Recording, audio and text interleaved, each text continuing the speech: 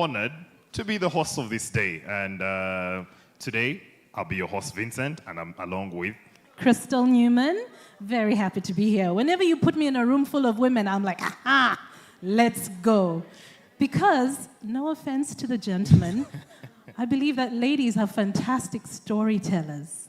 Oh yeah, that's And for sure. every woman in this room, especially who's been on this journey with the Academy, has a story to tell. True. Now, one of the things we will be tackling today is your journey when it comes to business as an entrepreneur, but also how your roles, as women, we hold so many different roles in society.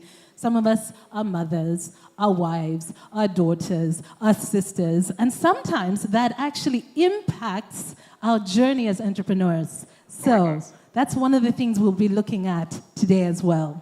Oh yes, and as you're telling the stories, you need someone to listen to the stories. And I guess that's what the rest of us will be doing. And to get this started, before we start to listen to the stories, we're probably going to have an introduction of what this program is, and no one to do this better than the team lead at Shona, Ewechu Joachim. Ladies and gentlemen, put your hands together and welcome Joachim.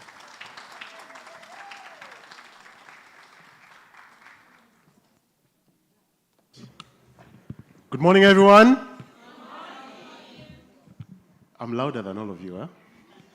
Good morning, everyone. Good morning. Well, thank you so much. Mine is very simple. I'm just here to welcome you. There's so many other people who are going to tell you about the program and our day today. So thank you all, first of all, for spending your day with us. Because today we celebrate the All program and all of you, all alumni. Congratulations to all of you. My name is Joachim Ewechu. I work with Shona. And like I said, my job is really here just to welcome you. Thank you for joining us. But also just to say quick thank yous. So first of all, I want to say a huge thank you to our partners, the US Embassy in Kampala, without whose support we would not be able to do all this work or have all of you in the room. And as we hear the stories from everyone and the impact this program has had, it wouldn't have been possible without our partners, the US Embassy in Kampala. I also want to give a huge thank you to the implementing partners of the program. We are one of the implementing partners, and you're going to hear from some of the others. We have iProfile Foundation. Where's Aisha? Right there. We have Ramela. Where's Santa? She's right there. And then we have Fiona from Kustawi. She's also there. Thank you all as well. Without all of you, again, we would not have all these amazing alumni in the room. And then I also want to thank our sponsors for the day. We have the Sheraton, who are hosting us here. Thank you so much. We have our sister company, our colleagues at Shona Capital, who managed to help us also put this event together. We have the National Social Security Fund, NSSF. Thank you very much. We have MTN Uganda. Thank you very much. We have UBL, and you'll see their impact later on in the day. We have AmCham. Thank you so much, Eve, and your team for everything you've done to make sure this day is a success. We have Brighter Monday. Thank you very much. We have Capital One Group. Thank you very much. And you'll learn a bit more about what all of these people are doing as the day goes by. We have Crowe as well. Thank you very much. We have Mchala Ventures. Thank you very much. They'll be leading one of our smaller group sessions. We have Simplify Networks. I don't see Ken here, but you'll see him as well. Thank you very much. They'll also be leading one of our smaller group sessions. And lastly, we have Candid Conversations by Kayana. Thank you so much. And you'll also meet our keynote speaker as the day goes by.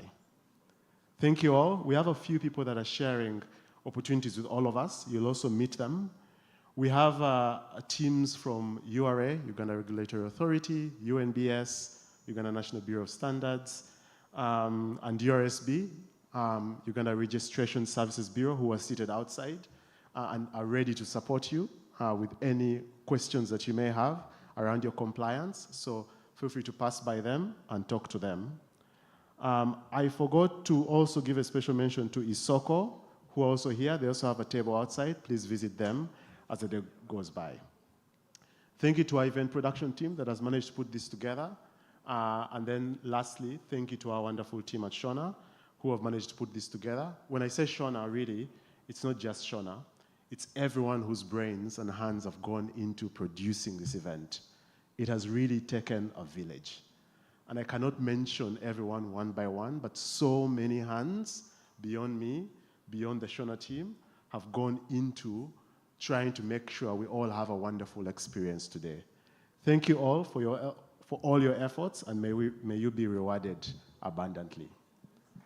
All right, that's it for me. Thank you all. Have a wonderful day. If you have any challenges, which I hope you won't, let me know.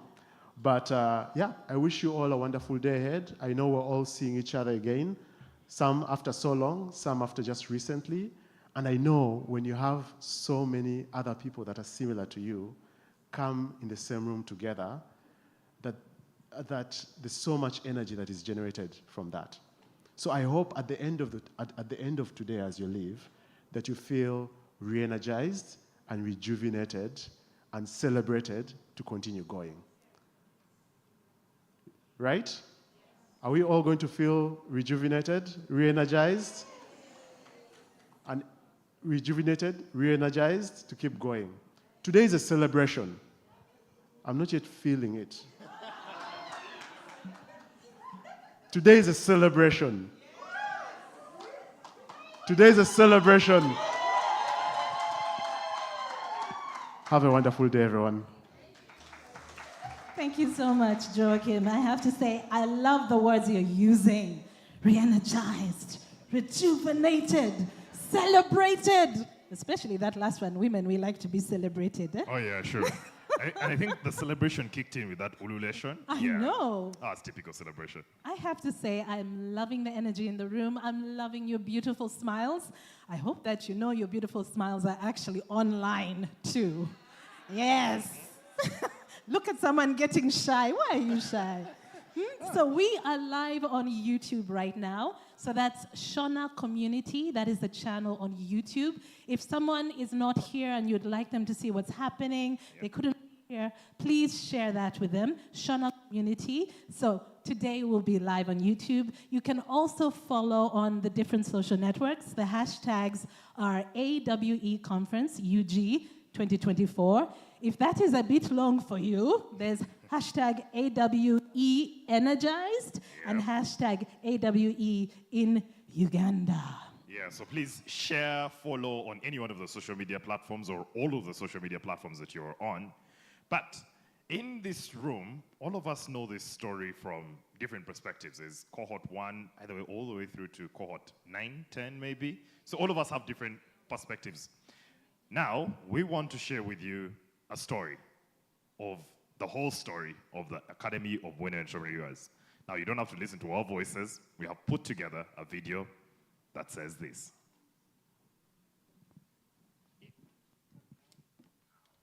In 2019, we received instructions to come up with a program for women entrepreneurs. It started out with an objective of empowering 5 million women entrepreneurs around the world by the year 2025. Uganda was lucky enough to be one of the first countries to have this program. Since then, we've had 740 women plus go through the program in 7 districts across Uganda: Jinja, Kampala, Barara, Fort Portal, Gulu, Lira, and Rua. The most amazing part about this program for me has been the realization that women entrepreneurs are superwomen. These women are mothers, they're wives, they have jobs, they're constantly on the move. In 2019, we received instructions to come up with a program for women entrepreneurs. It started out with an objective of empowering 5 million women entrepreneurs around the world by the year 2025. Uganda was lucky enough to be one of the first countries to have this program. Since then, we've had 740 women plus go through the program in 7 districts across Uganda: Jinja, Kampala, Mbarara, Port Portal, Gulu, Lira, and Rua. The most amazing part about this program for me has been the realization that women entrepreneurs are super women. These women are mothers, they're wives, they have jobs, they're constantly on the move, while at the same time coordinating their business that is beyond superwoman. Cohort 1 and 2, me, Fiona, and Aisha, we led, and we managed to train over 300 women. And when you get out, when you complete the course, trust me, you are not going to be the same. This journey of Awe, every woman who is in business should take onto it, because it is giving us space in the economy of this country, in the commerce of this country, in the trade of this country. Academy for Women Entrepreneurship, when you get out, you find your space. And your language changes. And you can value yourself and address yourself. Because business starts with yourself.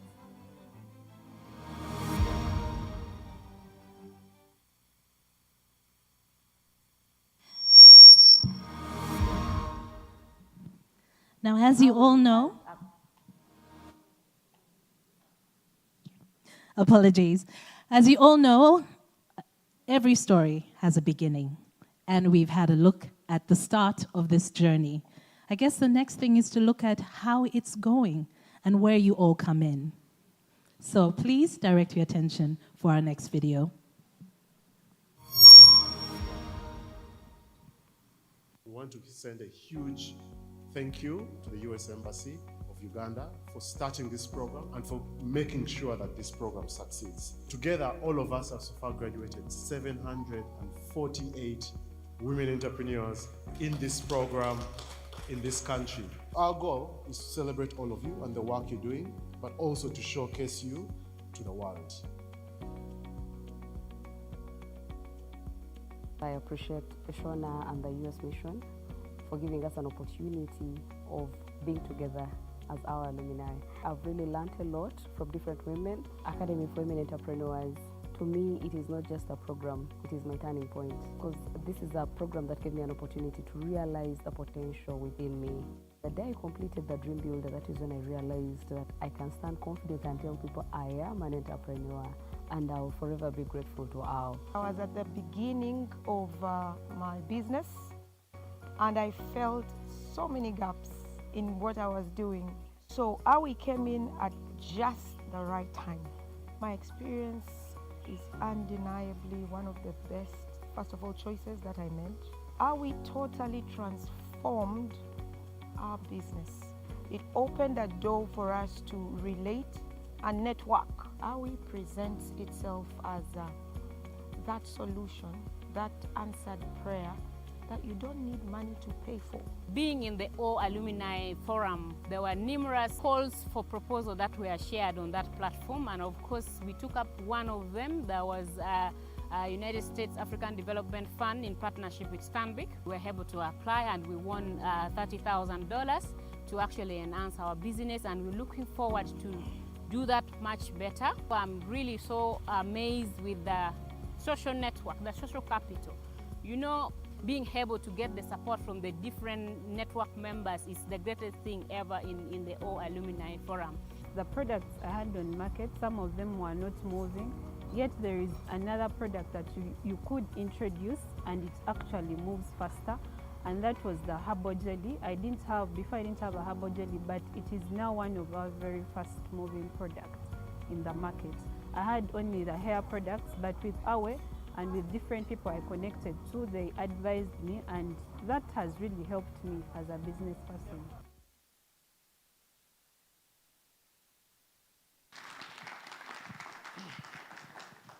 So when Joachim spoke about the Academy of Women Entrepreneurs, he talked about the orchestra of implementing partners that actually put this together. Now, we're going to hear from them. It is with great pleasure that I now invite the fearless leader of I Prefer Foundation, Aisha Ali, as the first implementing partner.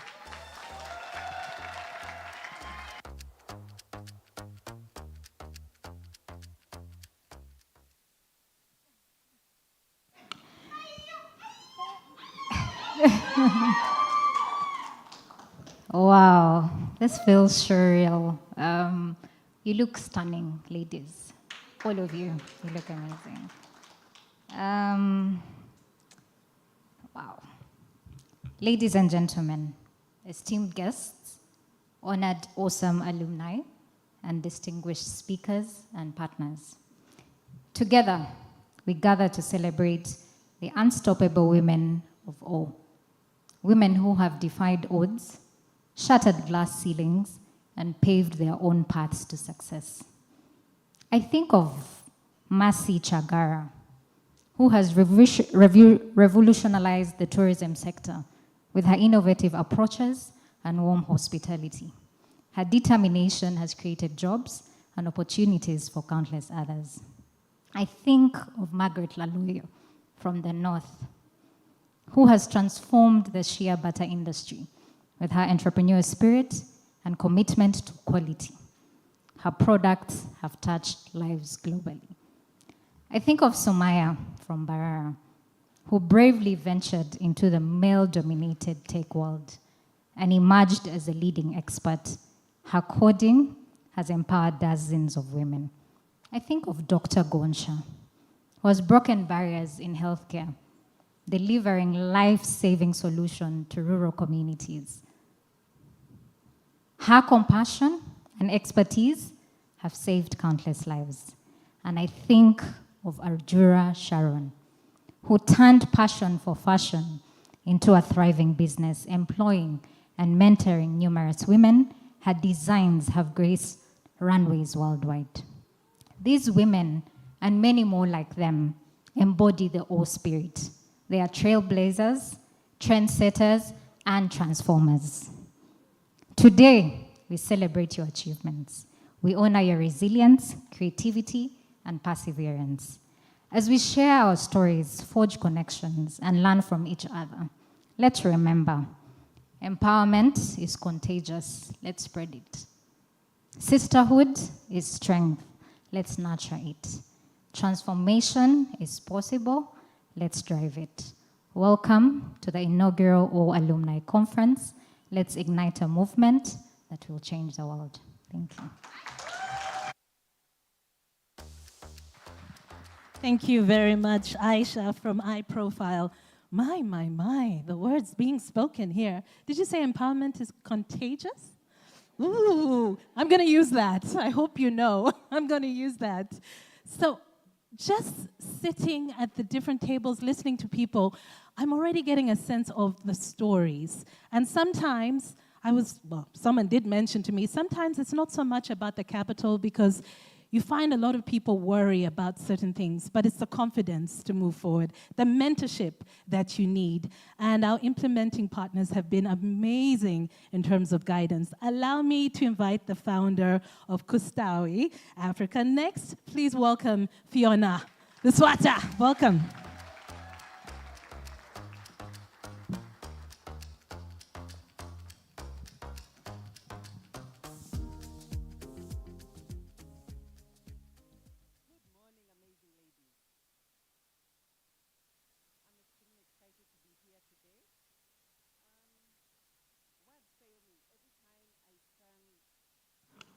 Okay. I was wondering who was shouting. Let's start again. Good morning, ladies. Good morning. Okay, now I know.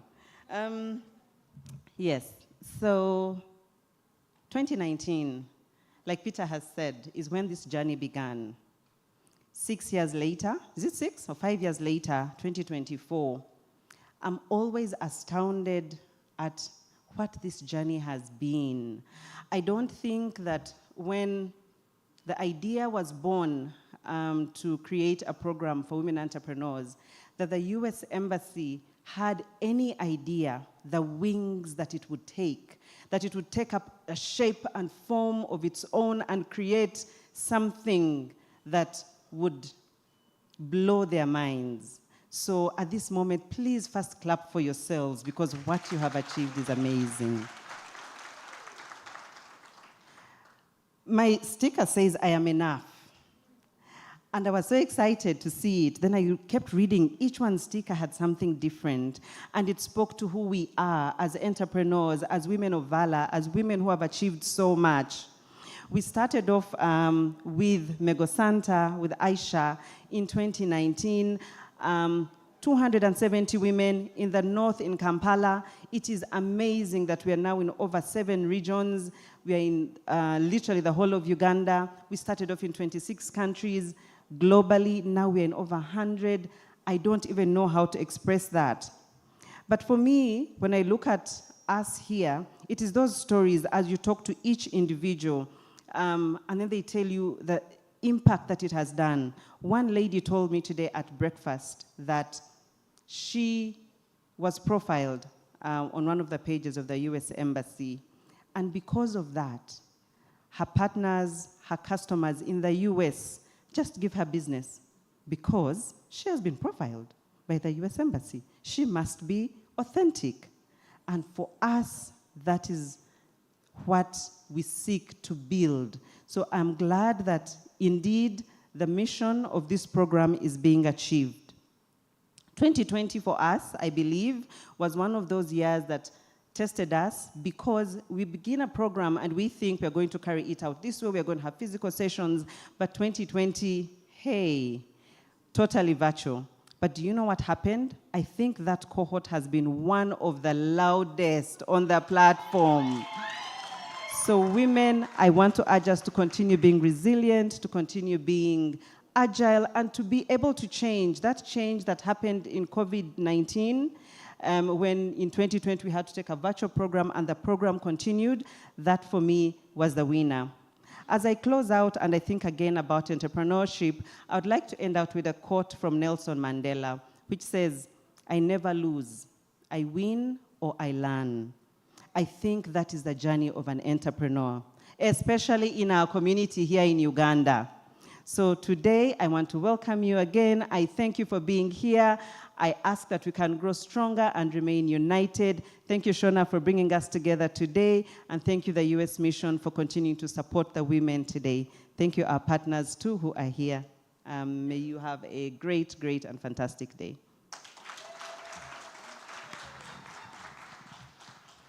Thank you, Fiona. Now, show of hands. How many of us in the room are from northern Uganda? Okay. Oh, that's quite the presence. It's quite the presence. Hands down, how many of us have been to northern Uganda? Oh, okay. That's good. Now, if you're from northern Uganda, or you have been to northern Uganda, but have not met our next speaker, you are neither from there or have been there. You don't have to take my word for it. Ladies and gentlemen, put your hands together to welcome the other implementing partner of the Academy of Women Entrepreneurs, Megosanta from Ramela.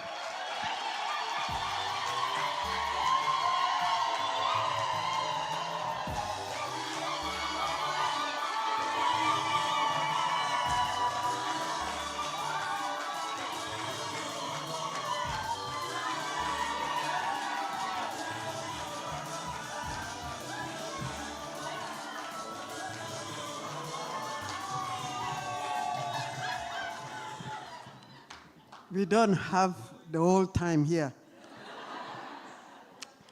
With great pleasure, I would like to thank God for today. And I would like to thank Shona. And I would like to stand on the existing protocol. As I have been told, Aisha said it. Fiona said it. I'm just going to summarize. Thank you for coming. This is our first important day. First to know one another and to enjoy ourselves.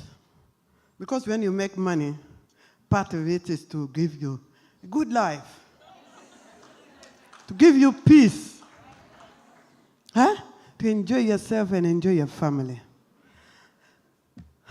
2019 has brought us here today. US Embassy, I just want to say Ofoi Matek. And we want you to carry our baskets of flowers back to United States of America. Because the support we have received is from American government and from American people. Thank you very much, Amy. And we love you a lot. I just want to summarize it this way. Academy for Women Entrepreneurship is a turning point. It's a tool for starting and expanding our businesses. It's a determining tool for a business operation. It's a uniting tool, a networking avenue for business and for sisterhood. It's a development tool for a nation, and a woman and women are key factors in national development. Don't allow yourself to be underestimated. You are a big, big tool among the many, notwithstanding. But the main are our partners. A nation is built on a man and a woman, no less, no more. So Academy for Women Entrepreneurship is a very big tool for us. I want each one of us to cherish it. Take it.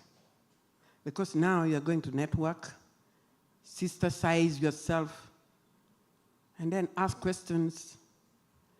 And there are mentors here to make you look who you are in the business space. Finally, I would say, all Christians who are here, because me, the Bible is my constitution. When you go to Proverbs chapter 31, go and look at that woman. How much business she does in her household. Her husband is praised because of her. Her children are praised because of her. And everybody in that house honors her. All we need is the nation to honor us. And to make us visible. So, with that, I would say, enjoy today. It's just the beginning. There's much more to come after today. So listen to one another, hold hands, and love one another. Thank you very much.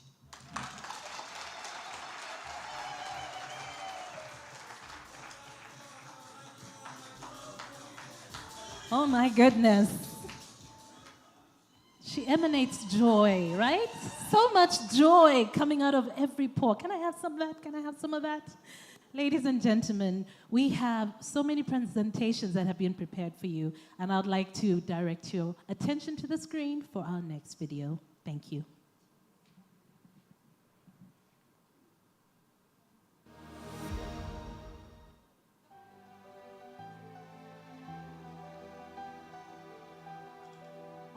Before we joined Awe, our business literally would run it just like any local business. We didn't have any quality check system in place for our products. When it comes to financial management, we were very poor. We would just collect in the money that comes. We were not taking into account the expenses that we are putting in.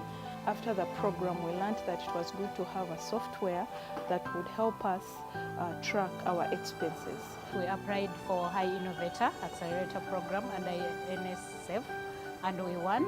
And it's all because of AWE, the Academy for Women Entrepreneurship Program, because it aligned us to the business setting on how to start, manage, and sustain.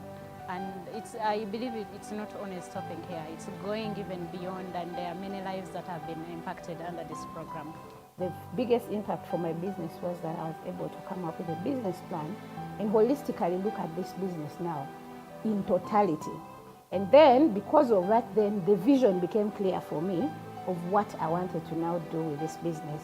I did not have a strategic vision like this, but then when I did that academy program, I really pitched that for you to move something, you need to have the passion for it. And I knew that with nutrition, I would never go wrong. Through the academy, I got to meet a number of women who are really passionate about business. So that social capital alone gives me that joy. The training has been, I think, so far the best training I can get in terms of business-related skills training. I learned how to distinguish myself from the market, what I'm offering, and to which client. I used to just jumble it up. I sell OD, I sell this, but this course taught me to know exactly what am I presenting. Working with the academy has built my capacity, has built my understanding on how to be in the market.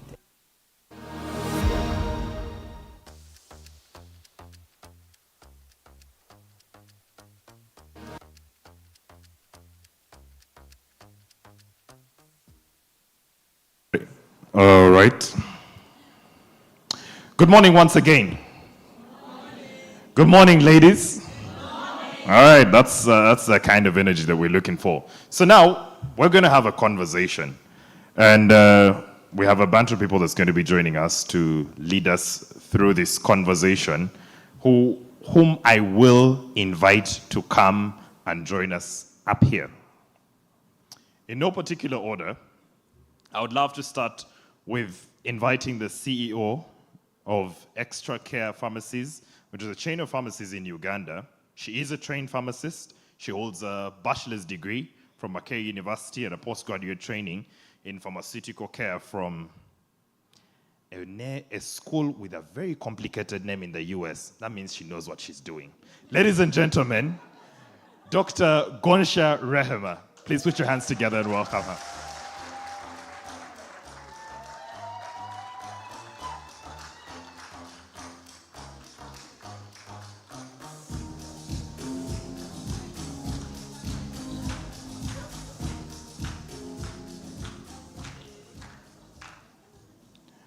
All right, I think the next speaker, I feel like her parents knew she was going to be successful even when they're giving her a name.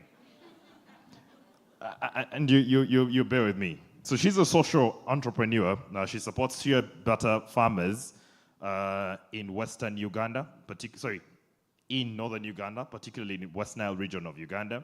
And she has produced several shea products, including shea butter and shea blossom honey. Probably something she'll tell us about when she's up here.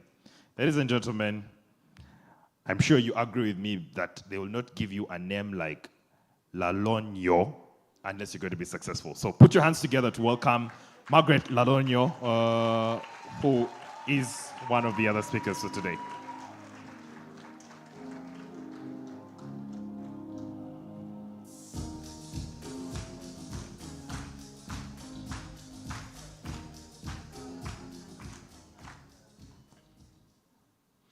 The founder of Free Spirit Atelier, a dynamic fashion tech consulting firm, which sits at the intersection of the fashion industry, technology, and education. They offer technical training, mentorship programs, and strategic consulting, emphasizing on real-world industry experience. Now, they have a vision for the fashion industry where technology and creativity harmonize and enable aspiring designers to reach their full potential. And the captain of this ship is Nina Kebirunji. Ladies and gentlemen, put your hands together as we welcome her.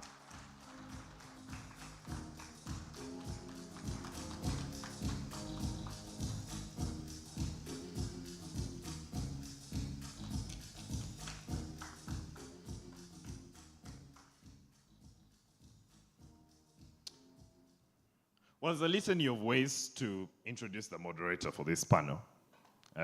Media personality, TV, MC, moderator. But for me, she's just been the get pass to all the cool things this morning. She is the brand ambassador of Sheraton, and that is why I have had a very beautiful and sumptuous breakfast and possibly the VIP treatment that all of you have not received. Ladies and gentlemen, my most exciting friend for today, Crystal Newman, the moderator for the session.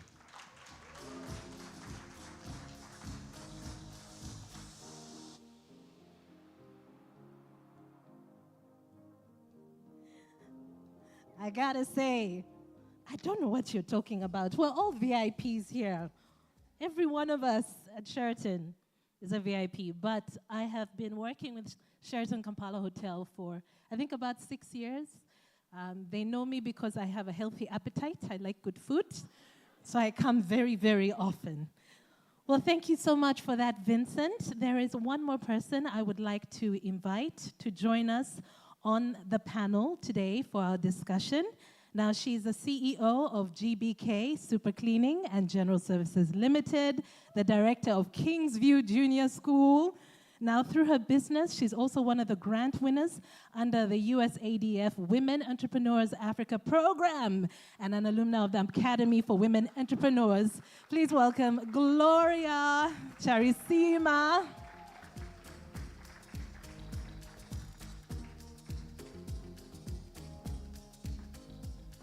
Welcome, Gloria. Please take your seat. So, how are we all doing? Are we ready for these conversations?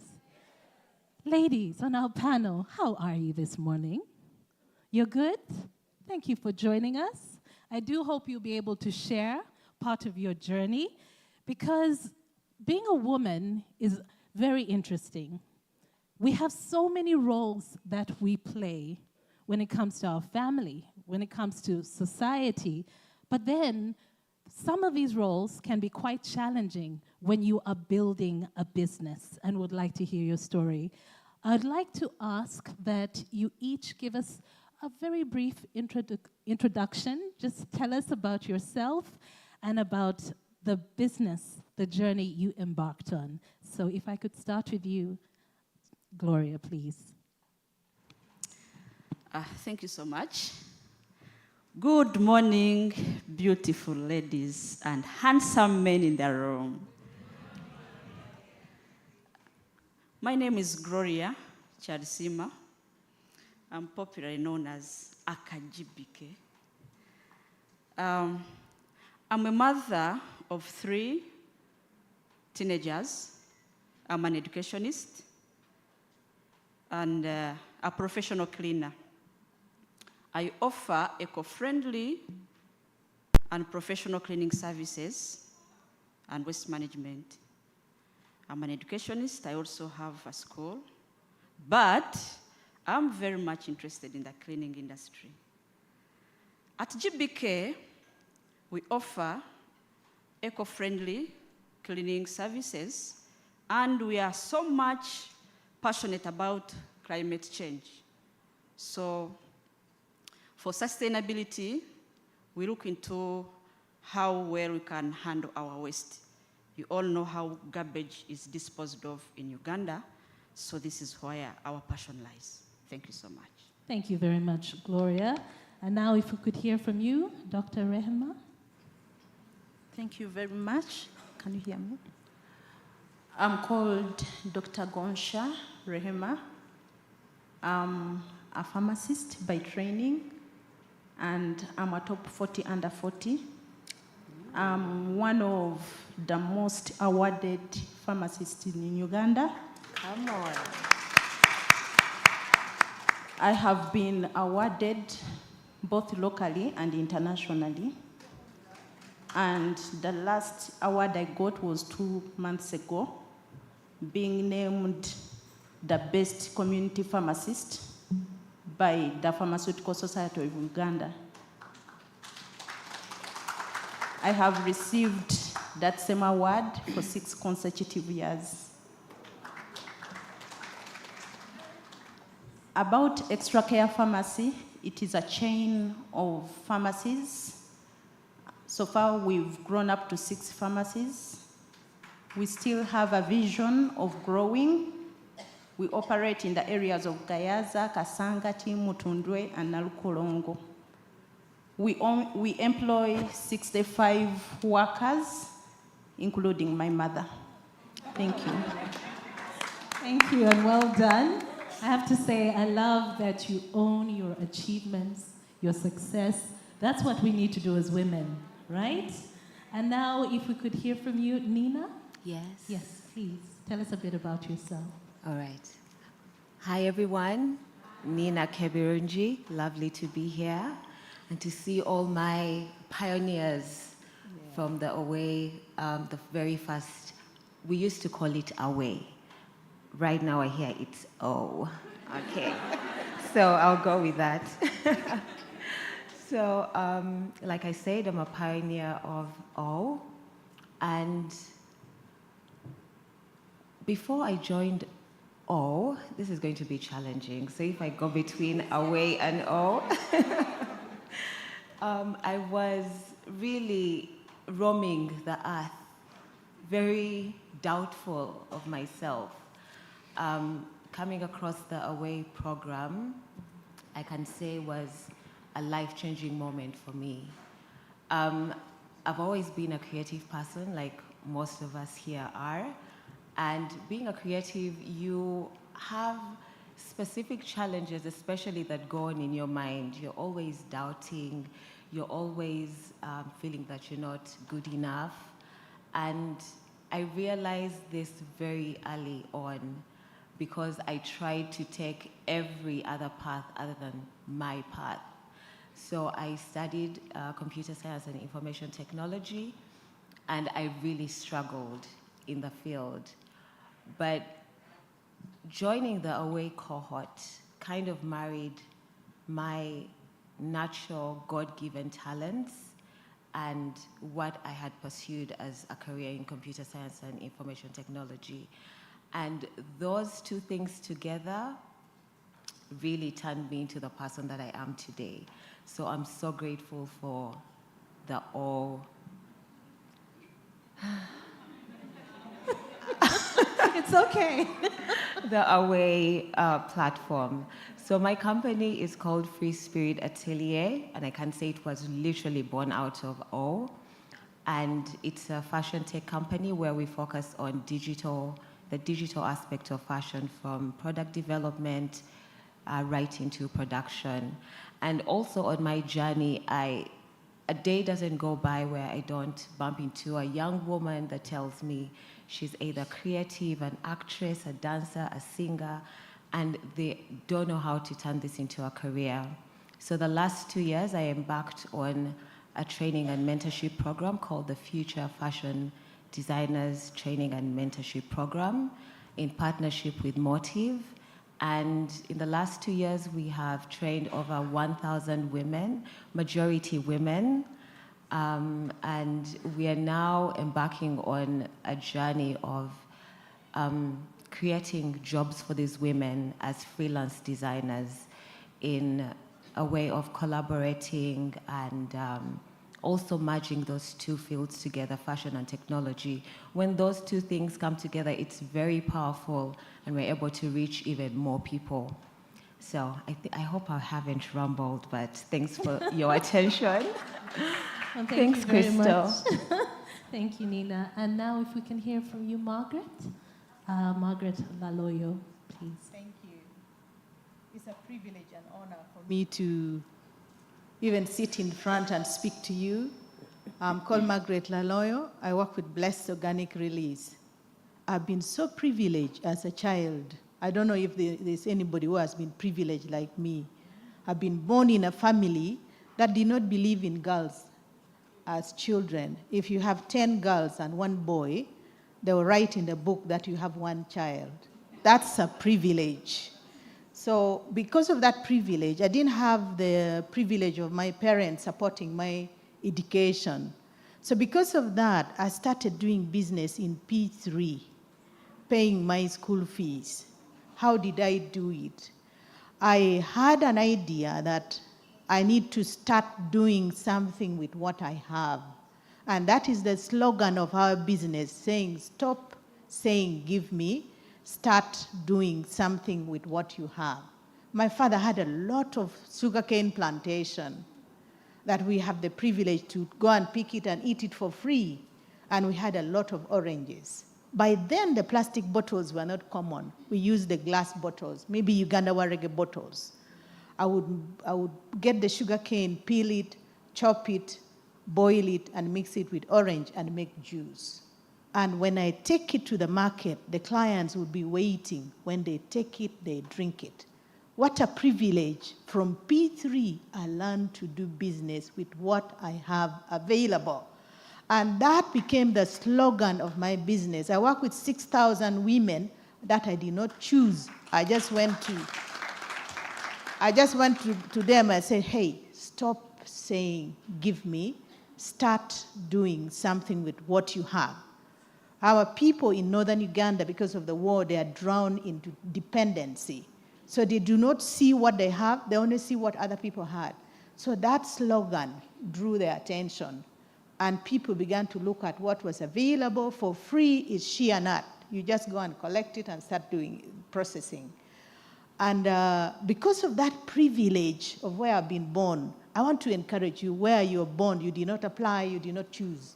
You don't have a reason to boast, neither to regret, but to say thank God.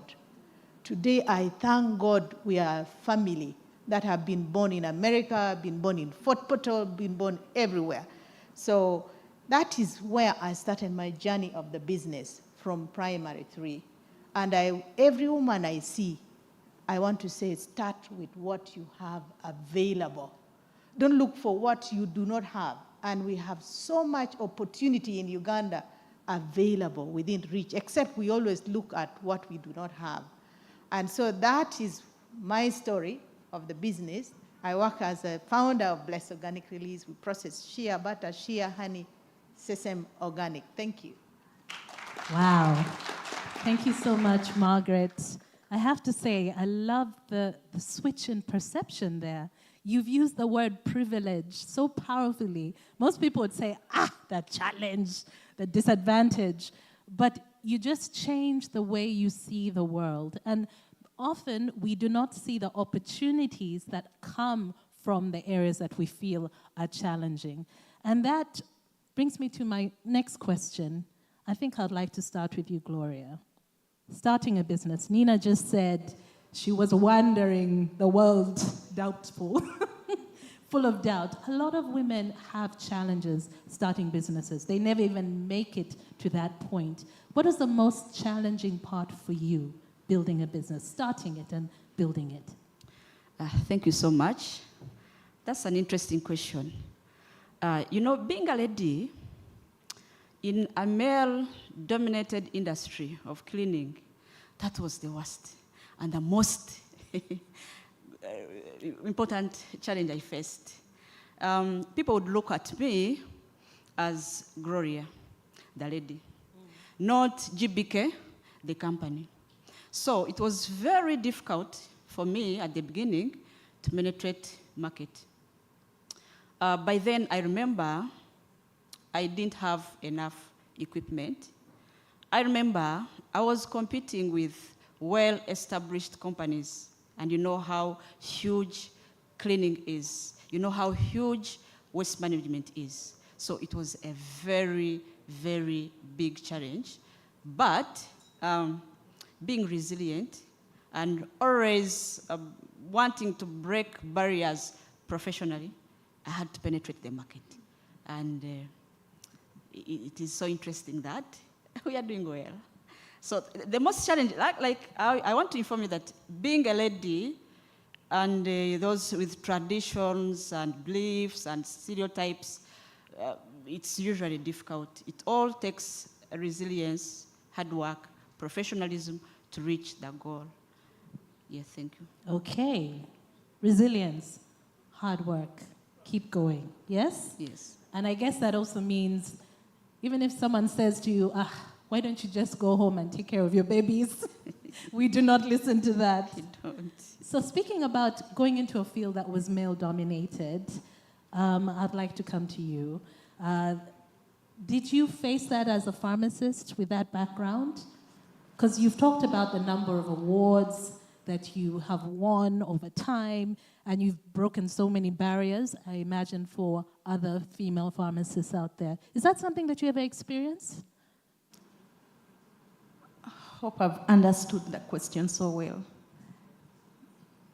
Yeah, I've faced mega challenges in my process of building the business.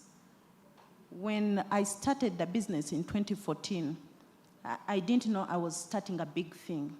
I had just finished internship in Mulago, and I had done extremely good work in Mulago to an extent of pushing the government, putting certain life-saving drugs on the National Essential Drug List. And I was feeling like I had a lot of clinical skills. So when I finished internship. I didn't want to be unemployed, and somehow I didn't know which career to take. I decided to start a pharmacy. I come from a family that is mainly business-oriented. My mother used to work in the markets, and my father was a driver. So I asked my mother to give me some money, and then the money I had kept from my internship, the salary I used to get, that's how I started the Extra Care Pharmacy. So I rented a cubicle and started the business. Fortunately, I had worked in 2 community pharmacies. I had worked in a pharmacy called Joram in Kawempe and Vine. And somehow I had gotten a lot of exposure to both disease and medicines. When I started the pharmacy, I didn't know I was answering a need in the community. People started lining up, very many people. I was the cleaner, I was the cashier, I was the dispenser, I was the pharmacist, I was the medical personnel, and I was solving problems. I didn't know I was handling a very big venture. And in the process, I brought people on board. Of course, I didn't know what I was doing. I didn't know I was hiring. I was like, jangu tukole. So one of my neighbor, I'm starting the challenge, who had an established hospital, who was a doctor, started calling me and befriending me. And he was saying, you see, I noticed you are a very big manager. I suggest we make a partnership. You have very good skills, but you don't have money. Let me bring money, we put together, you make a very big pharmacy, and then our pharmacy will grow. I kept on saying, I don't know how partnerships move. So he continued, insisted over 2 years. And when I refused, he teamed up with other male pharmacists and then the regulators and started a battle against me. The thing he told me was, if you have refused, you will not operate in this community. And I thought the man was joking. Before I knew it, the landlord started. I had paid 3 years rent ahead. The landlord came to me one day and said, I sold the premise to your competitor. And then I was like, how? At the same time, the competitor went to National Drug Authority and put a lot of allegations, went to the Pharmaceutical Society, and the battle was bad. In the process of fighting, I didn't know people in the community knew. They actually understood the story so well compared to me. One patient kept coming and said, we know what is going on, but do not fight back. These people will kill you. And then, before I knew it, the man took me to court. And the court battle took 4 years. It was very bloody. I didn't know, I had never been in court. I come from a family where people are totally uneducated. So we would reach court with my mother. We don't have a lawyer. We don't know what to do. And then they were like, gukusinze. Again. And things were so bad. The magistrate was against me. Everyone was against me. And they even got an execution to put me in prison in High Court. But the day they came to pick me, the person who saved me was a lame blind man that I had helped gain eyesight out of a certain camp. And I was helping him get an artificial leg. So I took him to a German company to get an artificial leg. So I thought the process would take like 2 hours. I come back to work. The thing took the whole day. That's the man who saved me from going to prison. So by the time I came in the evening, the army men, policemen had waited the whole day.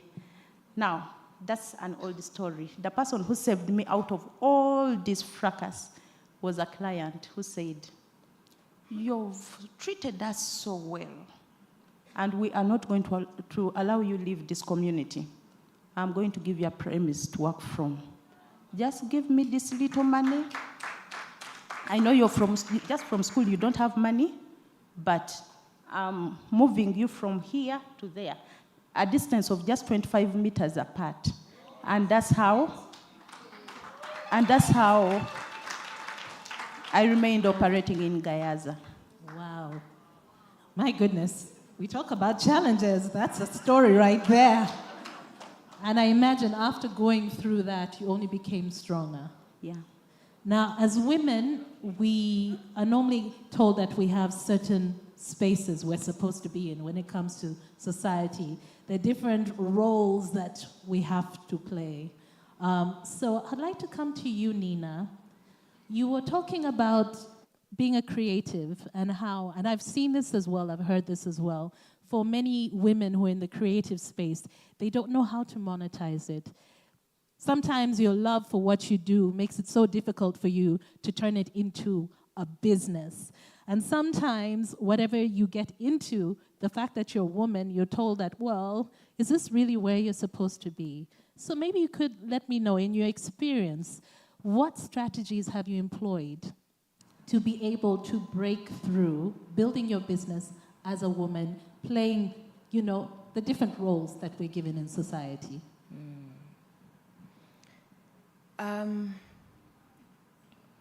That's a deep question. For me, the biggest thing for me was mindset.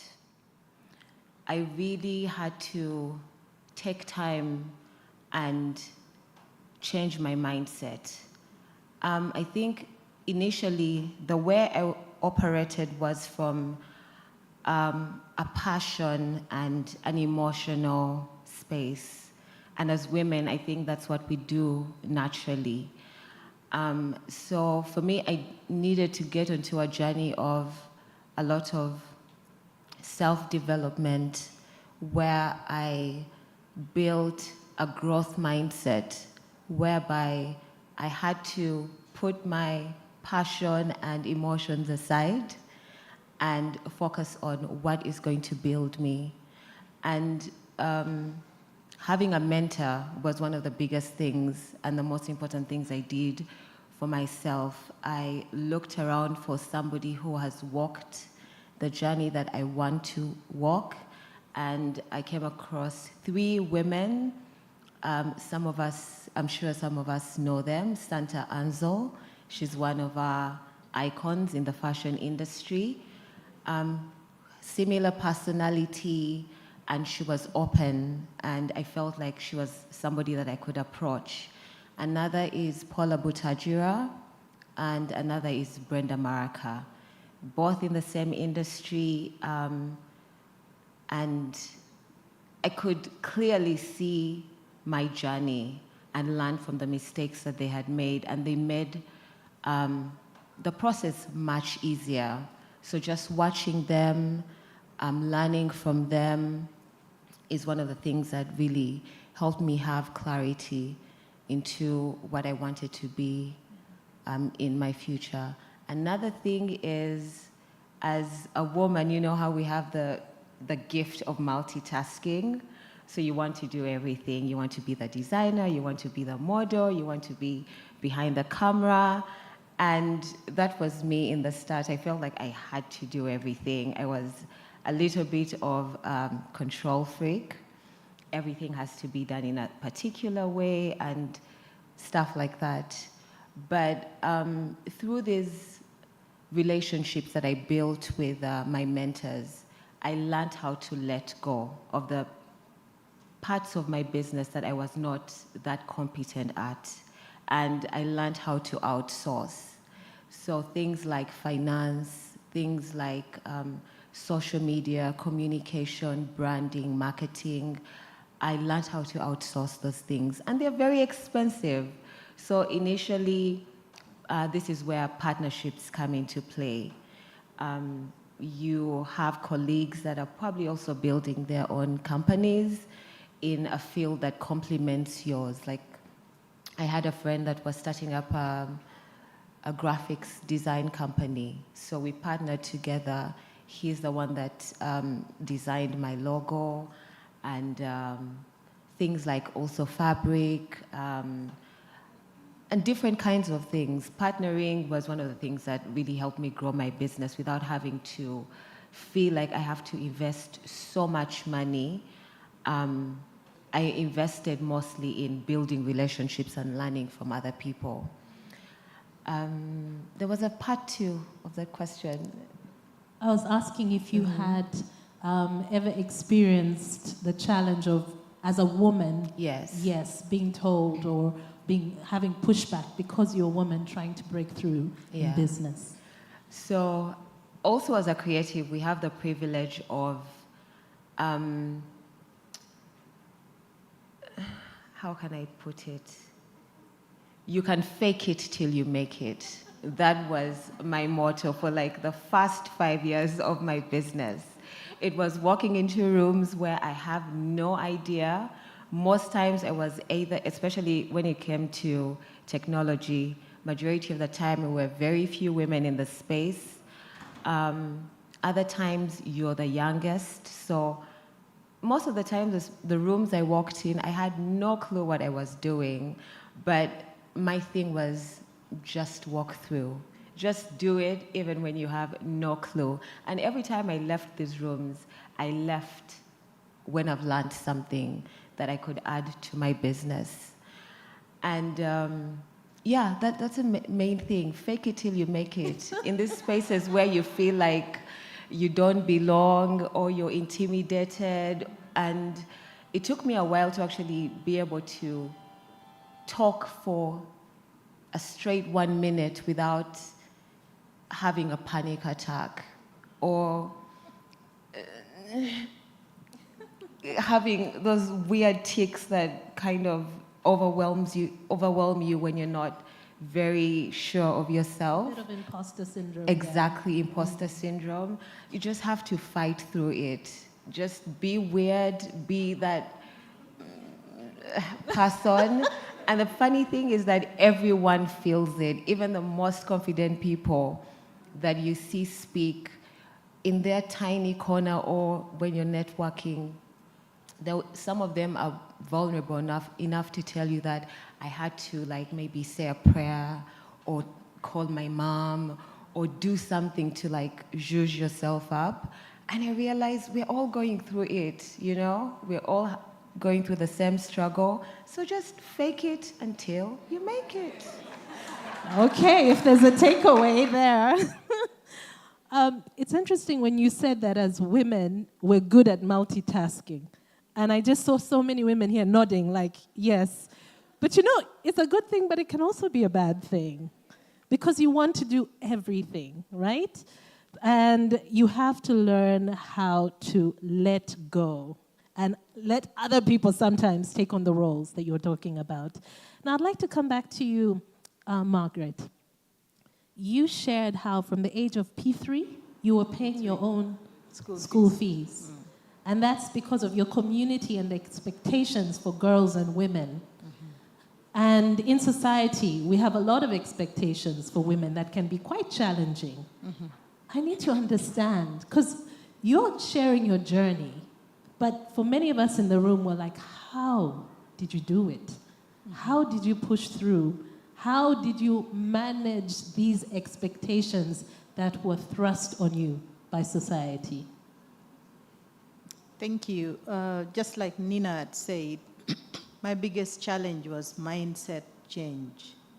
But it was not the mindset change of others as I thought before. It was my mindset change.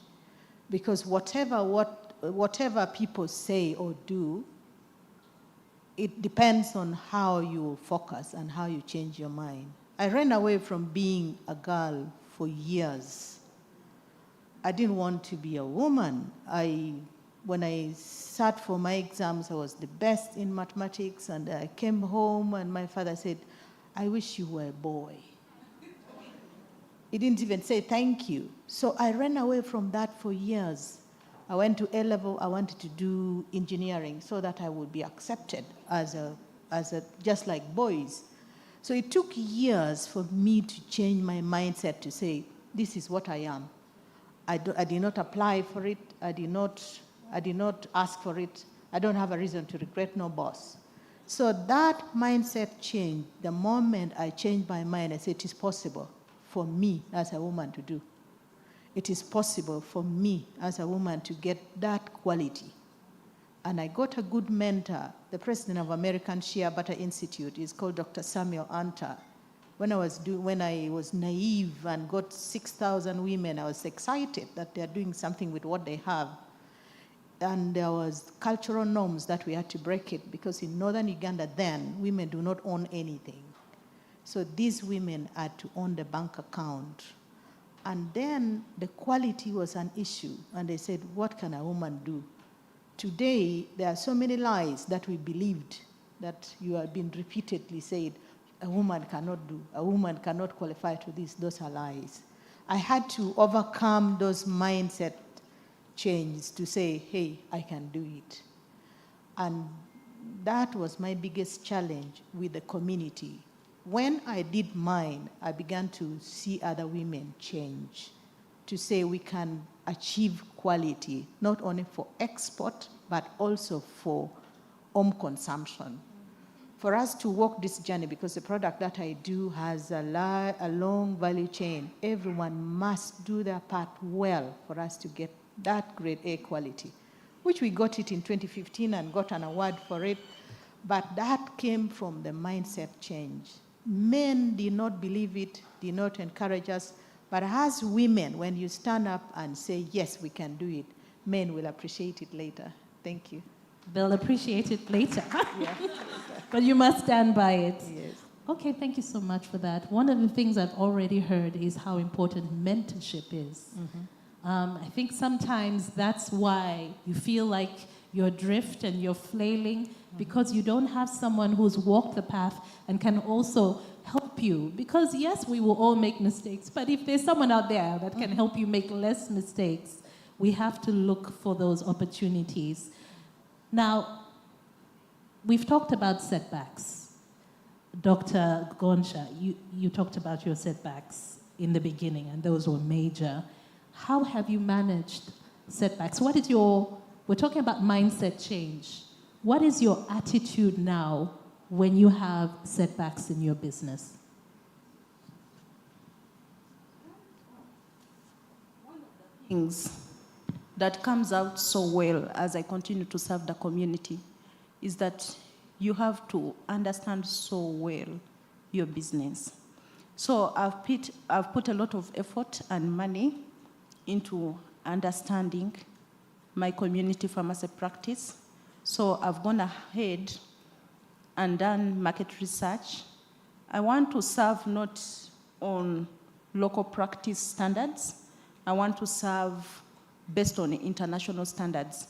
So in the process, I had to visit a chain of pharmacies in America called CVS. I actually interned in that chain of pharmacies. I also had to visit a chain of pharmacies in South Africa called Dischem. And it's a big pharmaceutical company owned by a woman, having over 200 pharmacies. And I got a chance to meet this woman and somehow learn from her. I also had to visit pharmacies in Egypt and Turkey. So I've invested a lot into understanding what my business is. And one of the things that is coming so well as I continue to serve in my communities is that you can never underestimate the power of consultants. You see, when I was starting, it was basically pharmaceutical, medical knowledge. And that's what I was bringing on table, because I knew that's where I was really excelling. But when we started to grow, it was extremely noticeable. They were like, pay attention to your chipande. Okay, wetagale logo, you need a logo. Before I knew it, you are AKM. Before I knew it, you didn't register the trademark. And things, I was, one of the biggest challenges that I always face in my company is that we are growing so faster than the management. And I'll tell you something, I do not understand everything. And consultants have helped us so much to sort of bring us back into our position. Yeah. Thank you so much. Ladies and gentlemen, if you have any questions, I imagine you might have a few.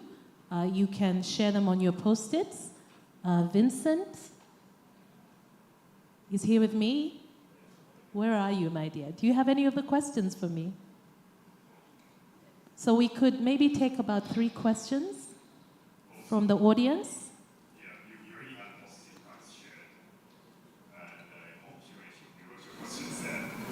Have your question ready, just put up your hand, I shall come there and pick up the question. Okay, I think we shall move forward. The question has to already be written on the post-it. Well, I think maybe at this point, if anyone would like to put up their hand, very briefly, you can ask your question, if anyone has one. Okay.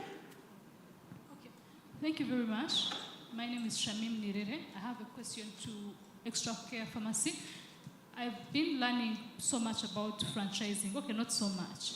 Franchising, and thinking that now that you have proof of concept, the pharmacies are working, probably you don't have to go to Barra yourself. Maybe there's a lady in the room who can open and run using your system's Extra Care in Barra for scale.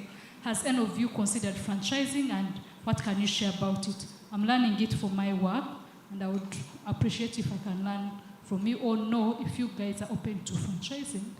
Could be investors seated here. Thank you. Okay, opportunity right there. Many investors have approached me, both local and international people.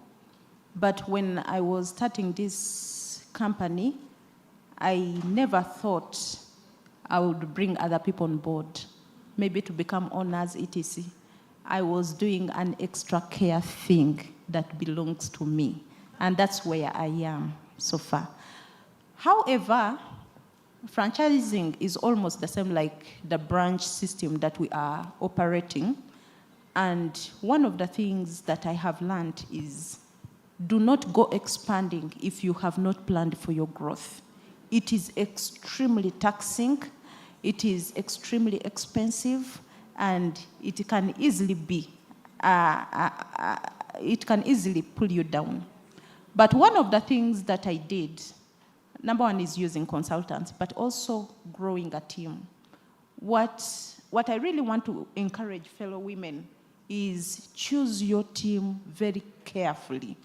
As you choose these people that you work with, you will end up bringing people on board that will keep suing you up and down. You will bring people on board that will be stealing this and this. You are going to bring people on board that will connive with your competitors, and things will go berserk. So, in the process of either franchising, branching out, growing, etc., choose your team very carefully. So, for me, what I did, I told you I come from a family where people are not so well educated. I could be the most educated. And I just sat down and observed the key skills that the people that were willing to come on my board had. For example, my mother had been a businesswoman for all of her life. So she had a shop in Busia, worked for some years, and worked in Owino. And I will tell you something, you can never be street smart compared to her. So when I brought her on board, we went on polishing that. So she does very good operational management of one of the branches in Nalukolongo. She will make sure the pharmacy is open at the right time. She'll make sure it is cleaned. She'll make sure the workers have come. She does extremely good work. And this is the branch that has the government's project of distributing ARVs. And right now, we are the best implementing partner with the government. And that branch where my mother does the operational management. 100% of information enters into the system. 100% referral of patients happens.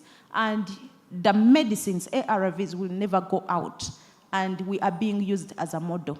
So what I did, me as a person, is to grow my team. I have educated cousins. I spot your skill, and then we educate you in that line. And I want to tell you, we have a very strong succession plan. Okay. So I think the takeaway is you do not expand unless you plan for it.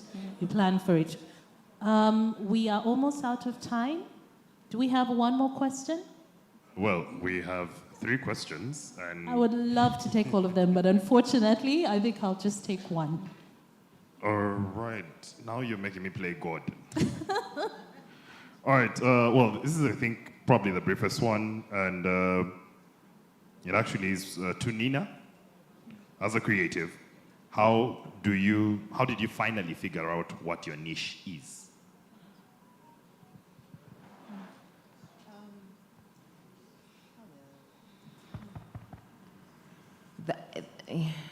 I feel like niche is a myth, but I think the easiest way to answer that question is, it was, like I said, my business was very, very personal. So when I started out, this was in 2012, this is a long time ago, fashion was really something that was for the youth. It was for people who already have that inkling towards fashion. And there was a group of people that was really ignored, which is the modern working woman. So women who are maybe in their late 30s to late 40s. So I basically started experimenting with my family and friends.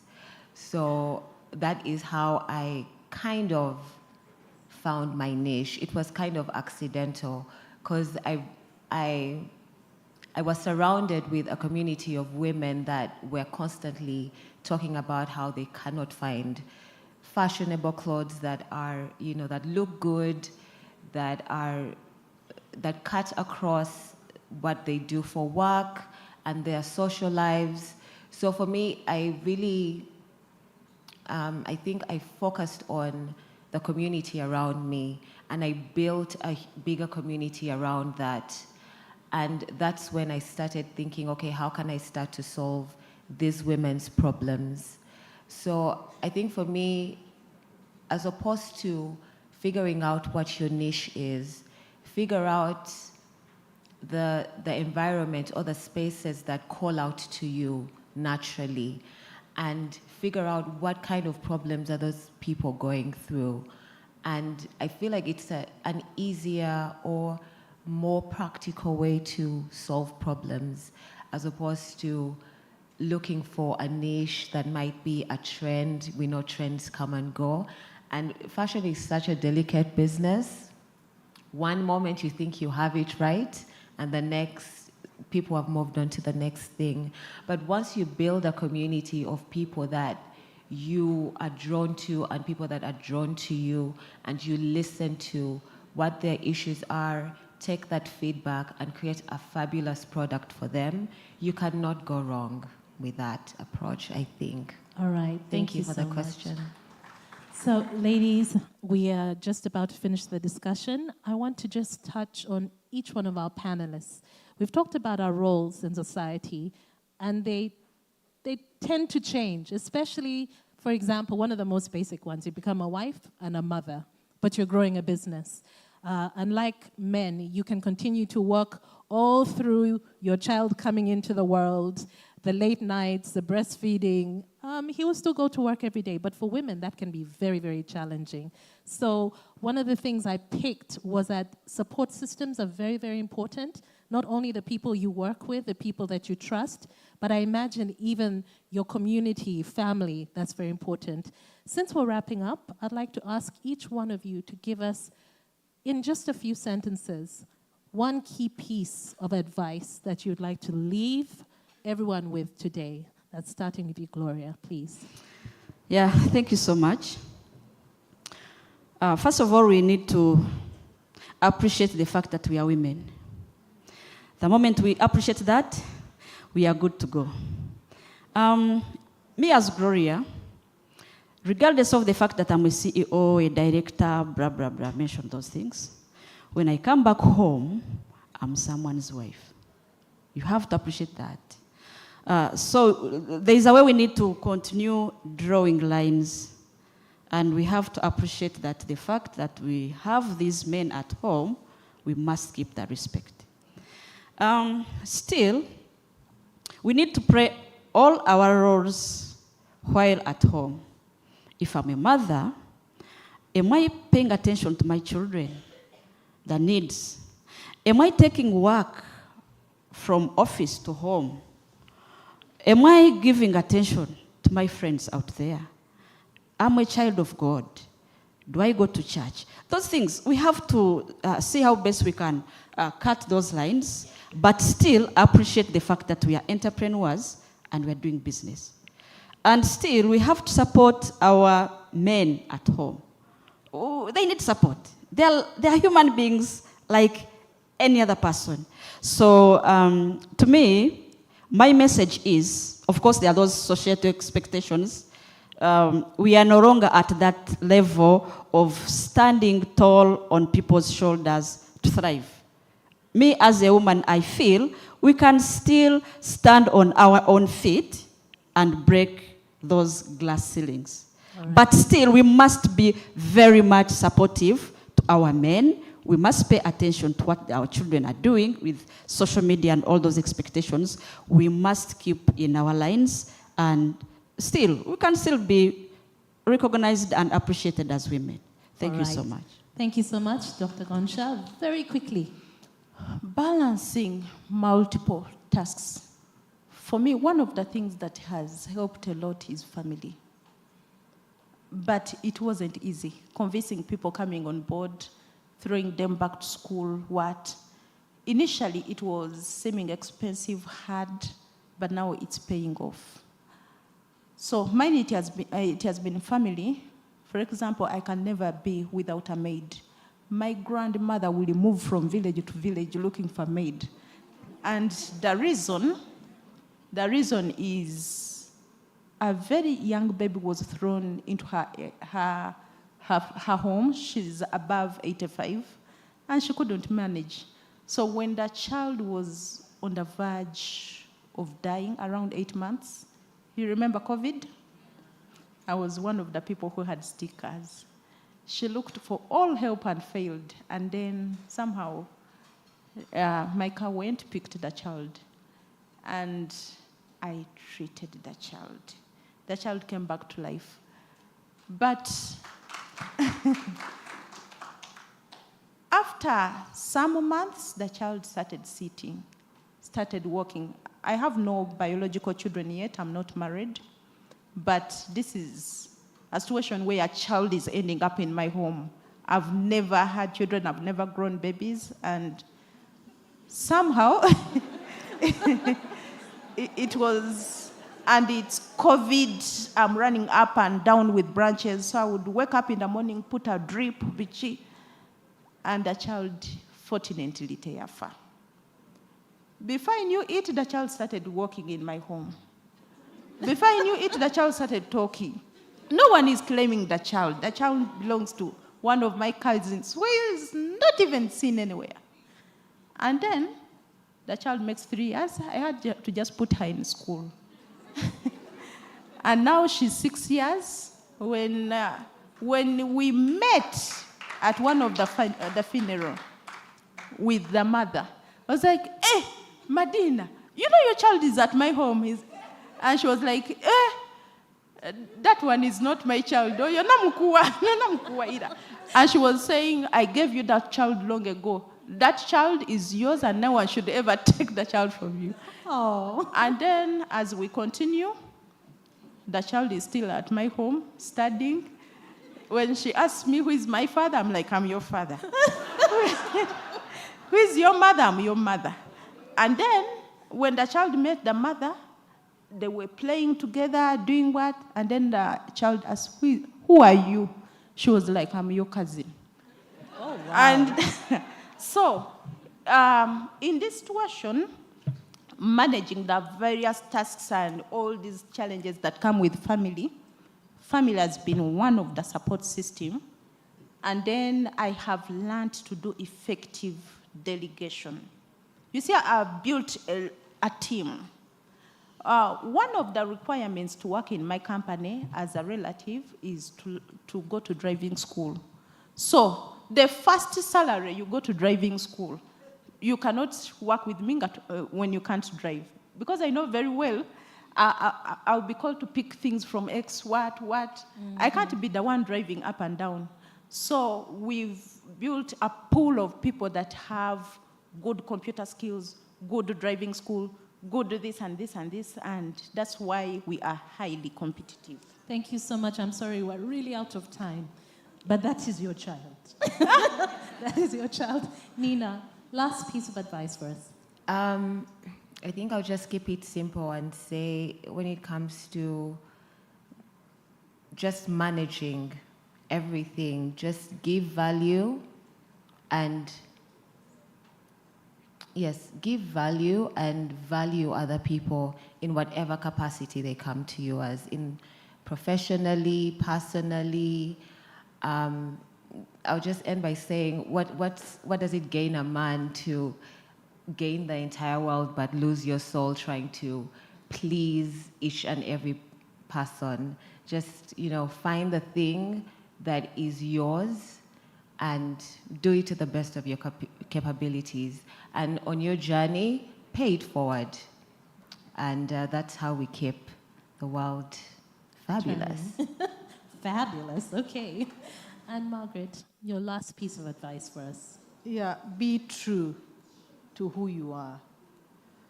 There are challenges that comes that can change you to be somebody else, but persist to be true to who you are.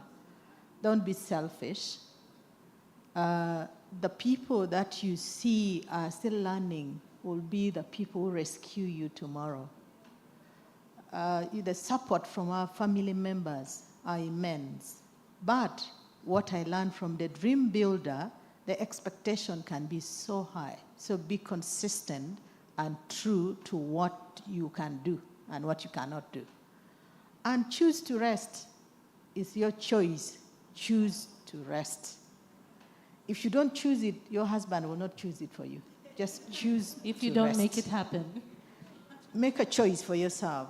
And when you make a choice and a vision for what you're going to do your best to the last bit. I did not bend onto what my husband would say, oh, you cannot do that. That's not me. If I say, yes, I can do it, I focus on my faith and I do it to the end. Because of that, we won several awards and we got the best quality. We got several certifications when he said we cannot. So it is not him hindering you, it is your faith and your choice. Thank you. Wow, a round of applause for our panelists. Thank you so very much, ladies. I'll allow you to leave the stage. And thank you so much to all of you for your attention. Thank you, ladies. Another round of applause for them.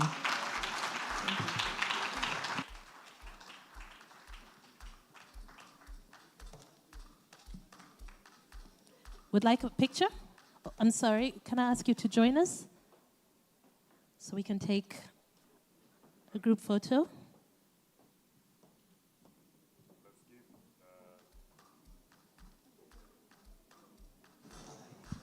Let's give them another round of applause. And Crystal, I think you need to join in there. All right.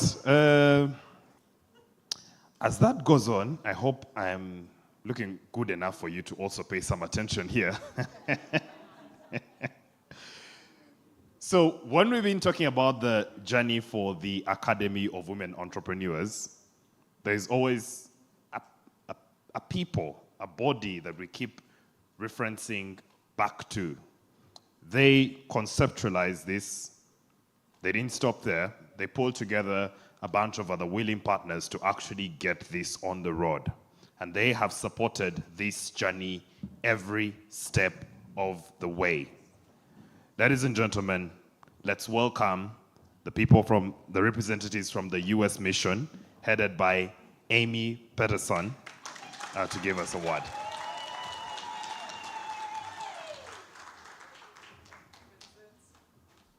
Okay, embassy team. I'm not here alone.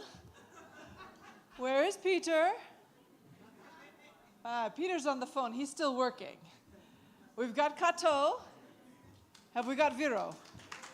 Okay. Peter and Kato. Shall we take seats?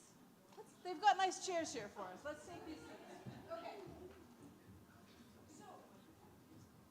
First, I want to say on behalf of the U.S. mission, we are incredibly proud of the Academy of Women Entrepreneurs. This program certainly exceeds expectations and is flying higher than we imagined, to echo Fiona. As many of you know, the Academy was started in 2019 as an initiative out of the White House. And Ivanka Trump at that time, who was a woman in business, saw the potential in women business leaders around the world. And so this program exists in over 70 countries, managed by the US embassies there. The funding comes from our Bureau of Education and Cultural Affairs at the State Department in Washington. It's given to all of those embassies. And then we work with partner organizations like Shona, Kustawe, Atiak, iProfile Foundation to manage the program. You all know that. You've been in the program.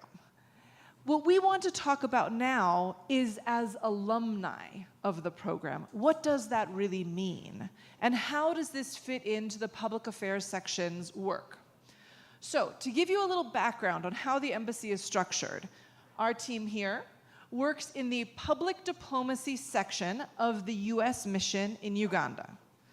Our role in the public diplomacy section is to connect Ugandans with the United States in key areas that both our countries value and prioritize. One of those is entrepreneurship. That's where this Academy for Women Entrepreneurs fits in.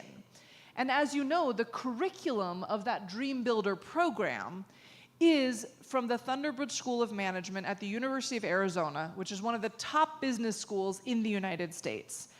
And therefore, we are incredibly proud to see all of you as alumni of a US program.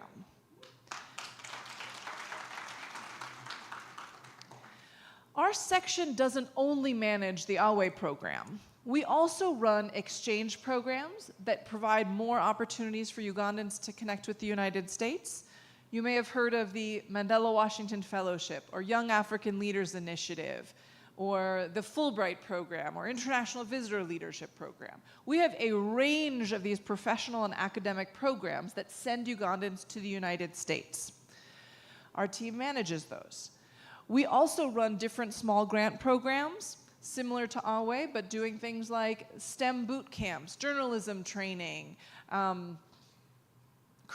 support for the creative industries through film training. There's a whole range of programs our embassy runs. And some of you are also alumni of those programs. And then we also do something called the American Center and our Nile Explorer bus, which offers in-country programming to connect the United States with Uganda and provide skills training opportunities. Our team also does all the press and social media for the embassy. So we are all about connecting with the Ugandan people.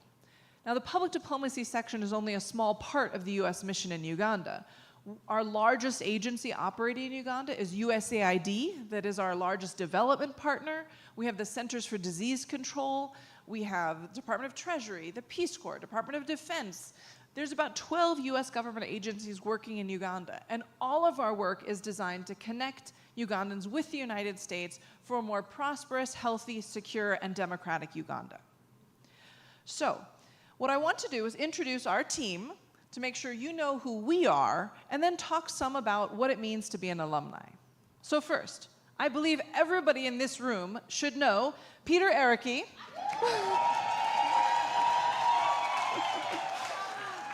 We like to call him our awesome man. Peter is our our experiential learning coordinator at the US Embassy and runs different programs that connect Ugandans with America through programming here in Uganda. Peter, any opening words? Any opening words? We saw you on the screen earlier, but anything you would like to say about your work at the Embassy and what you do? Good morning. Experiential learning coordinator is an overglorified word for a teacher. So I'm a teacher. I curate programs that help people to learn by doing, because I believe that what you learn to do with your hands, you never forget for the rest of your life. So yeah. And just to be technical, Peter is what we call the grants officer representative, who works closely with our implementing partners for the Alumnae program. So he's deeply involved in the development of the Alumnae program. And I am using Alumnae. We mix it up with awe. There's no right or wrong, don't worry. And so he really helps us conceptualize the program. And your input is important for us as we develop the next phase of the Academy for Women Entrepreneurs. Now, I'd like to introduce Vero Sempebwa, who is our public engagement specialist. Can you tell us a little bit about what you do? Thank you, Amy, and good morning, fabulous ladies. I serve as a public engagement specialist. A lot of the work that I do revolves around partnerships and mainly oversight. And I'm sure I've told you before that I am in awe of you awesome ladies. Happy to be here. And now I would like to introduce Kato Chrysostom, who is our alumni coordinator. He also manages one of our key exchange programs. And Kato, can you tell us a little bit about what it means to be an alumni of a US government exchange program, and how do we support alumni? All right. Good morning, awesome ladies. It's so good to see all of you. I have been meeting people who are greeting me, and they know who I am, and I've not met them, because it's 740 of you. So it's so good to see all of you. And my name is Kato. I'm the Youth Exchanges and Alumni Coordinator at the Embassy. And Amy wants me to talk to you about what it means to be an alumni. Of course, when you participate on a US government-funded program, like the Academy for Women Entrepreneurs, and you complete it, you automatically become an alumni of a US government exchange program, which is, of course, an amazing thing. But being an alumni of a US government exchange program is really not a right. It's actually a privilege, because it's not so many people that get the opportunity to participate on US government exchange programs. So right now we have about 5,800 alumni in Uganda. And that's since 1962. That's, yes, since the 1962. independence of Uganda. We've been running these programs a long time. Yes, but to think about it, from 1962 to 2024, we have just 5,800. So it's a very exclusive club. I think you should clap for yourselves. And like Amy said, it's several programs that are funded, the Mandela Washington Fellowship, the yearly Fulbright, and I know that several of you have participated on more than one exchange program. If I could say by show of hands, I know so many Academy for Entrepreneurs who are Mandela Washington Fellows, who are yearly, and all those other programs. So to be an alumni of a US government exchange program is something really prestigious, and we at the Embassy look at you as partners, and that explains my job. If it weren't for you, I wouldn't be probably employed. So I get the opportunity to work directly with you after participating on these exchange programs, and to think of creative ways to keep you engaged, because the participation on the US government-funded program is not a one-off.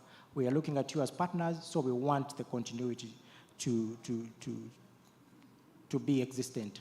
And we have recently established the US Exchange Alumni Network, which is the USEA network, which brings together all alumni of the different US government exchange programs. And the Academy for Entrepreneurs is, I think, one of the programs that has the biggest number of participants on there, over 740. And you're actually represented on the governing body of the US Exchange Alumni Network with a representative. I think that is the current president, Blessing, who is your representative on the Alumni Council. And we have also recently established regional clusters, and I've seen several representatives from the different regional clusters here with whom we had a retreat on Saturday to think about how we're going to move forward as an association. So the umbrella association is the US Exchange Alumni Network, which brings together all the different exchange programs, and then you belong to the Academy for Entrepreneurs Association. And the way the embassy works with you is through these structures. We cannot work with individual alumni, so we work with you as a collective, and I would encourage you to be active participants in your association, because that is the best way that the embassy can work with you. And the associations are really as strong as you give. The more you're active, the more the associations will be strong.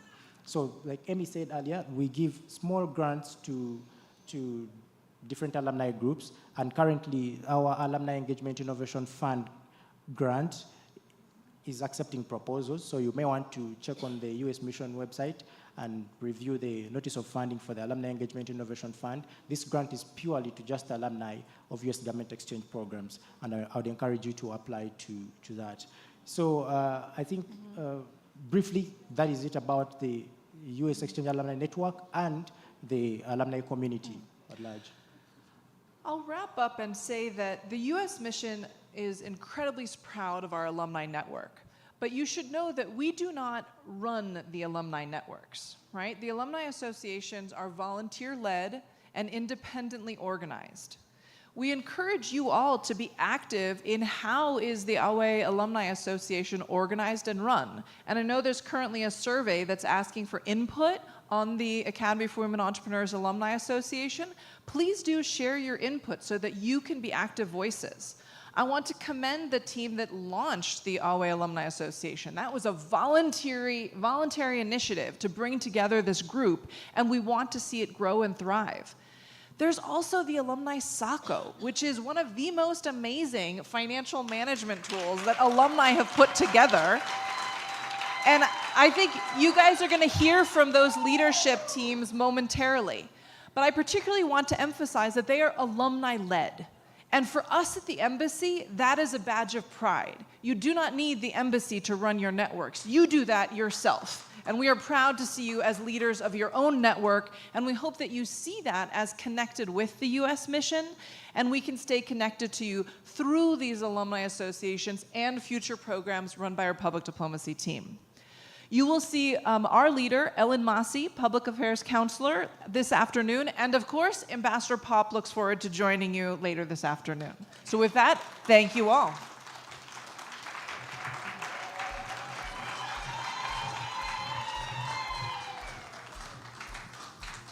Thank you so much, Amy, and to all our speakers.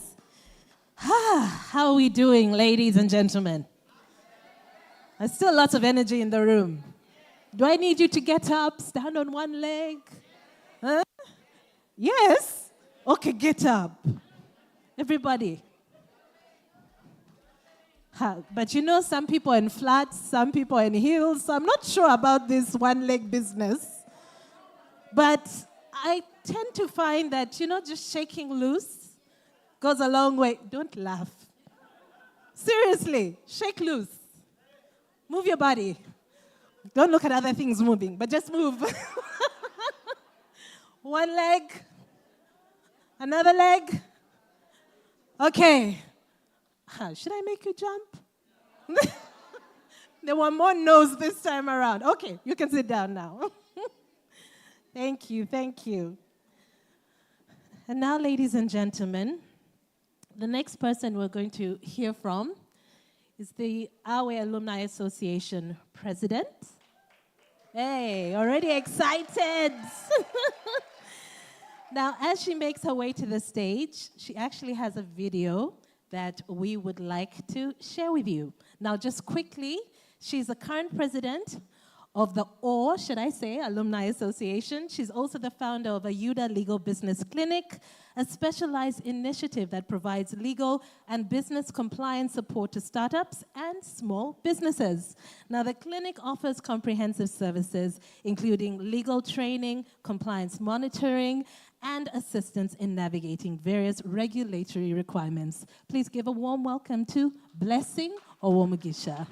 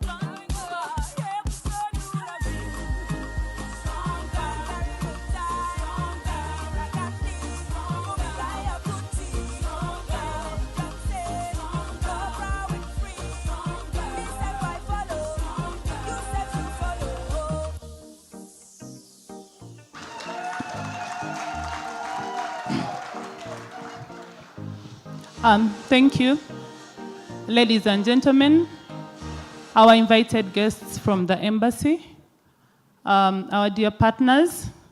I'll stand on the protocol that has already been given, but I would like to celebrate the awesome women.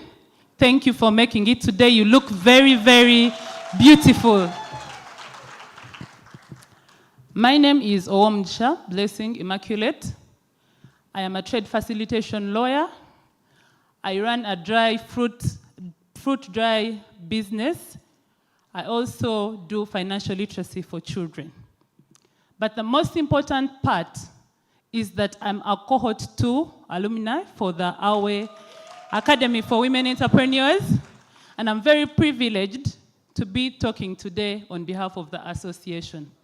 Before I go any further, I would like to introduce and invite the committee members for the Awe Alumni Association. Kindly stand up for recognition.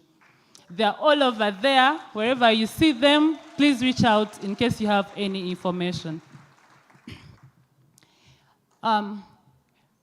Before 2019, we were all groups and individuals of women that we're just doing businesses individually, not knowing whether we're doing the right thing, not knowing whether we are filing the right documents, not knowing whether we are growing our businesses. But the Department of State identified a need. They did not stop at talking. They reached out and said, let's create this amazing program, the Academy for Women Entrepreneurs. And on top of that, they identified the most amazing implementers. I know that all of us seated here can testify that they picked the most amazing implementers for this program. They reached out to all of us, each one of us. Were we the most deserving? Were we the most qualified? I do not think so. I even still doubt. I know that out of 36% of women doing businesses in Uganda today, they took a risk on us. They reached out to us. They looked at our passion, and they believed that we could do so much, and they gave us an opportunity. They took us through this academy. They mentored us. They taught us. They involved us. They inspired us. And by the time we left the academy, we were refined women, seated here today. This journey of business is interesting. When we finished the academy, so many things happened. People pivoted. Some people closed their businesses. Some people moved on to other different careers. But the women that we're celebrating here today, they persevered, they were resilient, and they're building empires of businesses. And we celebrate you not just as business women, we celebrate you as mothers, as daughters. You are doing an amazing job in this community. After that, in 2023, we dared to take a risk on ourselves as women. We said, what can we do as women that are seated here? What is that one thing we can do for the women that are resilient, for us to grow as a team? We dared to dream big. And this year, in March, we registered the association for the Academy for Women Entrepreneurs. Were we the most qualifying leaders? I don't think so. There are so many leaders seated here that can do a bigger job, even a better job than some of us that are here today. But we dreamed. We said we wanted to grow as a team. We wanted to network. We wanted to go to those markets together. We wanted to do bigger, get the finances that we cannot get individually. We dared to dream. And that is why this association was formed. Now, of course, the association is for all of us. The team here has told us that as long as you finish the Dream Builder, automatically you become a member. This association is for all of us. These programs that you saw here, they are for all of us. The leaders that we have here, they represent all of us. Have you ever imagined that if each one of you joined and became part of the Tunda market, we could actually launch the biggest women-led market in Africa that has never happened? I want you to dream big. Dream big. Look at the networking sessions that we are doing. How much more can we get? We are looking for finances. We don't have those finances. You can dream big and join a team and work together and be able to acquire those finances. Now, I know that starting is always messy. People make mistakes. We have had instances where we say, I wish I didn't do that. We have had programs that have failed and programs that have worked out.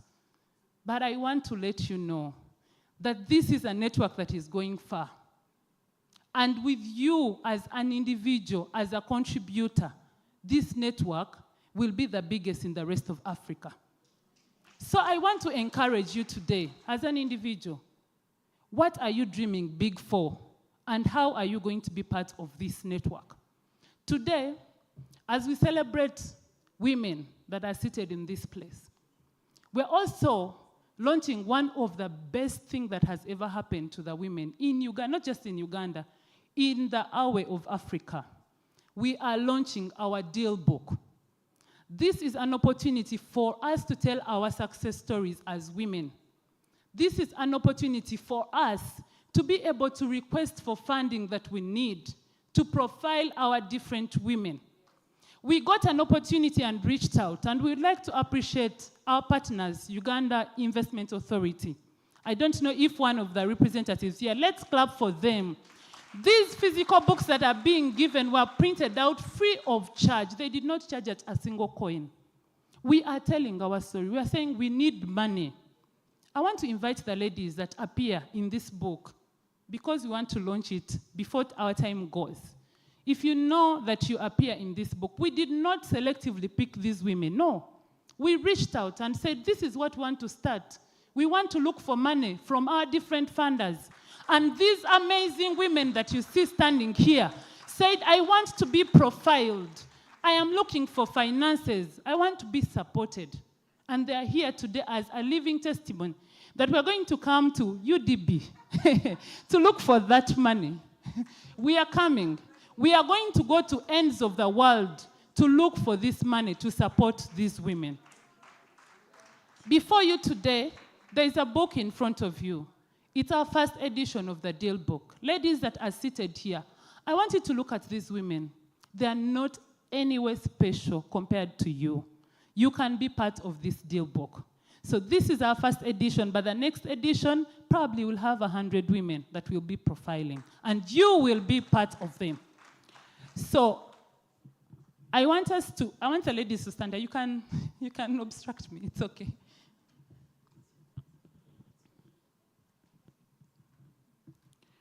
We are just going to hold our books. We know that we had requested our guest of honor who's going to be officially signing our board, but I don't know if there's a representative from UIA. Okay, if he's not yet here, we are officially just going to launch the book. I want you ladies to just hold the book like this. We'll officially launch it to the ladies. This is our book. Our dear partners, take time to look through this beautiful book. It has amazing profiles. It has impactful stories. And with your money, I know these ladies will be scalable. These are bankable projects, these are scalable projects, these are projects that are already compliant, and with your support, we shall go far. Lastly, I think you can stay here so that we take a group picture. But lastly, I want to conclude to implore each and every woman in this place to dream big. Be part of this association. Be part of the activities that we are running. Yes, we have not reached the regional, but I think you've seen in 6 months how much we've been able to do. Imagine how much we can be able to do in 10 years. Imagine how much we shall be able to do when you're involved with the activities. Thank you for listening, and God bless you.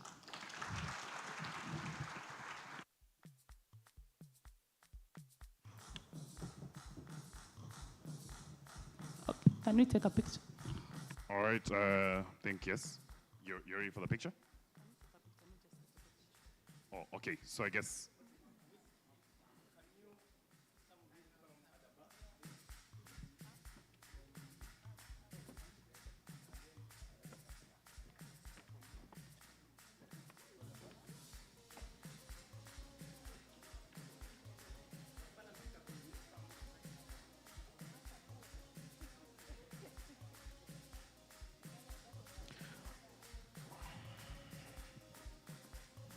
When I was in school, this was a very defining moment because every time they were supposed to take pictures of the class, they would say, tall ones at the back. For some reason, I was never at the back. But yeah, all right, as we wrap up with this picture, it's interesting that just to set us off to the next moment is a picture because they say they are worth 1,000 words. Guess how much? Yes, please, let's give a round of applause to Blessing.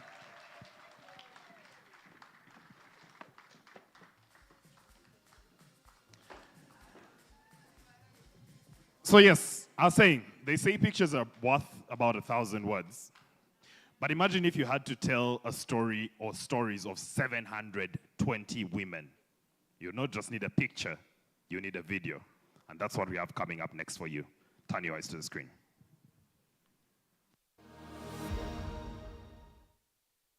AWI as a program has given me visibility I've been able to go on TV interviews. I've been able to access bigger partnerships. They have taught us so many things, but in this, it's a networking. So it has given you that visibility, and then it also enables you to be able to network with different people and also partner with different people in different countries to be able to put your business out there. Through the journey, we learned quite a number of things. I realized I didn't know most of the things, yet I was in business. I used to pick money from source, and when we went through the course, I realized that it was the wrong thing. So from 2023, we had to pay ourselves and separate us completely from the business. The training, it got me thinking of how to diversify and how to make noise about my businesses and about the different products that I have. It has helped my business go through the COVID time, and that resilience there was of another level, because I think if I had not gone through the Dream Builder, perhaps I could have closed shops. I had very many products I was making. For example, I was making liquid soap, I was making bar soap, but in the training, they taught us how to focus. That's how I narrowed all my ideas and everything to making yogurt. So I generally now understand what I'm doing. I know how to do the costings, and this has helped me to make profit. I like the fact that they follow us up, because it makes you accountable for what you studied. And I got a family in business. Yeah.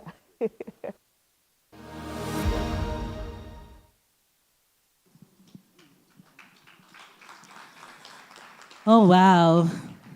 As I said earlier, I was looking forward to stories today, people sharing their journeys, and I am not disappointed at all, not at all.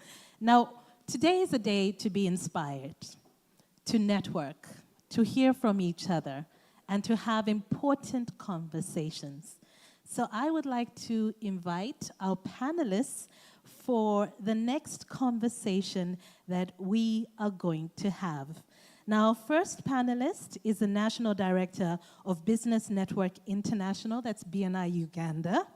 Under her leadership, BNI Uganda has grown to a thriving community of over 500 business leaders, facilitating more than 153 billion Ugandan shillings in business transactions. Please welcome Diana Ninsima Chibuka. You're welcome.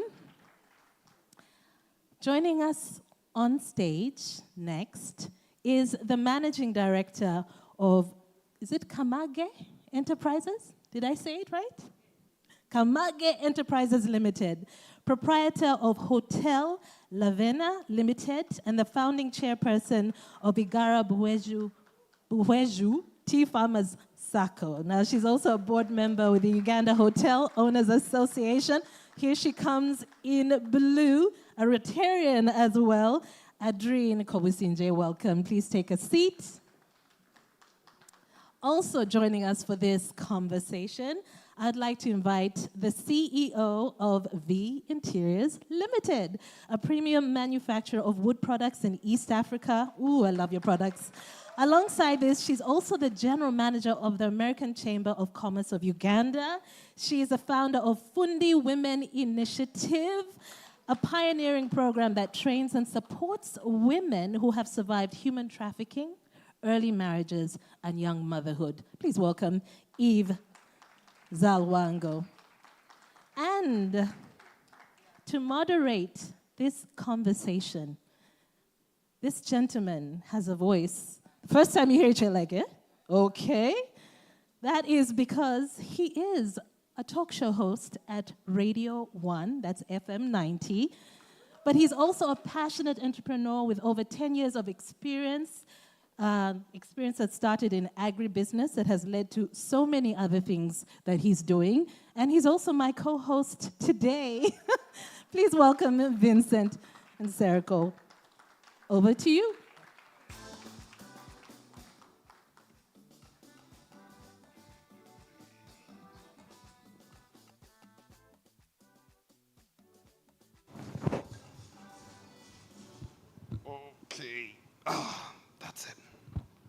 Thank you, Crystal.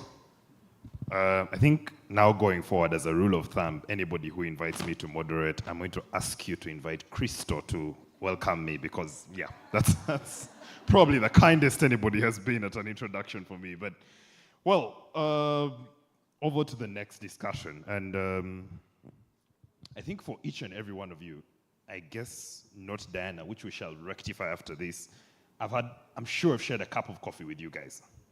So we want to keep this, especially like when we're getting out the information, let's keep it short and sweet, but ensure that we get out all the information.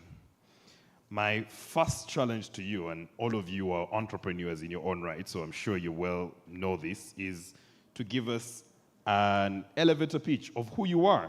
So 60 seconds, starting with you, Eve.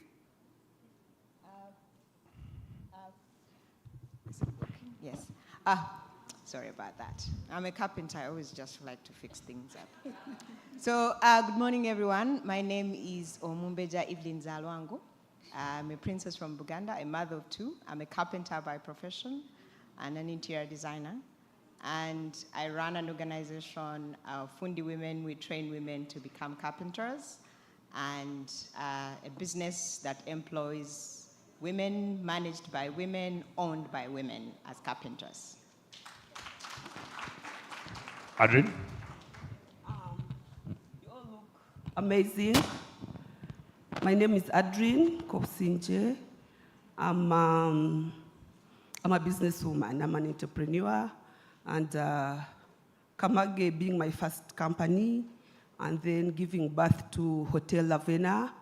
I'm sure most of you have been to Hotel Lavena. It's on Entebbe Road, and I'm a proprietor. I'm a mother of two. I'm a Rotarian.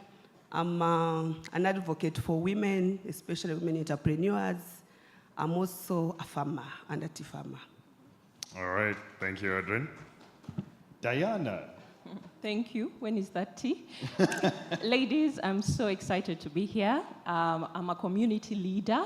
I lead communities in the legal space. I lead communities in business, where we have over 500 business owners, men and women.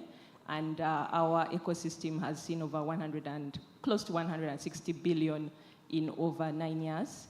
And I lead a community of women on the platform Girls for Girls Uganda, where we've mentored over 6,000 women in leadership, and we have over 500 mentors.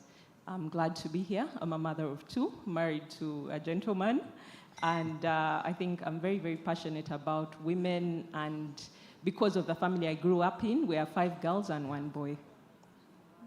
Awesome. So I'll start with you, Eve. A female carpenter is already bombastic in its own right. I know. A princess who is a carpenter is just a whole other... So I don't think there's enough words in English to ask this to you, so I'll use Luganda. Otwagazachi. But anyway, seriously, Eve, what inspired you to start your business, and how's your journey been since you began?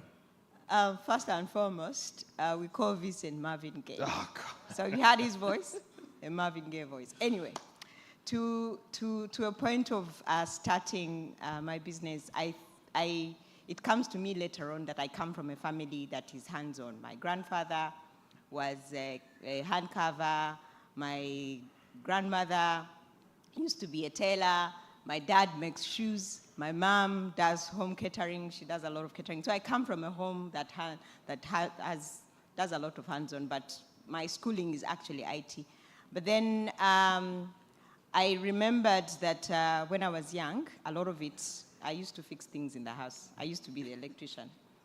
Those things of DSTV, I used to be the one to go up there and fix them up. So eventually, life catches up on you, and then you have to find your passion. A lot of women spoke about passion this morning. So you have to find your passion. So I did my IT degree, started doing all that IT things, and being a geek, it was not fun.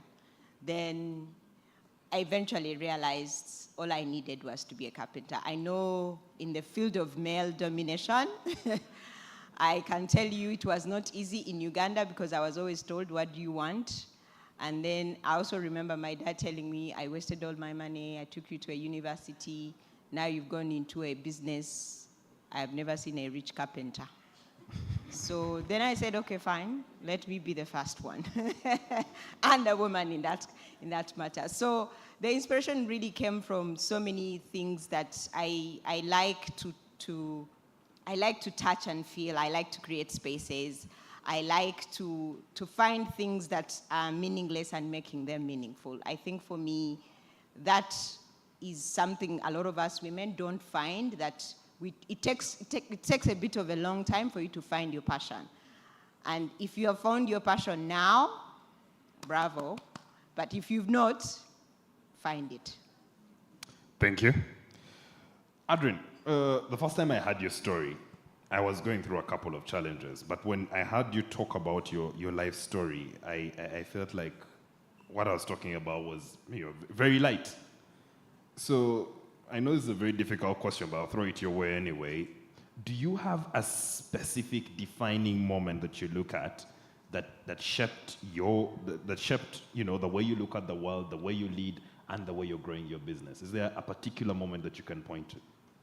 I hope it won't make me emotional, but if I must reaffirm to the audience that you're just a very amazing carpenter, having supplied almost 70% of the furniture to my hotel. So support her. I don't know, Vincent, why you had to ask me that question in particular.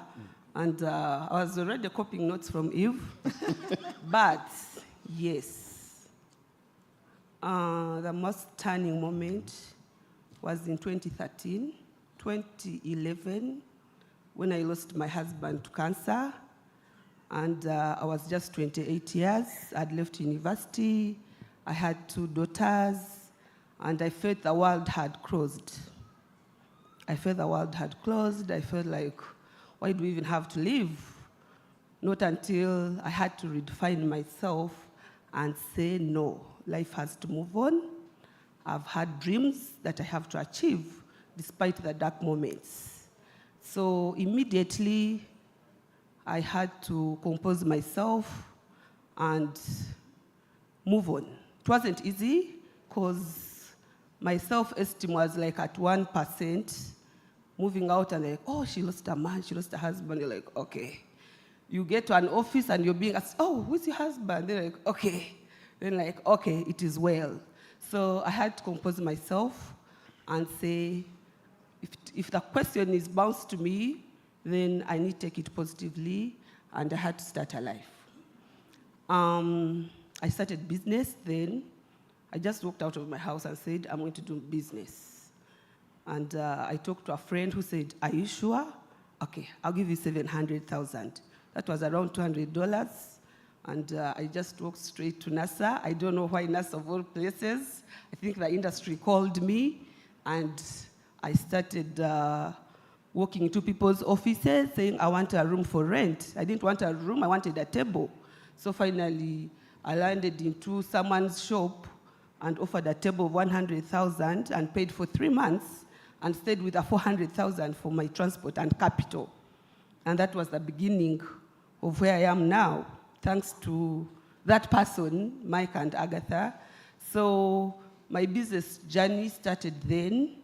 And it has been an amazing journey because within like 6 months, what I did most was I could only call people, I can do business. I'm into printing cards, wedding cards, because all my age mates at that moment were getting married, and that was an opportunity. Then I walked randomly to offices to look for business.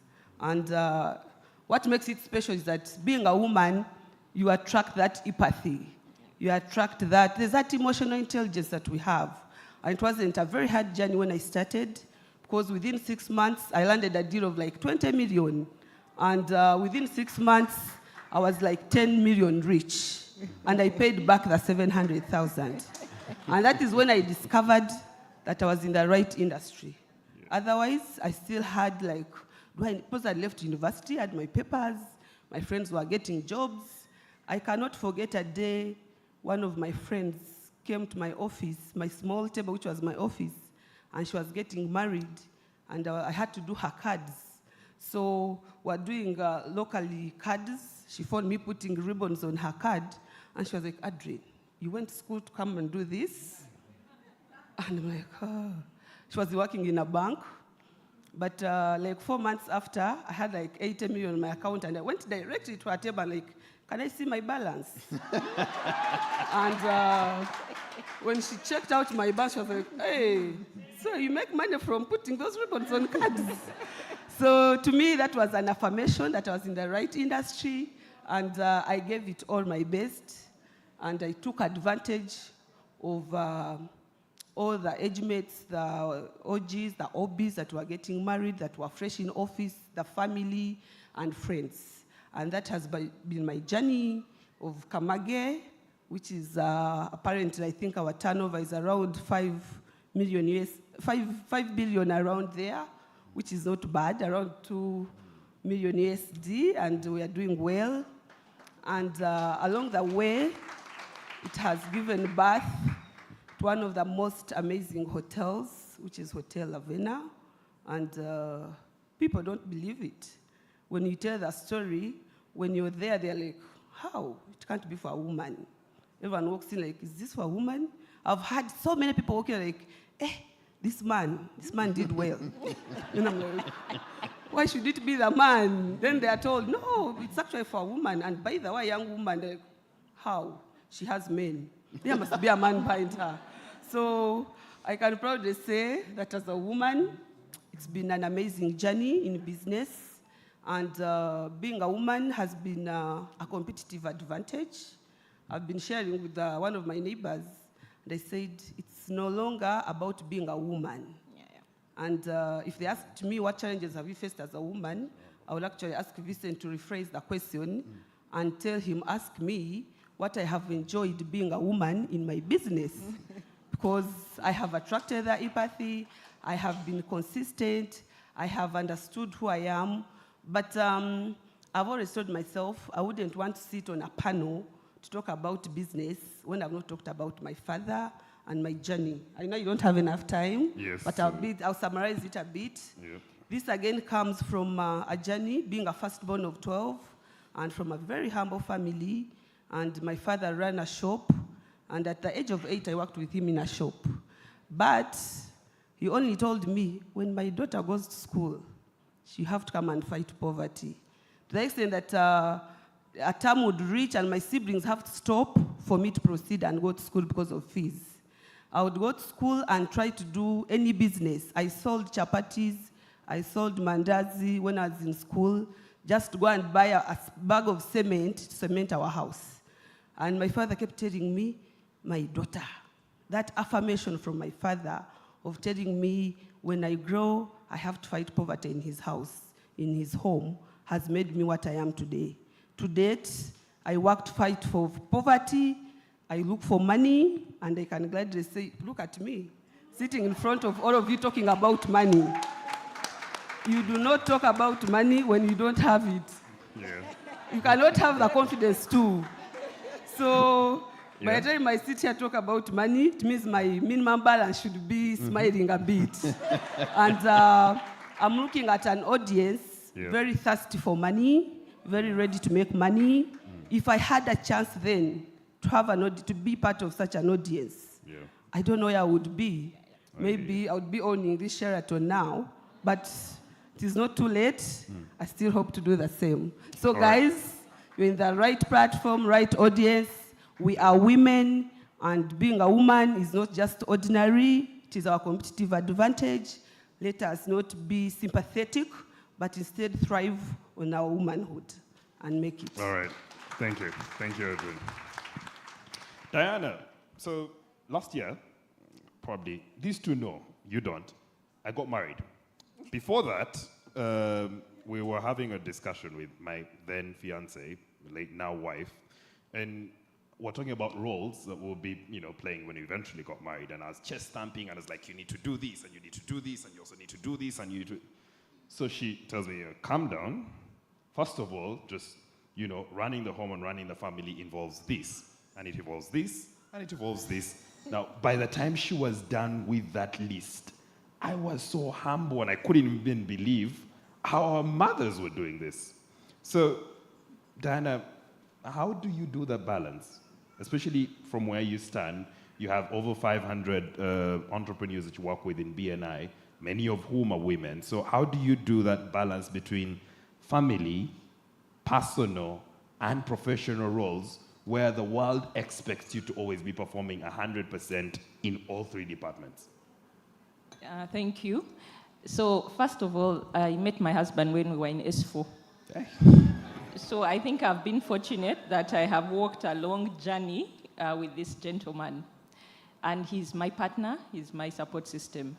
But the first thing I'll tell ladies is understand your partner.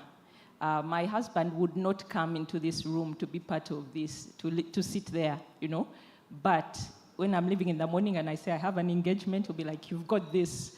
When I'm, going to travel to get an award, he's like, you've got this. But he doesn't like being in public. So I had to respect that, knowing that I have a key support, an ally at home. But even if many people ask me, but do you really have a husband? Where is he? We never see him. So understand your spouse, understand your partner. And in the roles that we play in the home, I think one of the key things is that I have taken time to understand what he likes and what he doesn't like. And I have taken time to explain to him what I like and what I don't like. Of course, the long relationship helps because we've been able to weather some storms. But my strategy really is I plan and plan and plan. I'm so terrible that if you're not in my calendar, my calendar for next year is already beginning to fill up. For my family, so that means every birthday is already in, every holiday, school holiday is already in, every date that is important to our family, anniversaries, memorials, they're already in, so you will not get me in those dates. And because I'm able to plan and prioritize, then I can communicate to stakeholders my availability and lack of availability. The other thing around planning is you must plan your home like it's your business. So I honestly have a schedule for home and a team for home. So my homekeeper, my house help, she has the numbers for the gas person, the numbers for the food delivery, the numbers for the electrician, the numbers for the security. She is empowered to make decisions concerning what needs to be done in a crisis. And then my sons are now 14 and 9, and the 14-year-old has taken on a lot of the roles in the house also to be able to make decisions when I'm not there because I travel a lot. And of course, my partner understands. I give him my schedule for the year. So I plan my life so much that everybody knows where I am at a particular time. The last one is team, and I think Margaret mentioned it. A lot of the ladies mentioned, Madina also mentioned it. As a woman, you must know who's in your team. I told you I have 5 siblings. My mother, unfortunately, is still alive. My father-in-law, I think, passed on last year, but he was a key ally.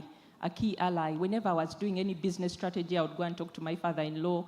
I would tell him what I'm doing. I would tell him where I'm going and what I want to achieve. And he was a strategic ally for me, especially in the home. My mother, my sisters, my brother, key allies, but also my team at work. They have to understand that my work is a priority. And last year, I believe, when my father-in-law passed away, I was organizing a big event. I had international delegates. It was a big thing we were hosting in Serena. In Munyonyo. And my father-in-law passed away on, Tuesday. The event was on Friday. I told my team, I'm sorry, I'm unavailable. It's no longer, I can't show up. So my teammates at work, that's the BNI community, they then pick up with this thing and run and deliver exceptionally.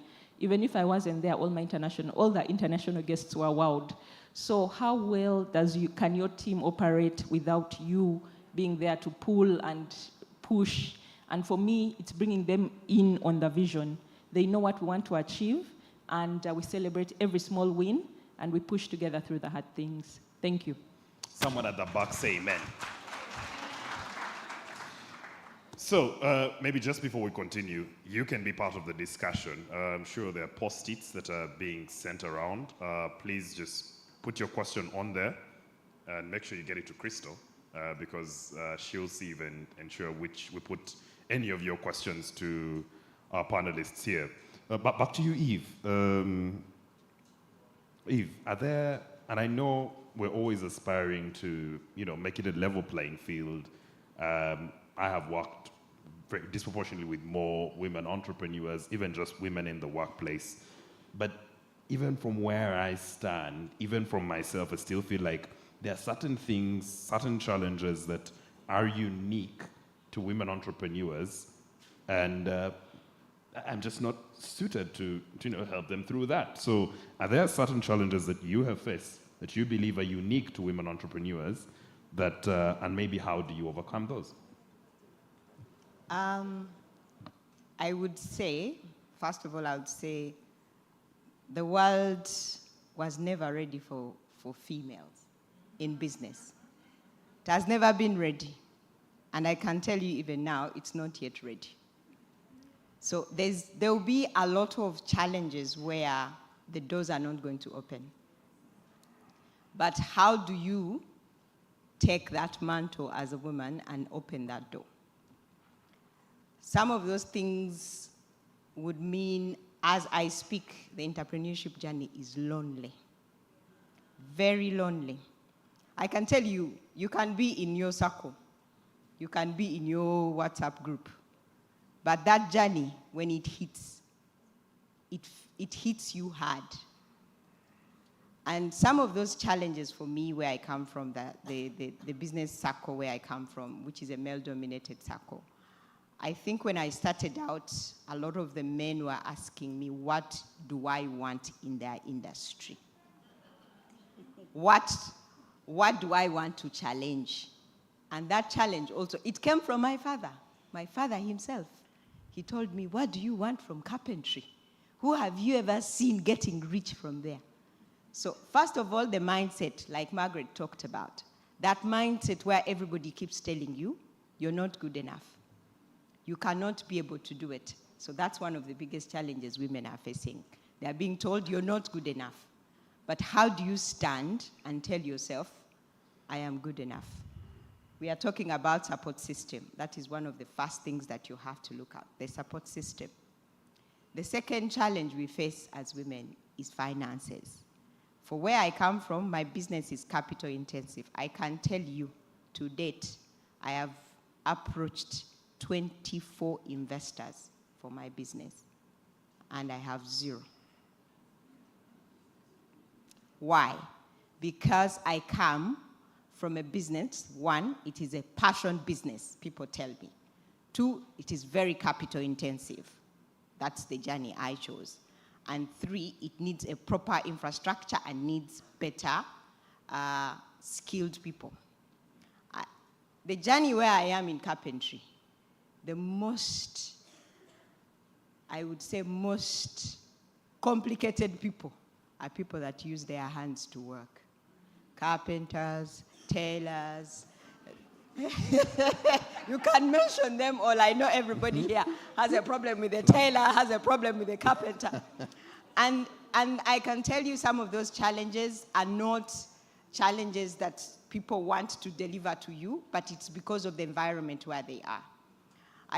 The other thing is because even the skill set of where people are, most people that are using their hands, carpenters, welders or tailors, some of those professionals, people went into them not because they want them. They went into them because that's the option. I can tell you most people I have as carpenters and tailors, they tell me, oh, my mom died, then my uncle said, gendo oluke chalan. My uncle died, they said, tukutwale technical school. You see, it is like even that person, you're already telling them you're a failure, that's where you fit. So mindset. So some of those challenges is mindset, the finances, and then for us women, I like the fact that Adrian said it is our competitive advantage. I have been getting jobs because I'm a woman. Some of the biggest hotels you see here that I've worked on, her hotel, I've worked on Latitude Hotel, one of the biggest. Latitude Hotel, I was literally the sole woman in there driving everything. Right now, I can tell you my entire team is at Aga Khan University Hospital. We are the only women team. The rest of everybody else is men. But the advantage is they look at you and they say you can deliver. But that has to be that you presented yourself in a very professional manner. Yeah. For us women, I hate the fact that women look at their businesses and they say, my car business. Oh, God. God help me. Do not call your business a car business. Eh? That coward K is already a mindset telling yourself, a woman is in Chikubo, turns 300 million a day. And she says, you know, my car business, you know, how the hell do you call that a car business when you're turning 300 million shillings a month in your business? So we have to change our minds to tell ourselves, I am in this space, I am here, and I'll conquer that space. Do not feel sorry, because I can tell you today, no one is coming. No one is coming. You have to figure this out on your own. But as you figure it out on your own, take another woman along with you on that journey. That's a perfect point that I want Adrian to pick up from, because there's usually the thought about, you know, the woman on woman competition. Even we see it a lot in the workplace. It plays out in the business space. So I want you to talk about mentors and role models. One, do you have any? What should you look out for in terms of, you know, when you're picking a mentor or a role model? But also, what lessons have you been able to pick up if you have any mentors and role models? Oh, and also, we are running out of time, so you probably have to squeeze that one in about 3 minutes. Thank you. I must say that business is a personal journey. It's not a copy and paste. You will see Adrian doing so well in a particular business, and you're like, I'm doing that. And then you're there, and things are not working out, and like, she must be a witch. So you really have to note that business is not a copy and paste, but it's a discipline. It's a discipline. We all join businesses. I was about to tell Eve that she chose the hardest business. So the choice of business also matters, but she was passionate because she tells you that from her childhood, she was a fixer in the house. So I'm doing my first business, which is my core business. I'm into general supplies, the Kamage one. I started there because I didn't have the money, and I could make a phone call and do business cards. You deposit, I pay. I've ended up doing so many other things because I'm in the industry. I'm into general supplies, anything. Mention it, I'll deliver it. Yesterday I was supplying firewood and someone was laughing at me. It's like, Adrian, what don't you do? I was on my site, and whatever I'm using as the poles, I'm cutting and I'm selling firewood. And they were laughing at me. I've sold banana leaves. So it's just mindset. You have to be open-minded. You have to be ready to chip in into any opportunity that comes. In business, we do not look at problems. We look at opportunities. I will tell you, I made the most money in COVID. Because when COVID came, in my general business, I had to chip into supplying masks and sanitizers, and I made money, whereas people were home waiting for posho. So as a business person, you must have a good mindset. You must be positive. And you must surround yourself with people who are positive and who are willing to support. You must be able to have mentors. If I choose to go into hotel business, I've told you I'm a board member of Uganda Hotel Owners Association. But I became a board member when I was still at foundation because I just felt I needed to surround myself with people in the same industry and learn more and pick knowledge, know what to do. So by the time I opened, I already know what happened. I already knew what happens in the hotel industry. So surround yourself in the industry that you're joining, but above all, be passionate. Because business is like a baby. You have to nurture it. The same way you're a mother and you carry the baby is the same way you carry your concept, your dream, give birth to it, pamper it, nurture it, crawl and you're happy, walk and you're happy, take off and you're happy. So you just have to see it as your baby, celebrate it at every level. Don't call it like a business like she said. because it is growing. Yeah. If we become so selfish and eat it, if you see Adrian on a plane and in first class and like, hey, I'm in the same business, I'm getting to that first class as well, you have to be patient. You have to have some level of resilience, perseverance, and have a dream that you're building each day. Awesome. Over to Diana, and I don't know, I hope the questions are coming in, because right after Diana, we want to move to the audience questions before we wrap this up. But Diana, I want a very honest moment from you here. Do you believe there is enough support for women entrepreneurs? Do you believe there's enough support for women entrepreneurs? And you come from probably one of the biggest support systems for businesses in Uganda. So what modifications, what more do you want to see in terms of support to women entrepreneurs in our ecosystem? I'll start with the second part. We need financing. Women need financing, working capital.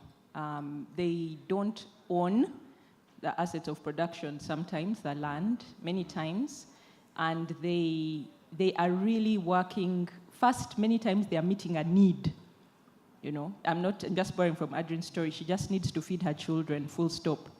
My mother has been in business. She's 77. My mom is 77, but she's still running a business. She says every woman should have some kamani. You know, you must make your kamani and have it and be able to make decisions using your money. And many women can't grow. They can't scale up because of lack of capital. They can't go beyond a week if they don't have that little income. But I'm going to be a bit radical. I don't know if women entrepreneurs know the support they need, because I think there is support. Now, depending on where you are,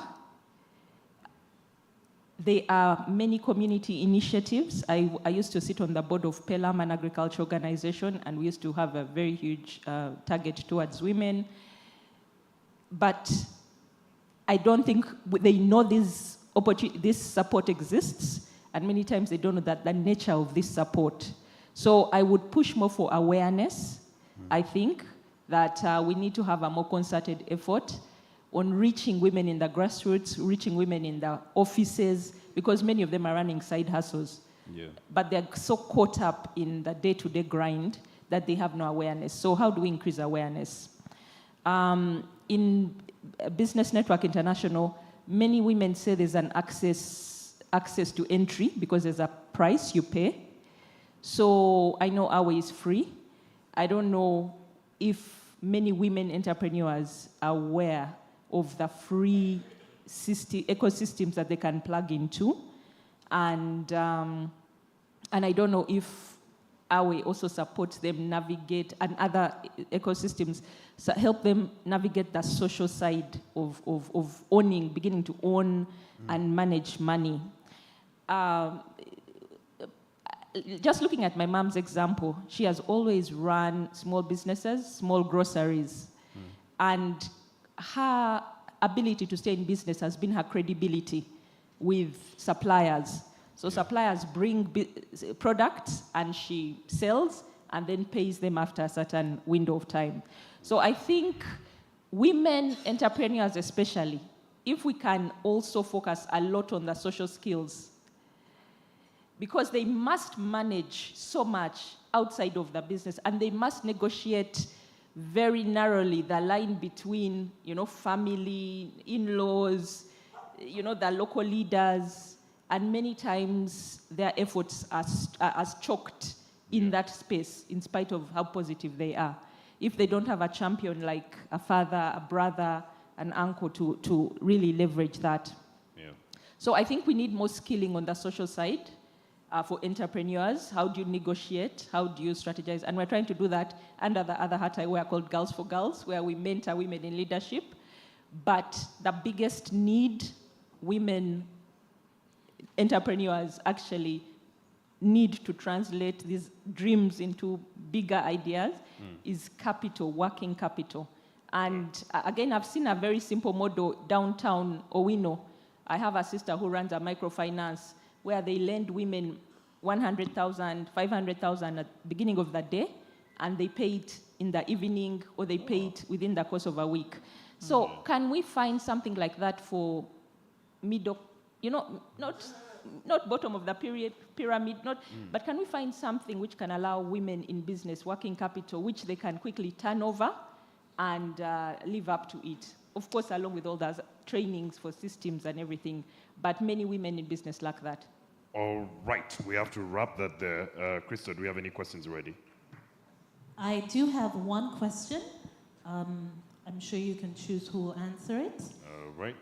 If you knew then what you know now, what would you do differently? If there's anything you could change. I'm sure she'd still be a carpenter. The way Eve is nodding, I don't know. That's for sure.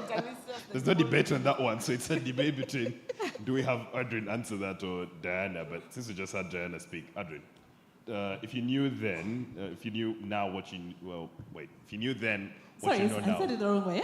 Oh? Okay. Who wrote this? If you knew now. Now. Eh? No, I said it right. English is a problem today. Yeah, English is not our brother. But yeah, if you knew now, if you knew then what you know now, what would you do? What would you do different in your journey? One thing you should do different. I would be more digital. Because to date, there are things I don't do. My daughter has helped me to do that. And if it is now, then I would want to be more digital. I would want to explore into the huge things, but I would never say I'm not this because I'm a woman. Yeah. I believe I can do anything. Cannot be better put. Thank you so much. We have to wrap up the discussion here. Now, these ladies are around throughout the day. Get their numbers, reach out to them, have a chat with them. They have very inspirational stories and they can share much deeper with you throughout the day. So please take a moment to meet them. I cannot thank you enough. Thank you so much, Eve. Thank you, Adrian. And thank you, Diana. It's the first time meeting you, but yeah, there's a lot to pick up from you. And thank you to the audience. Round of applause for them. Thank you so much. Yeah, I guess in keeping with the tradition, like you did, we shall also do a picture. Yes, yes, we must capture the moment. So please, if we could have a group photograph before you leave. Ladies, thank you so much. That was so interesting. Lovely conversation.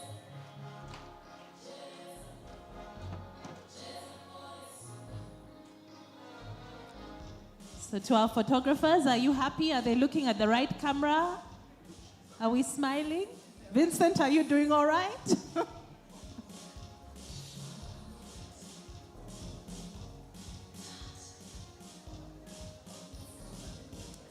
Thank you so much. Round of applause for them. All right. I would like to get straight into inviting our next speaker. Now, she is the CEO and co-founder of Sync Media Limited, a leading digital company specializing in market information through comprehensive media monitoring and market research services. Now, she serves as the chairperson of the Alumnae Alumni Investment Club and SACCO, and is one of the recipients of the United States African Development Fund Award. Yes, as part of the Academy for Women Entrepreneurs, our cohort 2. She's also a winner when it comes to the 2024 NSSF High Innovator Program. Welcome, ladies and gentlemen, Rose Aliguma.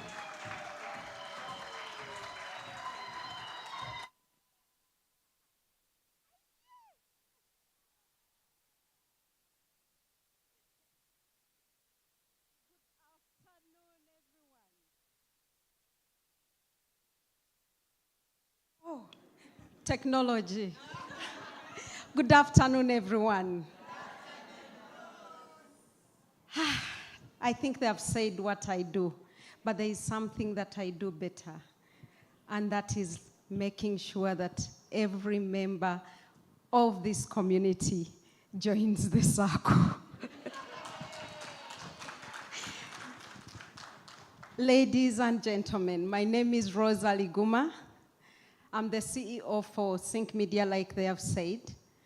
in the digital world.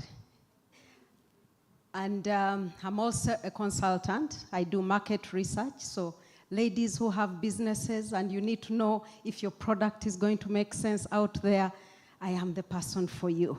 If you want to know who is your competitor, I am here for you. But above all, the circle. I'm here representing a group of women who have decided they are not going to beg for money.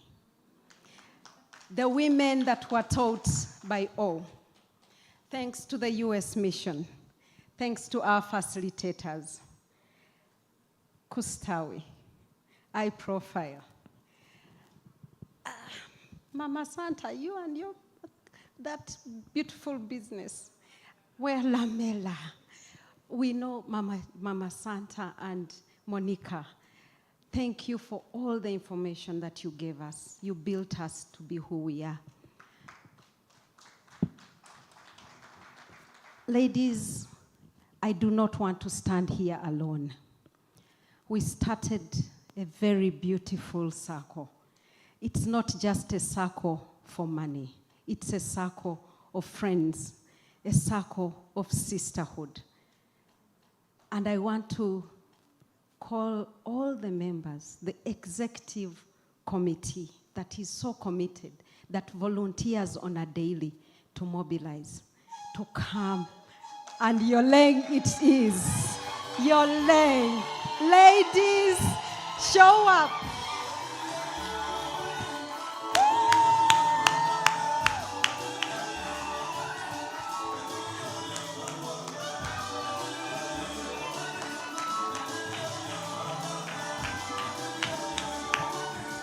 Ladies, you know why this circle is so wonderful.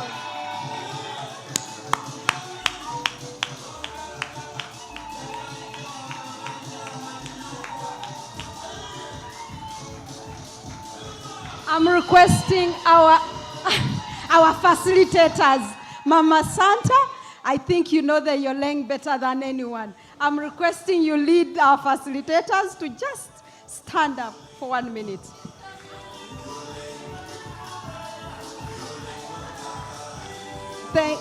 I think she's outside. Oh, she's here. Thank you. Mama Santa. Woo!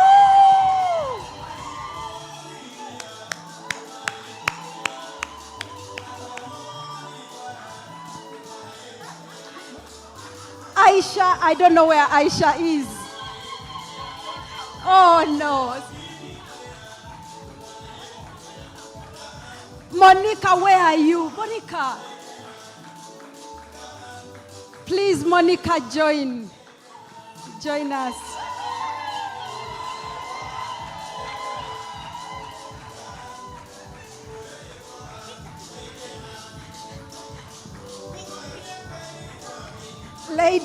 Ladies, this is the A team for the circle.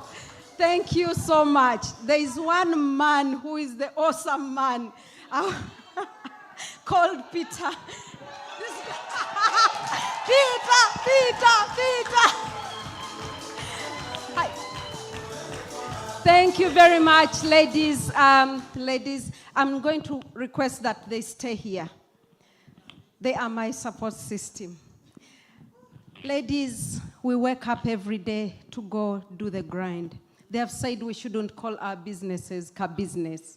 We started by calling them car business.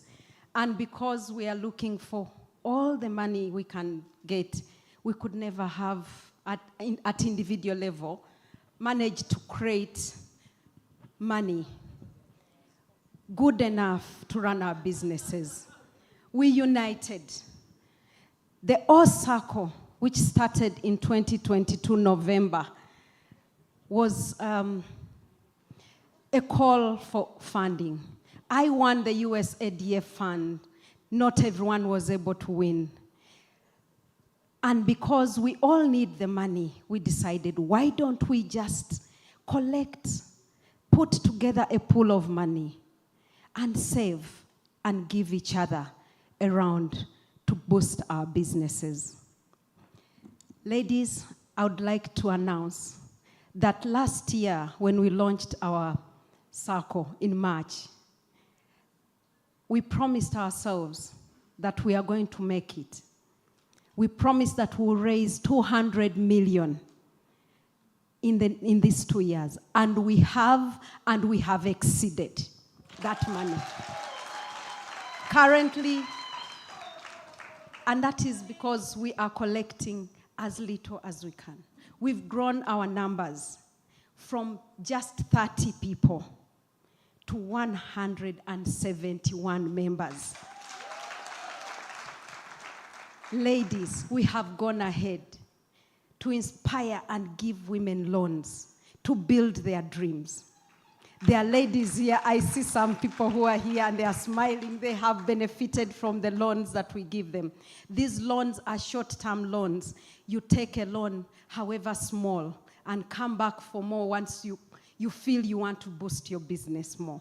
So we need support because the loans we give are small, at a very small interest rate of 1%, because we want to encourage as many women to come on board as possible.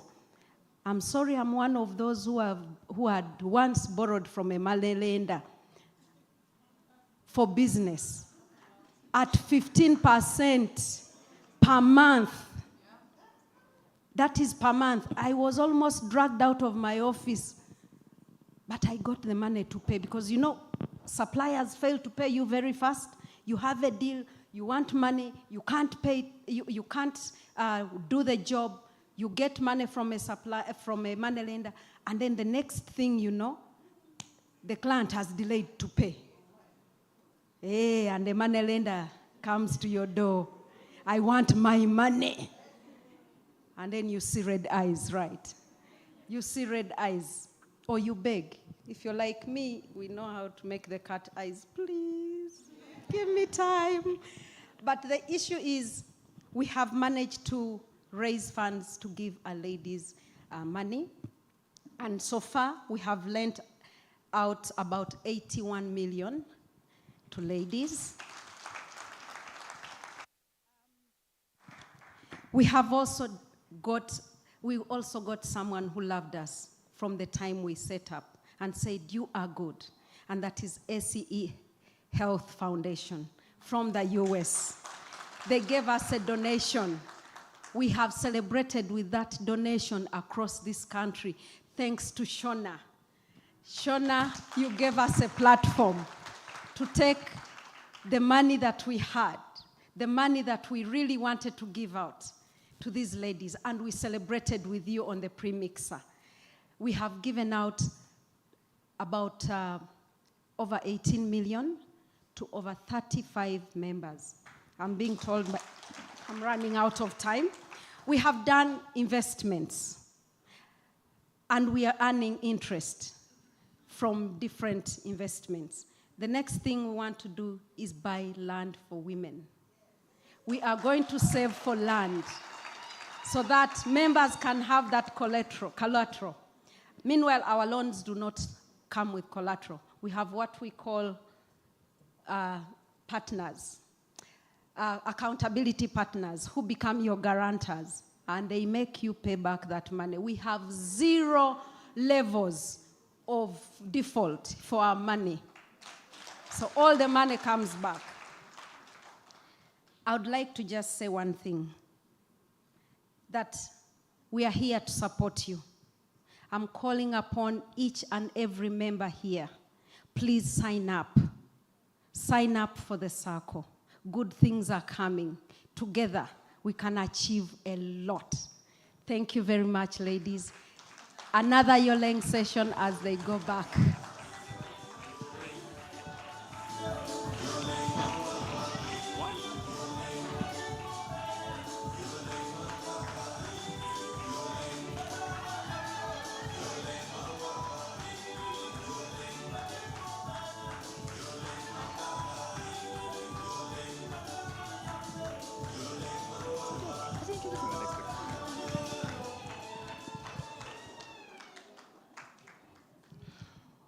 All right. I'm starting to think Yoleng is the Academy of Women Entrepreneurs anthem. Okay. So when we get to the anthem session, DJ, make sure you have Yoleng queued for the association anthem. All right. So we are going for lunch. Oh no, so we're going for the session before we go for lunch. So what's going to happen is we're going to have a breakout sessions. The next sessions are going to be in separate rooms. Crystal will be in a bit inviting the people who will be leading some of the sessions so it can tell you what these sessions are about. I'm going to talk about one of the sessions. That's the candid conversation. It's where women have very deep discussions about navigating the journey in business. We're very lucky today that we have the founder of the Candid Conversations, Pat Okello. You still just wave to everybody. Yeah, so Pat is here, and she's going to be part of the Candid Conversations. The theme at the Candid Conversation, as candid as the name sounds, is bouncing back from adversity. They are going to be in Forest Hall. I almost said Forest Mall. Forest Hall. They're going to be in Forest Hall. And yeah, so you'll be led by Barbara Kasekende. You hear from Jamila Mayandra, Elizabeth Mushabe, and Sandra Ejang at the Candid Conversations. Crystal, who else is going to be part of the breakout sessions? Well, we are also going to have a conversation around Simplify Network. So if I can just invite you, Ken, to please come up and just quickly let us know what will be happening in that breakout session. Good morning, or good afternoon, sorry. My name is Ken Stober, and I'm the CEO of Simplify Networks. How many have heard of Simplify Networks? One person, okay. How many have used Simplify Networks? Actually, you all are using my equipment right now. We're the ones who provide a lot of the network and infrastructure for not only Sheraton Hotel, but many companies across Uganda and East Africa. So I started 10 years ago as an entrepreneur, as a new company, a new startup, and I've had to learn a lot of cool lessons over the last 10 years. Well, some of them not so cool. I'm going to share my story of how I went from 10 years ago now to where we're at today. So come join us in the breakout session. Thank you. Thank you so much, Ken, for that. That will be a conversation from entrepreneur to large business in 10 years.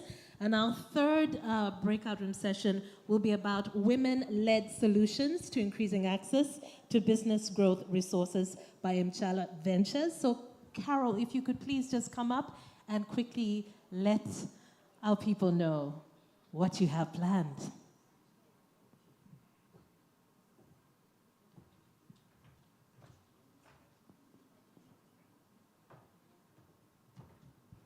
Hi, everyone. My name is Caroline Chirabo. I am the founder and CEO of Mchala Ventures. I live and breathe and sleep for the success of female entrepreneurs. So I'm excited to be in the room today.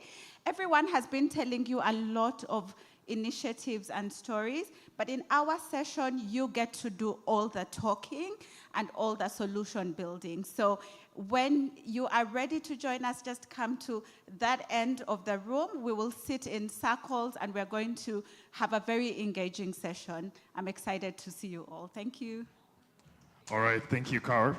So I guess that's it. The dice have been cast. You just choose where you want to go.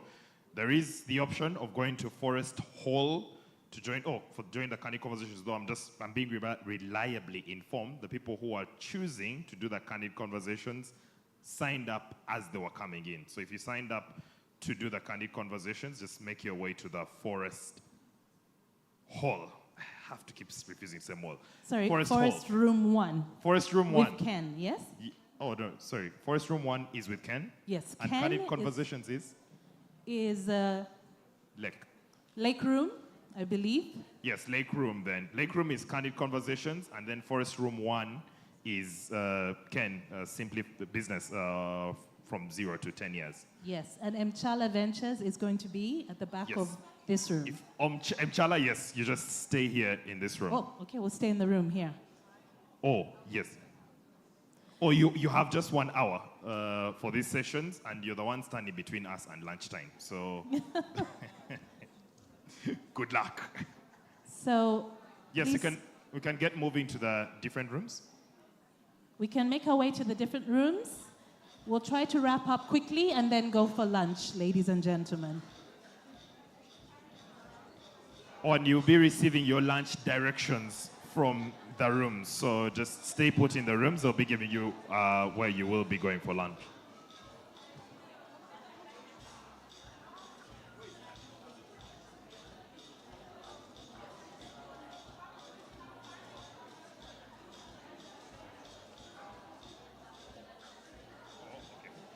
Also, if you have not registered, please pass by the registration table at the entrance.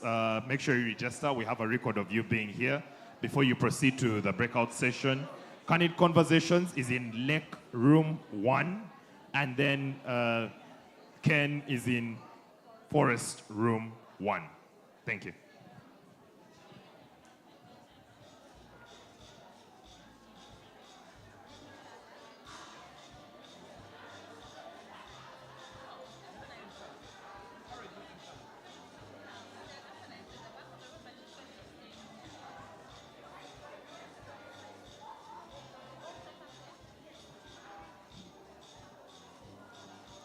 So just to clarify, the conversation around Mchala Ventures is actually going to be just at the back of this room. There's a space that has been created. So Carol, we shall be just at the back of the room.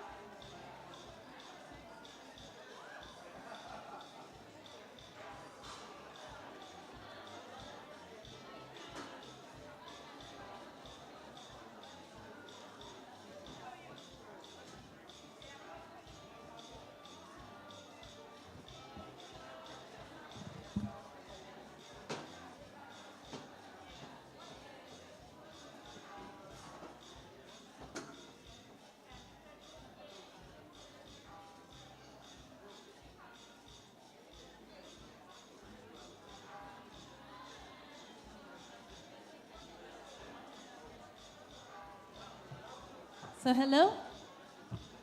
I would just like to clarify if there was any confusion, if I could have your attention briefly. Our first conversation around women-led solutions to increasing access to business growth resources is happening in this room to the left of the room by Mchala Ventures. Okay? Our second conversation, candid conversation with a number of guests, is happening in Lake Room 1. So that is right outside.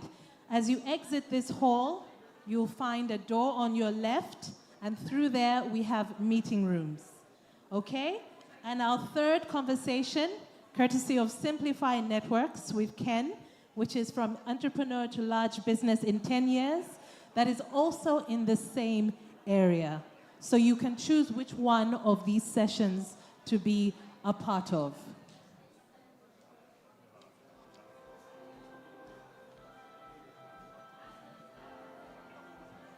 I hope that is clear. If anyone is still not sure, please feel free to come to me, or Vincent, and we can clarify. Thank you.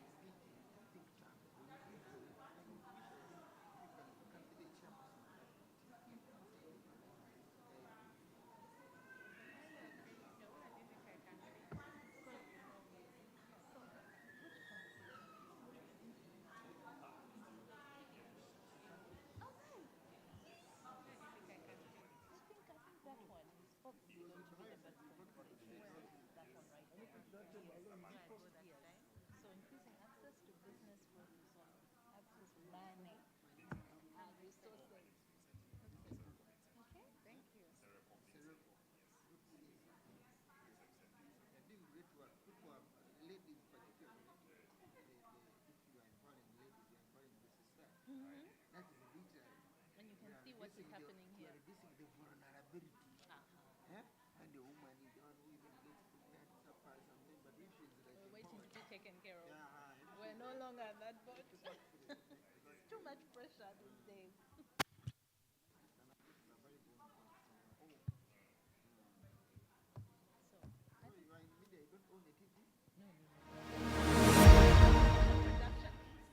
We want to send a huge thank you to the U.S. Embassy of Uganda for starting this program and for making sure that this program succeeds. Together, all of us have so far graduated 748 women entrepreneurs in this program in this country. Our goal is to celebrate all of you and the work you're doing, but also to showcase you to the world.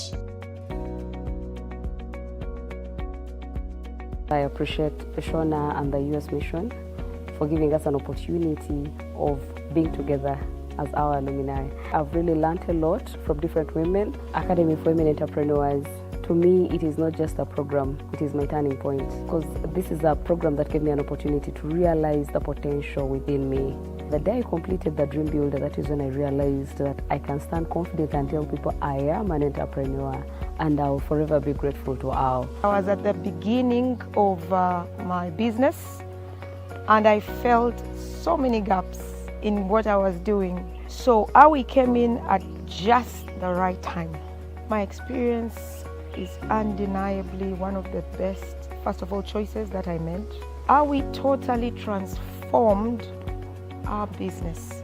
It opened a door for us to relate and network. Awi presents itself as that solution, that answered prayer that you don't need money to pay for. Being in the Alumni forum, there were numerous calls for proposal that were shared on that platform, and of course we took up one of them. There was United States African Development Fund in partnership with Stanbic. We were able to apply and we won $30,000 to actually enhance our business, and we're looking forward to do that much better. I'm really so amazed with the social network, the social capital. You know, being able to get the support from the different network members is the greatest thing ever in the Alumni forum. The products I had on market, some of them were not moving, yet there is another product that you could introduce and it actually moves faster, and that was the herbal jelly. Before I didn't have a herbal jelly, but it is now one of our very fast moving products in the market. I had only the hair products, but with Awe and with different people I connected to, they advised me, and that has really helped me as a business person.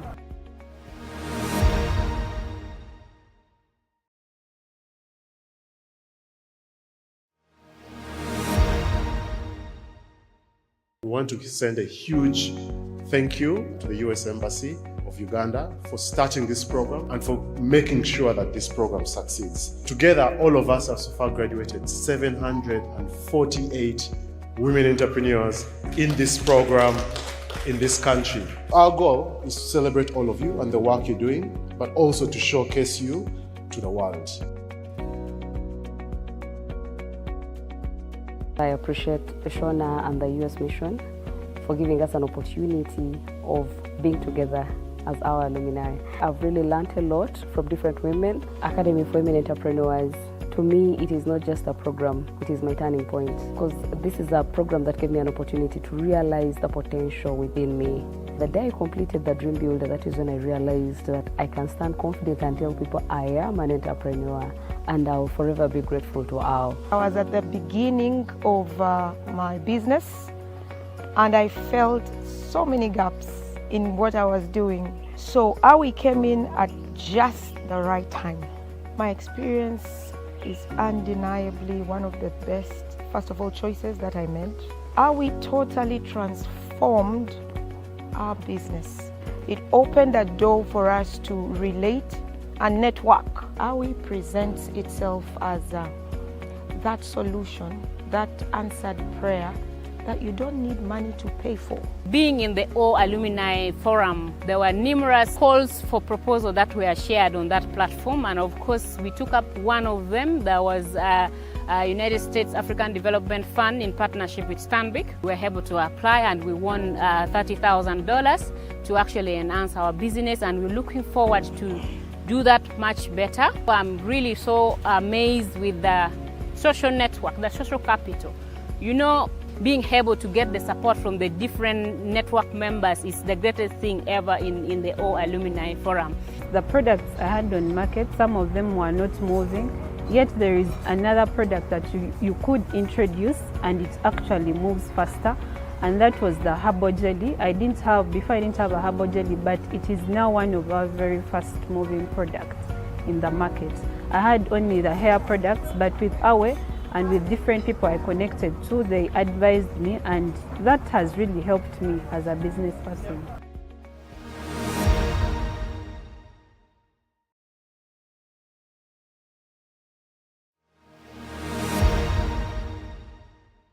We want to send a huge thank you to the US Embassy of Uganda for starting this program and for making sure that this program succeeds. Together, all of us have so far graduated 748 women entrepreneurs in this program in this country. Our goal is to celebrate all of you and the work you're doing, but also to showcase you to the world.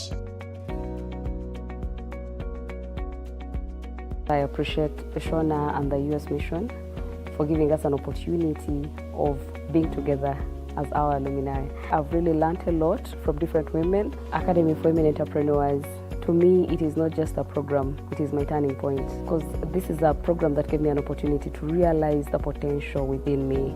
The day I completed the Dream Builder, that is when I realized that I can stand confident and tell people I am an entrepreneur, and I will forever be grateful to all. I was at the beginning of my business, and I felt so many gaps in what I was doing. So Awi came in at just the right time. My experience is undeniably one of the best, first of all, choices that I made. Awi totally transformed our business.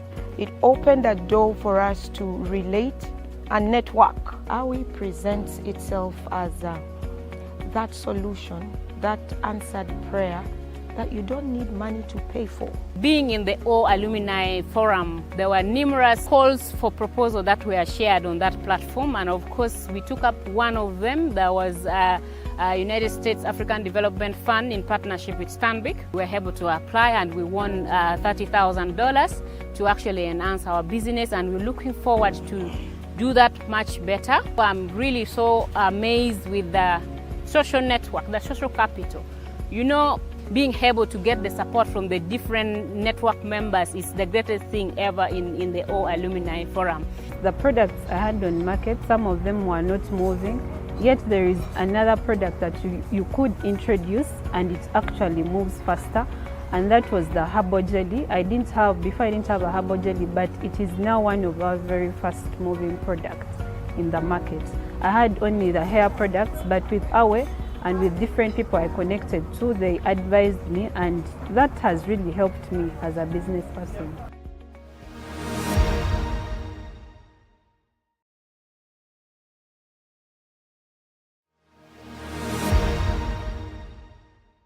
We want to send a huge thank you to the US Embassy of Uganda for starting this program and for making sure that this program succeeds. Together, all of us have so far graduated 748 women entrepreneurs in this program in this country. Our goal is to celebrate all of you and the work you're doing, but also to showcase you to the world.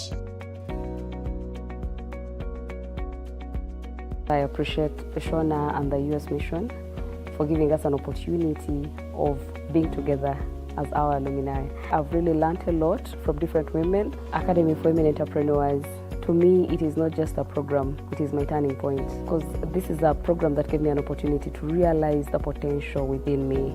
The day I completed the Dream Builder, that is when I realized that I can stand confident and tell people I am an entrepreneur, and I will forever be grateful to all. I was at the beginning of my business, and I felt so many gaps in what I was doing. So Awi came in at just the right time. My experience is undeniably one of the best, first of all, choices that I made. Awi totally transformed our business. It opened a door for us to relate and network. Awi presents itself as that solution, that answered prayer that you don't need money to pay for. Being in the O Alumni Forum, there were numerous calls for proposal that were shared on that platform, and of course we took up one of them. There was a United States African Development Fund in partnership with Stanbic. We were able to apply and we won $30,000 to actually enhance our business, and we're looking forward to do that much better. I'm really so amazed with the social network, the social capital. You know, being able to get the support from the different network members is the greatest thing ever in the O Alumni Forum. The products I had on market, some of them were not moving, yet there is another product that you could introduce and it actually moves faster, and that was the herbal jelly. Before I didn't have a herbal jelly, but it is now one of our very fast moving products in the market. I had only the hair products, but with Awe and with different people I connected to, they advised me, and that has really helped me as a business person.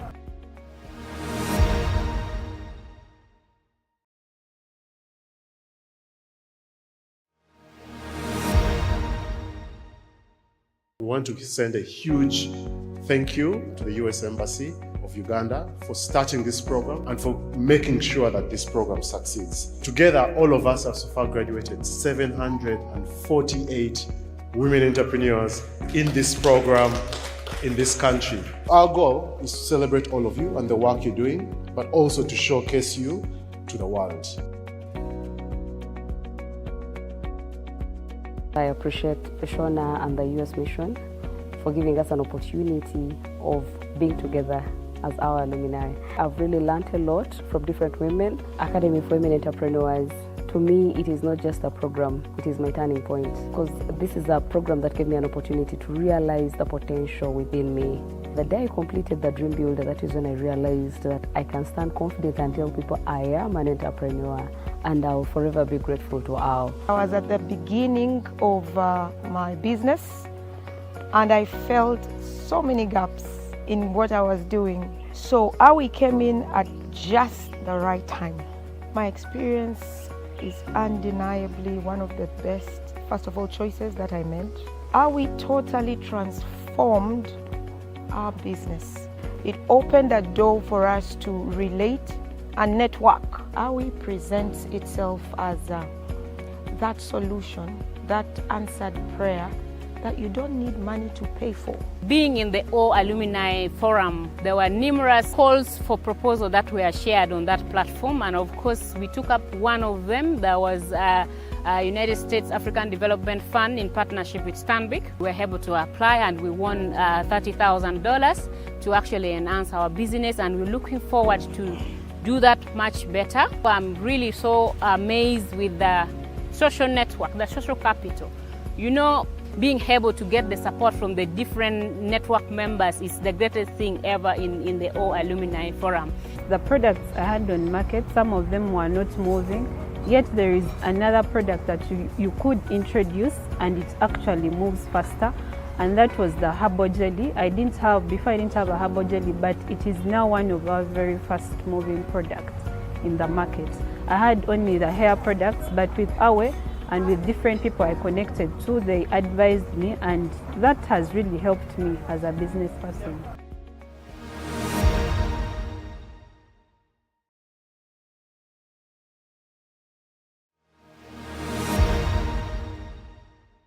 We want to send a huge thank you to the US Embassy of Uganda for starting this program and for making sure that this program succeeds. Together, all of us have so far graduated 748 women entrepreneurs in this program in this country. Our goal is to celebrate all of you and the work you're doing, but also to showcase you to the world.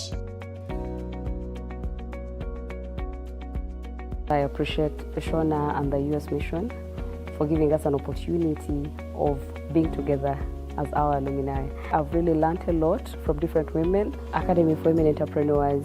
To me, it is not just a program, it is my turning point, because this is a program that gave me an opportunity to realize the potential within me.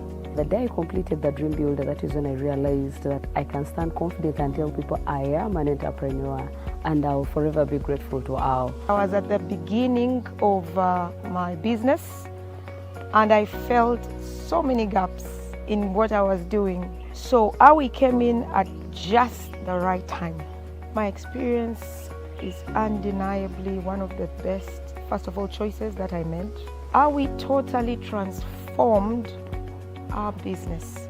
It opened a door for us to relate and network. Awi presents itself as that solution, that answered prayer that you don't need money to pay for. Being in the O Alumni Forum, there were numerous calls for proposal that were shared on that platform, and of course we took up one of them. There was a United States African Development Fund in partnership with Stanbic. We were able to apply and we won $30,000 to actually enhance our business, and we're looking forward to do that much better. I'm really so amazed with the social network, the social capital.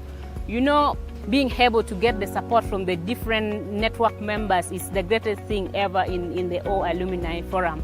The products I had on market, some of them were not moving, yet there is another product that you could introduce and it actually moves faster, and that was the herbal jelly. Before I didn't have a herbal jelly, but it is now one of our very fast moving products in the market.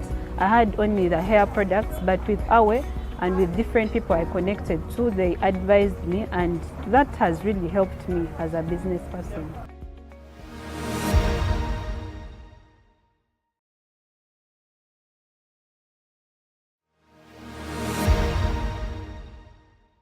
We want to send a huge thank you to the US Embassy of Uganda for starting this program and for making sure that this program succeeds. Together, all of us have so far graduated 748 women entrepreneurs in this program in this country. Our goal is to celebrate all of you and the work you're doing, but also to showcase you to the world. I appreciate Shona and the US Mission for giving us an opportunity of being together as our alumni. I've really learned a lot from different women, Academy for Women Entrepreneurs. To me, it is not just a program, it is my turning point, because this is a program that gave me an opportunity to realize the potential within me. The day I completed the Dream Builder, that is when I realized that I can stand confident and tell people I am an entrepreneur, and I will forever be grateful to all. I was at the beginning of my business, and I felt so many gaps in what I was doing. So AWI came in at just the right time. My experience is undeniably one of the best, first of all, choices that I made. AWI totally transformed our business.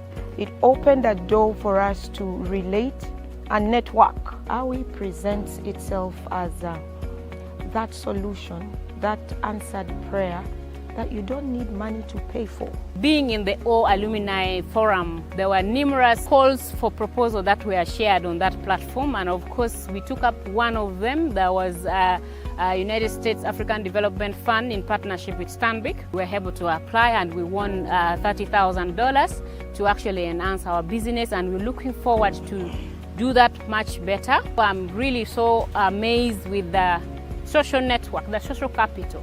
You know, being able to get the support from the different network members is the greatest thing ever in the Alumni forum.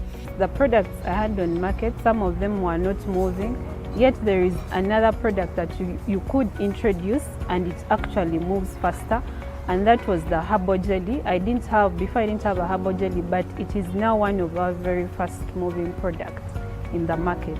I had only the hair products, but with AWI and with different people I connected to, they advised me, and that has really helped me as a business person.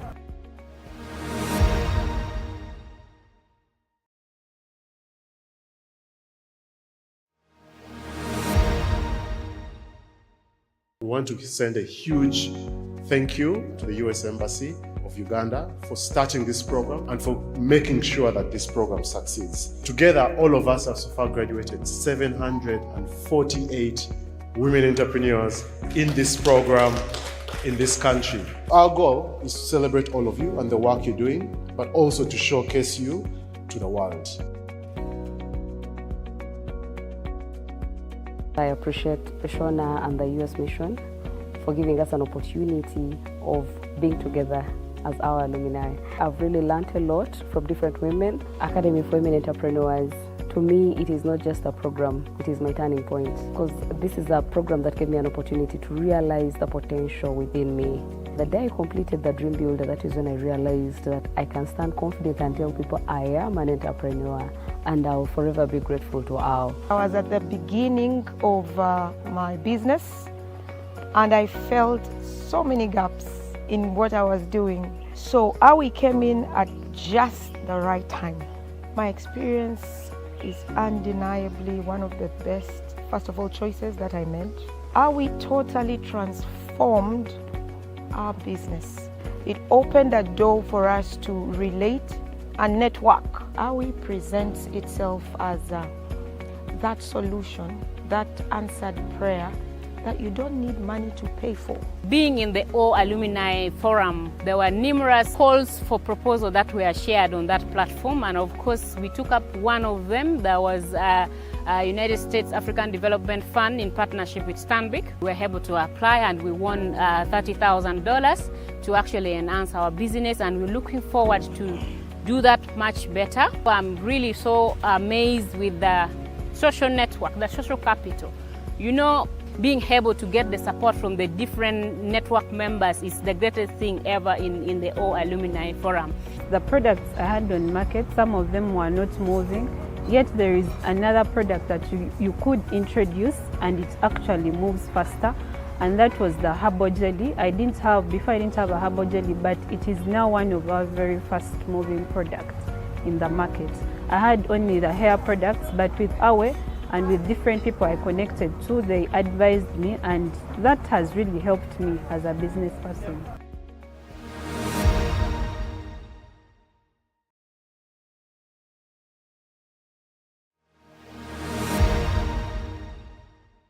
We want to send a huge thank you to the US Embassy of Uganda for starting this program and for making sure that this program succeeds. Together, all of us have so far graduated 748 women entrepreneurs in this program in this country. Our goal is to celebrate all of you and the work you're doing, but also to showcase you to the world. I appreciate Shona and the US Mission for giving us an opportunity of being together as our alumni. I've really learned a lot from different women, Academy for Women Entrepreneurs. To me, it is not just a program, it is my turning point, because this is a program that gave me an opportunity to realize the potential within me.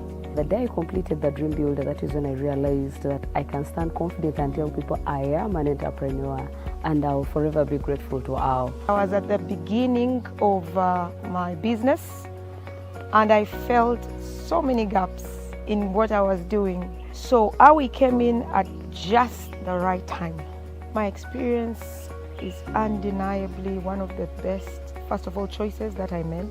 Awi totally transformed our business. It opened a door for us to relate and network. Awi presents itself as that solution, that answered prayer that you don't need money to pay for.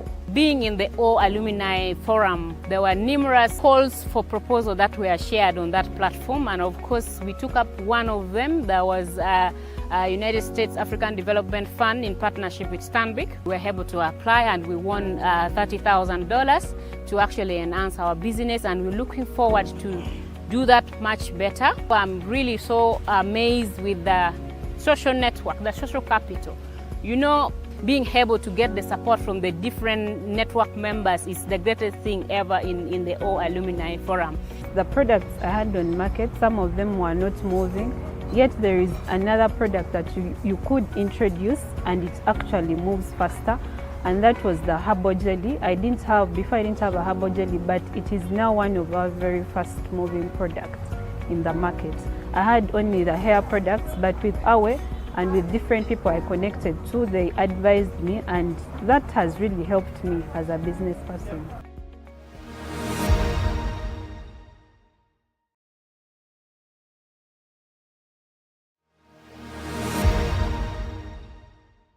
We want to send a huge thank you to the US Embassy of Uganda for starting this program and for making sure that this program succeeds. Together, all of us have so far graduated 748 women entrepreneurs in this program in this country. Our goal is to celebrate all of you and the work you're doing, but also to showcase you to the world.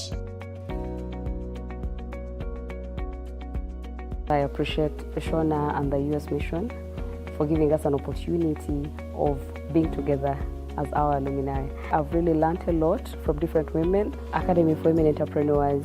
To me, it is not just a program, it is my turning point, because this is a program that gave me an opportunity to realize the potential within me.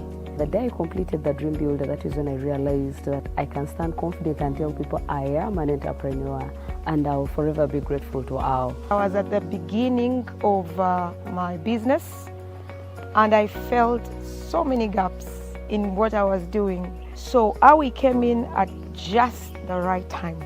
My experience is undeniably one of the best, first of all, choices that I made. Awi totally transformed our business. It opened a door for us to relate and network. Awi presents itself as that solution, that answered prayer that you don't need money to pay for. Being in the Alumni forum, there were numerous calls for proposal that were shared on that platform, and of course we took up one of them. There was a United States African Development Fund in partnership with Stanbic. We were able to apply and we won $30,000 to actually enhance our business, and we're looking forward to do that much better. I'm really so amazed with the social network, the social capital. You know, being able to get the support from the different network members is the greatest thing ever in the Alumni forum. The products I had on market, some of them were not moving, yet there is another product that you could introduce and it actually moves faster, and that was the herbal jelly. Before I didn't have a herbal jelly, but it is now one of our very fast moving products in the market. I had only the hair products, but with Awe and with different people I connected to, they advised me, and that has really helped me as a business person.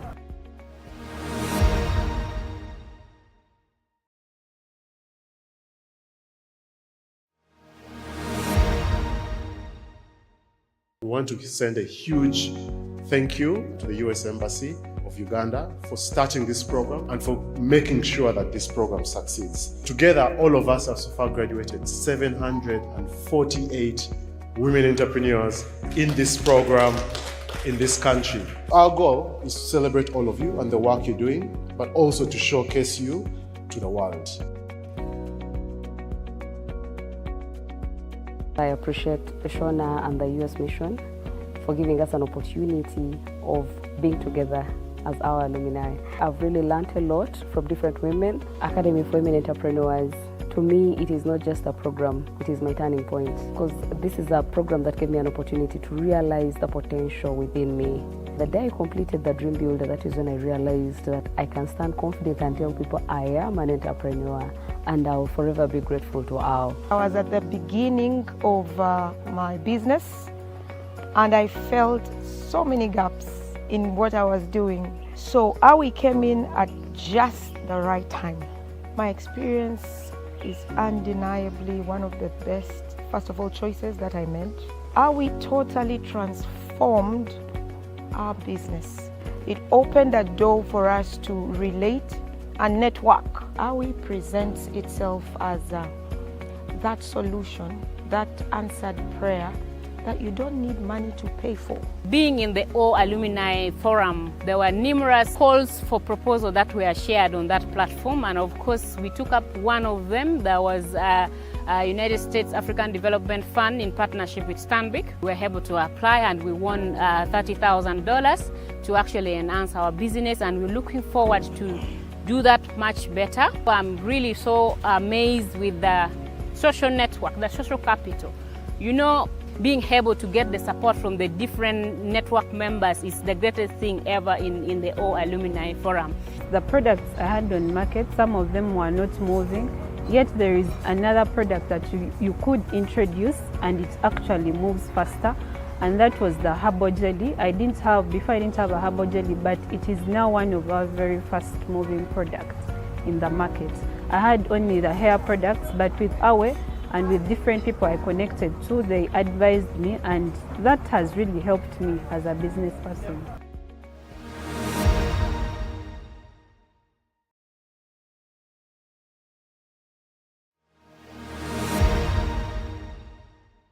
We want to send a huge thank you to the US Embassy of Uganda for starting this program and for making sure that this program succeeds. Together, all of us have so far graduated 748 women entrepreneurs in this program in this country. Our goal is to celebrate all of you and the work you're doing, but also to showcase you to the world.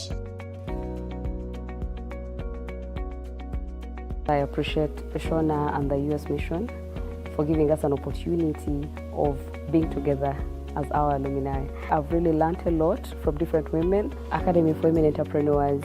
To me, it is not just a program, it is my turning point, because this is a program that gave me an opportunity to realize the potential within me. The day I completed the Dream Builder, that is when I realized that I can stand confident and tell people I am an entrepreneur, and I will forever be grateful to all. I was at the beginning of my business, and I felt so many gaps in what I was doing. So Awi came in at just the right time. My experience is undeniably one of the best, first of all, choices that I made. Awi totally transformed our business. It opened a door for us to relate and network. Awi presents itself as that solution, that answered prayer that you don't need money to pay for. Being in the Alumni forum, there were numerous calls for proposal that were shared on that platform, and of course we took up one of them. There was a United States African Development Fund in partnership with Stanbic. We were able to apply and we won $30,000 to actually enhance our business, and we're looking forward to do that much better. I'm really so amazed with the social network, the social capital. You know, being able to get the support from the different network members is the greatest thing ever in the Alumni forum.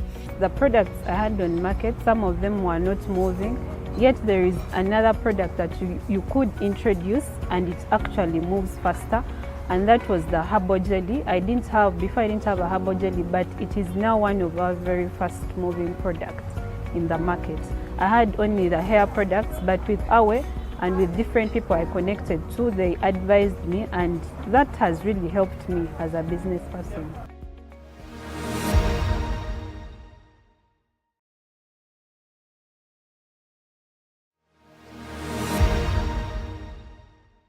We want to send a huge thank you to the US Embassy of Uganda for starting this program and for making sure that this program succeeds. Together, all of us have so far graduated 748 women entrepreneurs in this program in this country. Our goal is to celebrate all of you and the work you're doing, but also to showcase you to the world.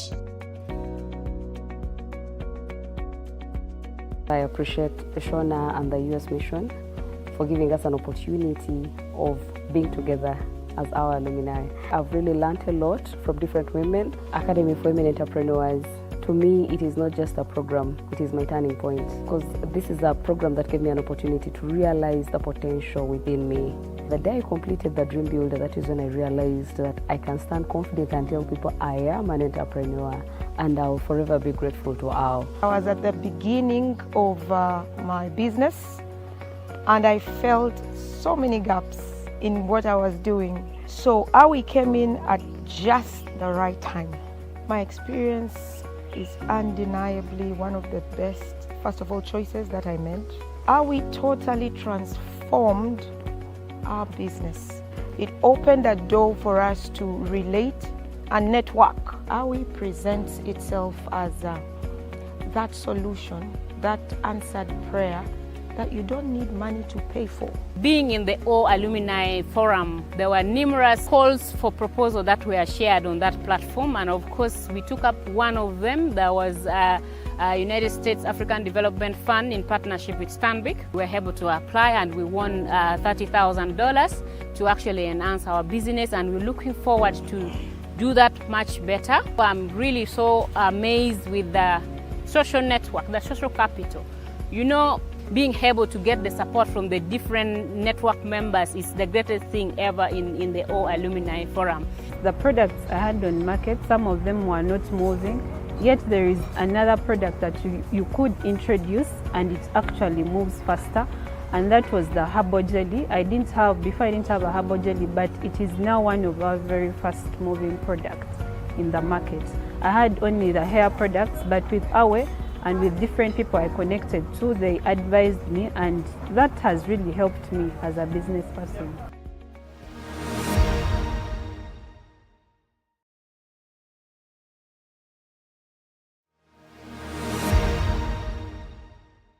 We want to send a huge thank you to the US Embassy of Uganda for starting this program and for making sure that this program succeeds. Together, all of us have so far graduated 748 women entrepreneurs in this program in this country.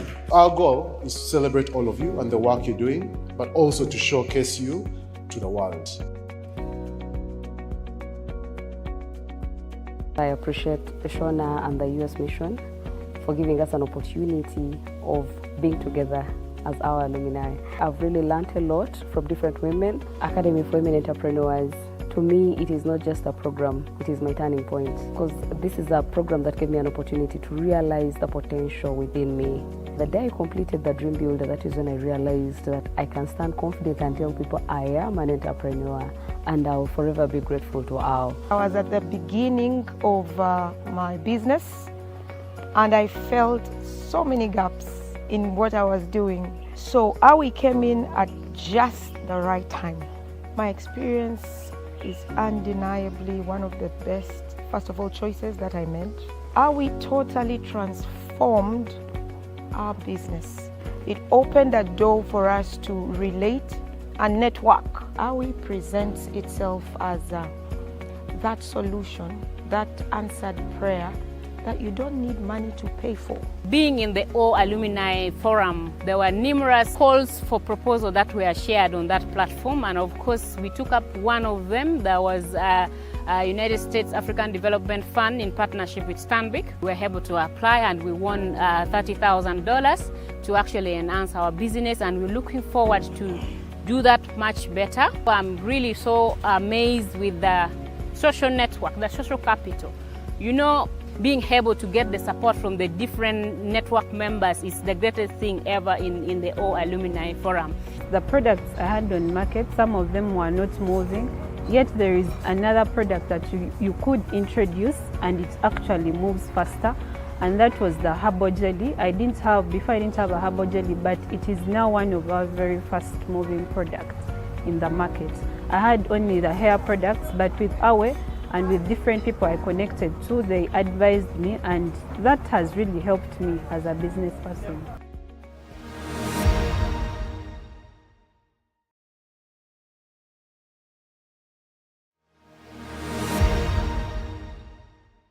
We want to send a huge thank you to the US Embassy of Uganda for starting this program and for making sure that this program succeeds. Together, all of us have so far graduated 748 women entrepreneurs in this program in this country. Our goal is to celebrate all of you and the work you're doing, but also to showcase you to the world. I appreciate Shona and the US Mission for giving us an opportunity of being together as our alumni. I've really learned a lot from different women, Academy for Women Entrepreneurs. To me, it is not just a program, it is my turning point, because this is a program that gave me an opportunity to realize the potential within me.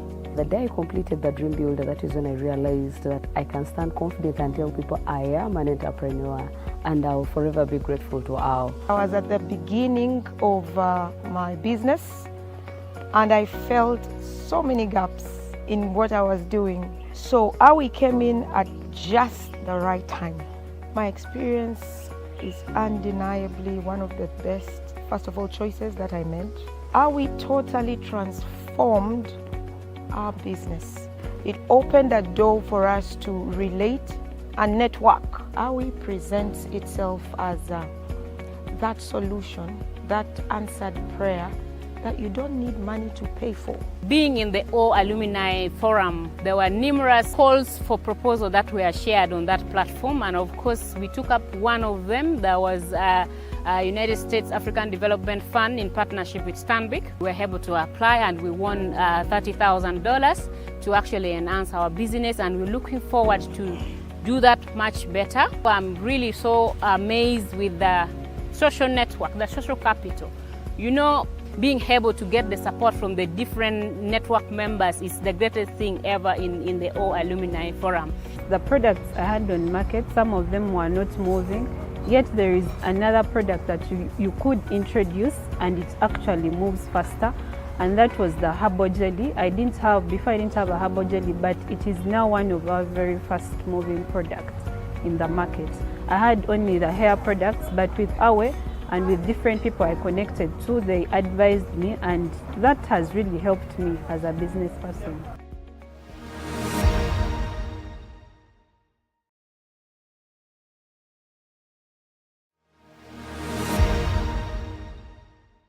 We want to send a huge thank you to the US Embassy of Uganda for starting this program and for making sure that this program succeeds. Together, all of us have so far graduated 748 women entrepreneurs in this program in this country.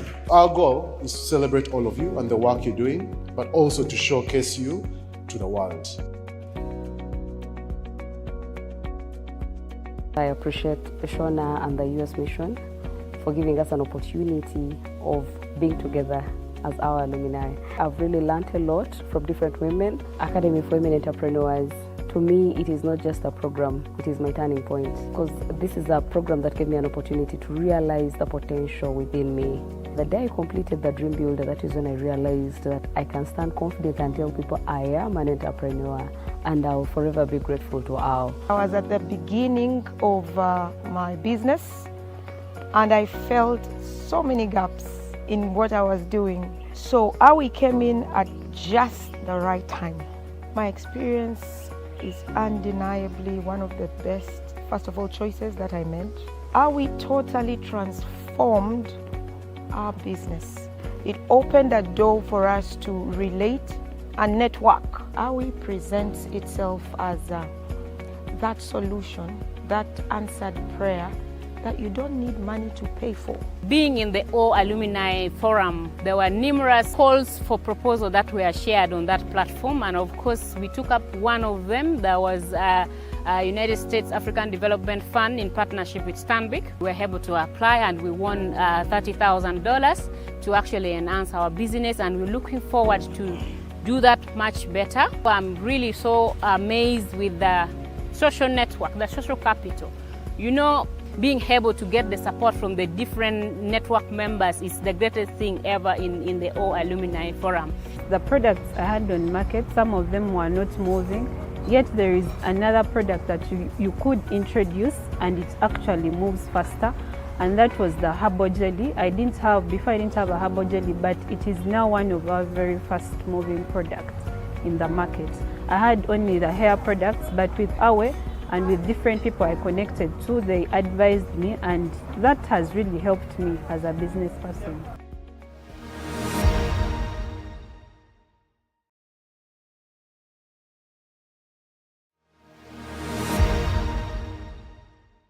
We want to send a huge thank you to the US Embassy of Uganda for starting this program and for making sure that this program succeeds. Together, all of us have so far graduated 748 women entrepreneurs in this program in this country. Our goal is to celebrate all of you and the work you're doing, but also to showcase you to the world.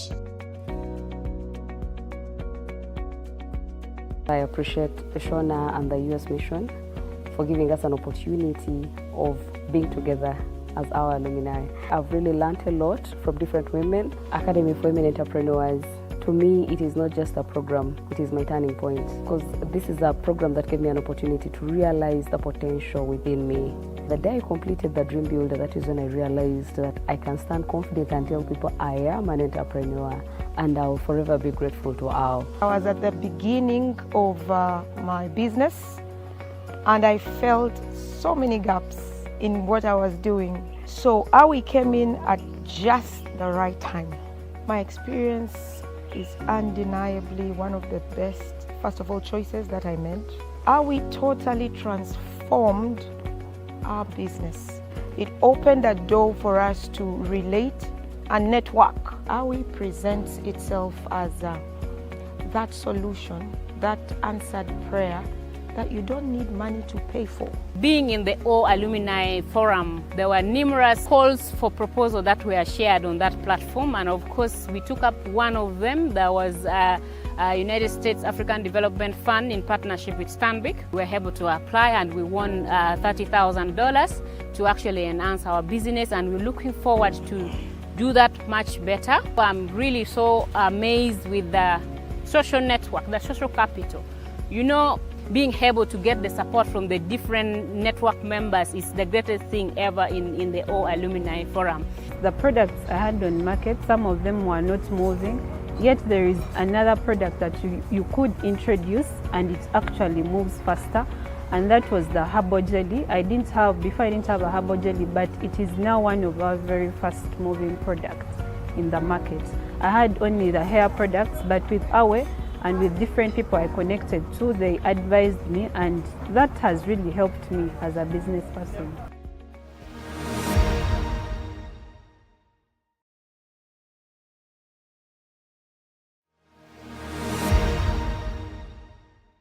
We want to send a huge thank you to the US Embassy of Uganda for starting this program and for making sure that this program succeeds. Together, all of us have so far graduated 748 women entrepreneurs in this program in this country.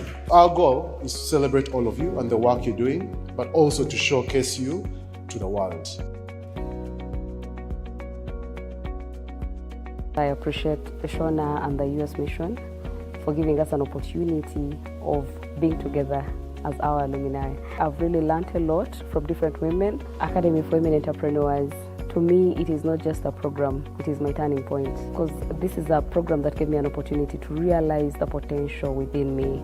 The day I completed the Dream Builder, that is when I realized that I can stand confident and tell people I am an entrepreneur, and I will forever be grateful to all. I was at the beginning of my business and I felt so many gaps in what I was doing. So Awi came in at just the right time.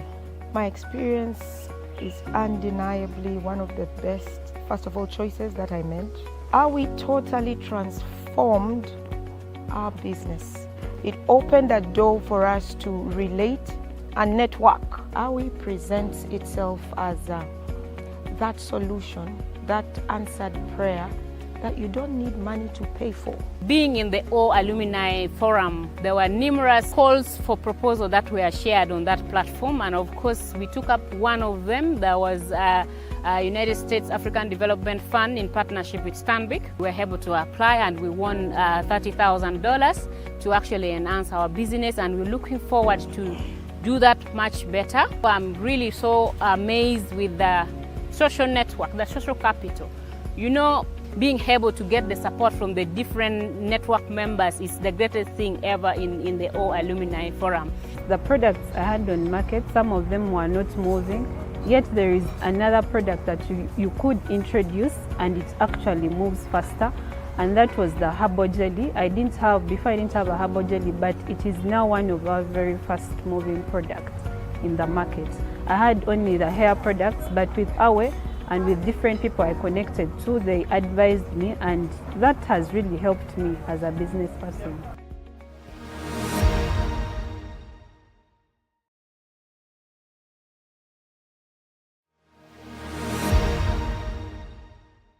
We want to send a huge thank you to the US Embassy of Uganda for starting this program and for making sure that this program succeeds. Together, all of us have so far graduated 748 women entrepreneurs in this program in this country. Our goal is to celebrate all of you and the work you're doing, but also to showcase you to the world.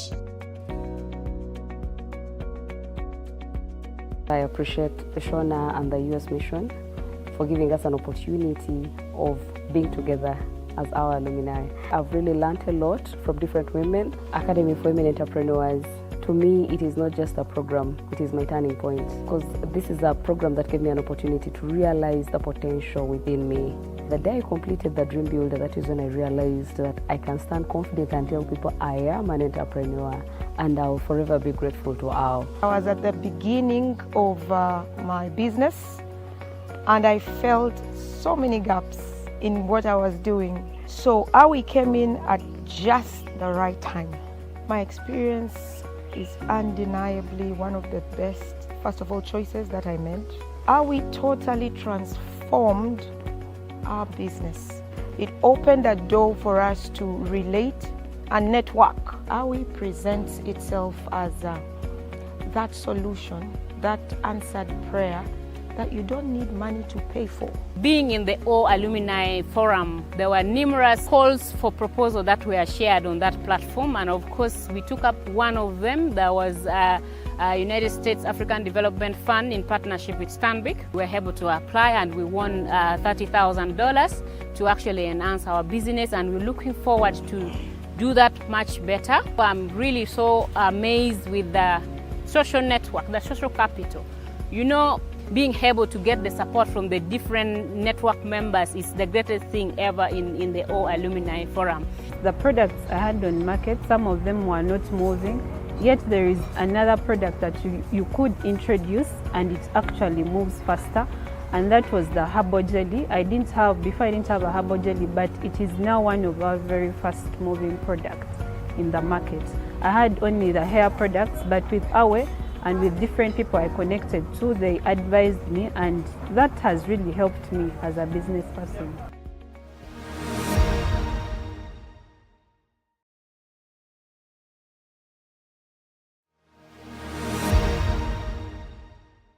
We want to send a huge thank you to the US Embassy of Uganda for starting this program and for making sure that this program succeeds. Together, all of us have so far graduated 748 women entrepreneurs in this program in this country.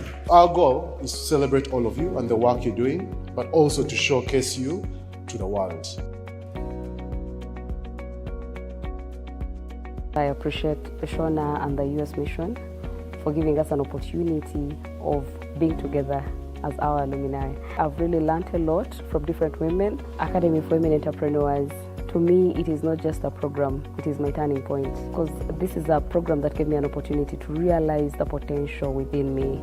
The day I completed the Dream Builder, that is when I realized that I can stand confident and tell people I am an entrepreneur, and I will forever be grateful to all. I was at the beginning of my business, and I felt so many gaps in what I was doing. So Awi came in at just the right time.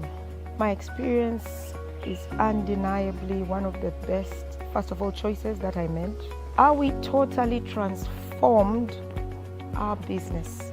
It opened a door for us to relate and network. Awi presents itself as that solution, that answered prayer that you don't need money to pay for. Being in the Alumni forum, there were numerous calls for proposal that were shared on that platform, and of course we took up one of them. There was a United States African Development Fund in partnership with Stanbic. We were able to apply and we won $30,000 to actually enhance our business, and we're looking forward to do that much better. I'm really so amazed with the social network, the social capital. You know, being able to get the support from the different network members is the greatest thing ever in the Alumni forum. The products I had on market, some of them were not moving, yet there is another product that you could introduce and it actually moves faster, and that was the herbal jelly. Before I didn't have a herbal jelly, but it is now one of our very fast moving products in the market. I had only the hair products, but with Awe and with different people I connected to, they advised me, and that has really helped me as a business person.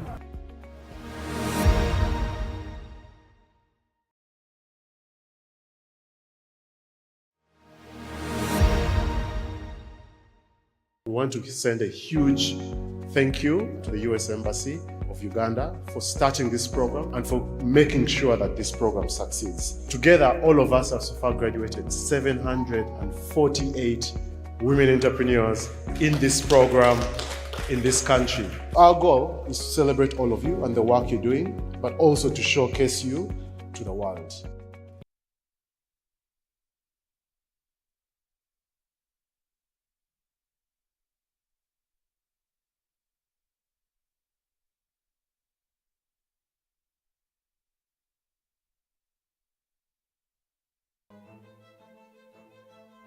It started out with an objective of empowering 5 million women entrepreneurs around the world by the year 2025.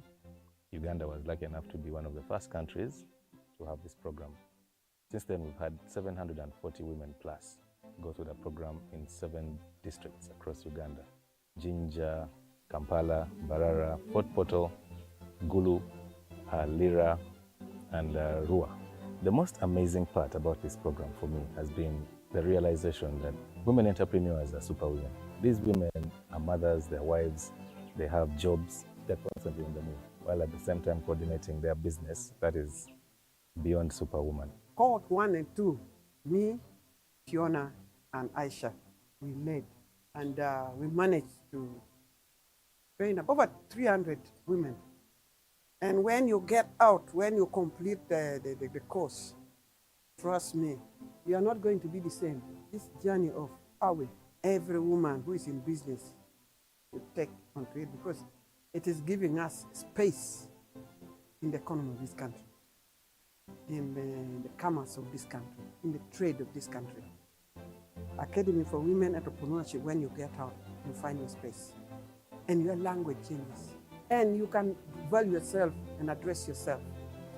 Because business starts with yourself.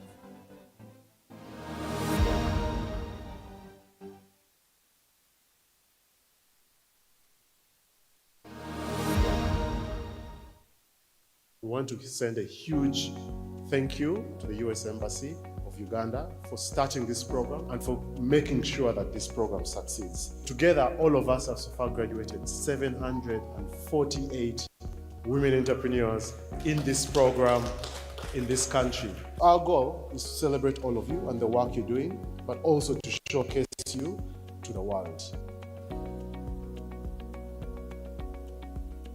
I appreciate Shona and the US Mission for giving us an opportunity of being together as our alumni. I've really learned a lot from different women, Academy for Women Entrepreneurs. To me, it is not just a program, it is my turning point, because this is a program that gave me an opportunity to realize the potential within me. The day I completed the Dream Builder, that is when I realized that I can stand confident and tell people I am an entrepreneur, and I will forever be grateful to all. I was at the beginning of my business, and I felt so many gaps in what I was doing. So Awi came in at just the right time. My experience is undeniably one of the best, first of all, choices that I made. Awi totally transformed our business. It opened a door for us to relate and network. Awi presents itself as that solution, that answered prayer that you don't need money to pay for. Being in the All Alumni Forum, there were numerous calls for proposal that were shared on that platform, and of course we took up one of them. There was a United States African Development Fund in partnership with Stanbic. We were able to apply and we won $30,000 to actually enhance our business, and we're looking forward to do that much better. I'm really so amazed with the social network, the social capital. You know, being able to get the support from the different network members is the greatest thing ever in the All Alumni Forum. The products I had on market, some of them were not moving, yet there is another product that you could introduce and it actually moves faster, and that was the herbal jelly. Before I didn't have a herbal jelly, but it is now one of our very fast moving products in the market. I had only the hair products, but with Awe and with different people I connected to, they advised me, and that has really helped me as a business person.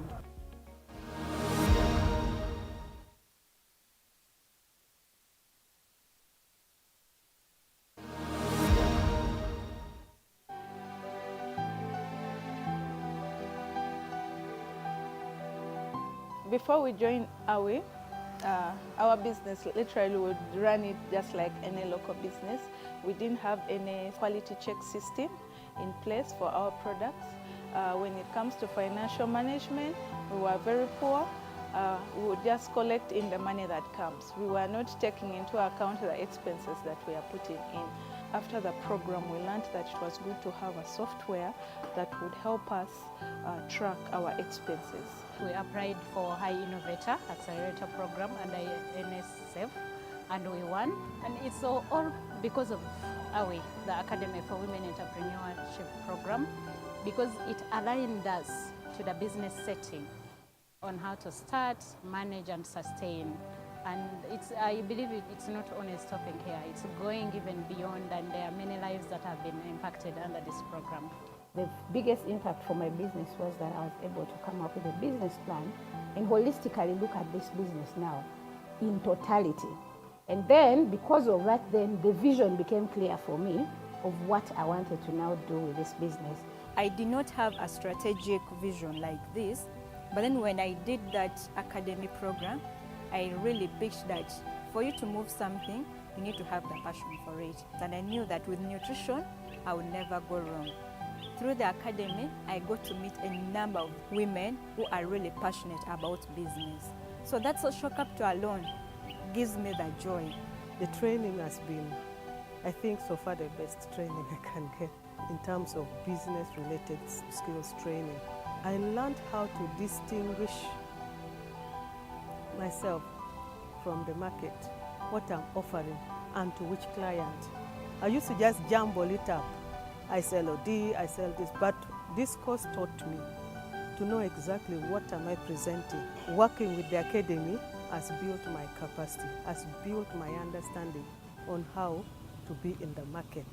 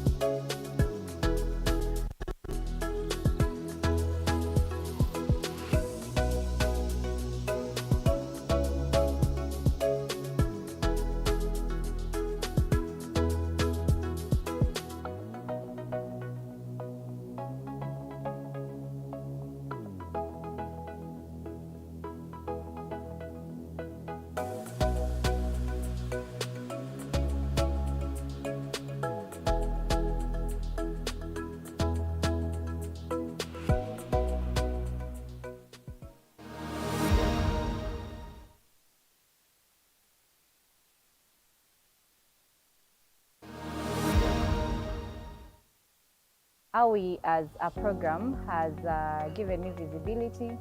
I've been able to go on TV interviews. I've been able to access bigger partnerships. They have taught us so many things, but in this, it's a networking.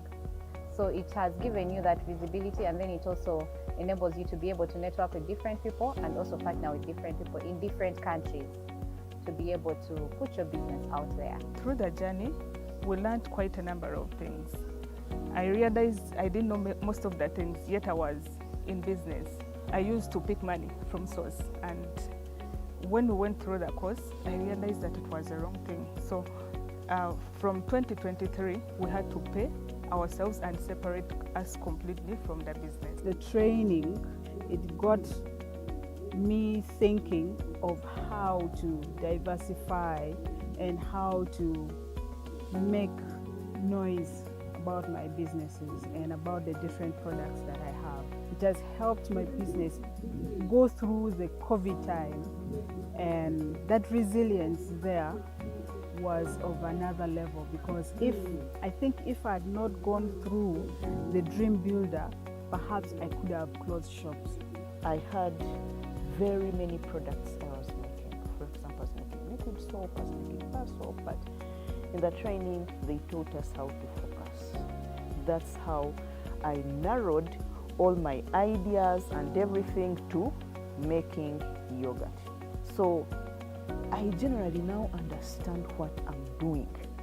I know how to do the costings, and this has helped me to make profit. I like the fact that they follow us up because it makes you accountable for what you studied. And I got a family in business. Yeah.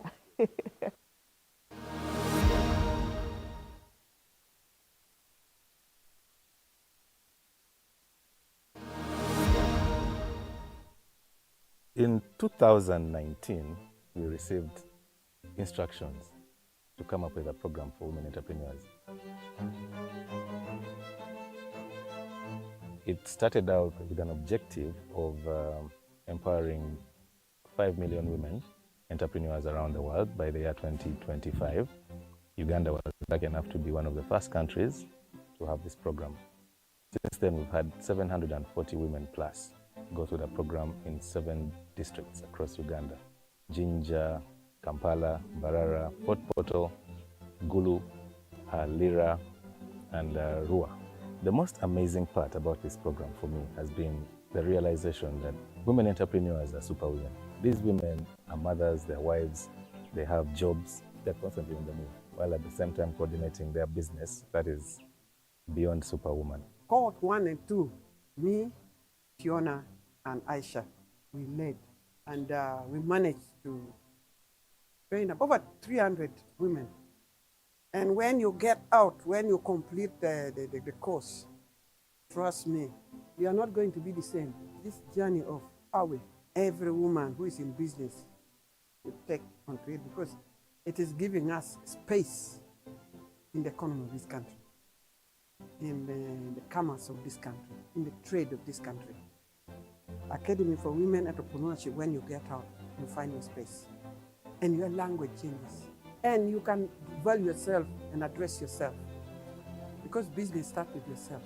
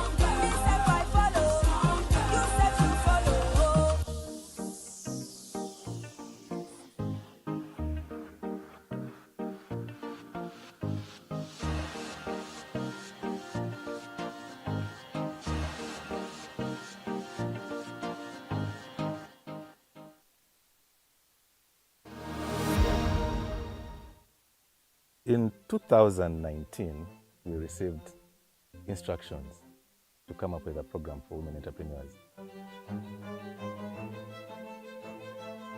It started out with an objective of empowering 5 million women entrepreneurs around the world by the year 2025.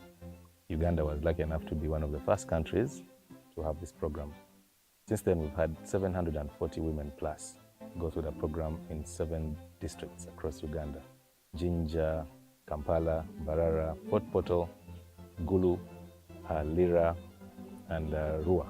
The most amazing part about this program for me has been the realization that women entrepreneurs are superwomen. These women are mothers, they're wives, they have jobs, they're constantly on the move, while at the same time coordinating their business that is beyond superwoman. Cohort 1 and 2, me, Fiona, and Aisha, we led, and we managed to train over 300 women. And when you get out, when you complete the course, trust me, you are not going to be the same. This journey of Awe, every woman who is in business will take onto it, because it is giving us space in the economy of this country, in the commerce of this country, in the trade of this country. Academy for Women Entrepreneurship, when you get out, you find your space. And your language changes. And you can value yourself and address yourself. Because business starts with yourself.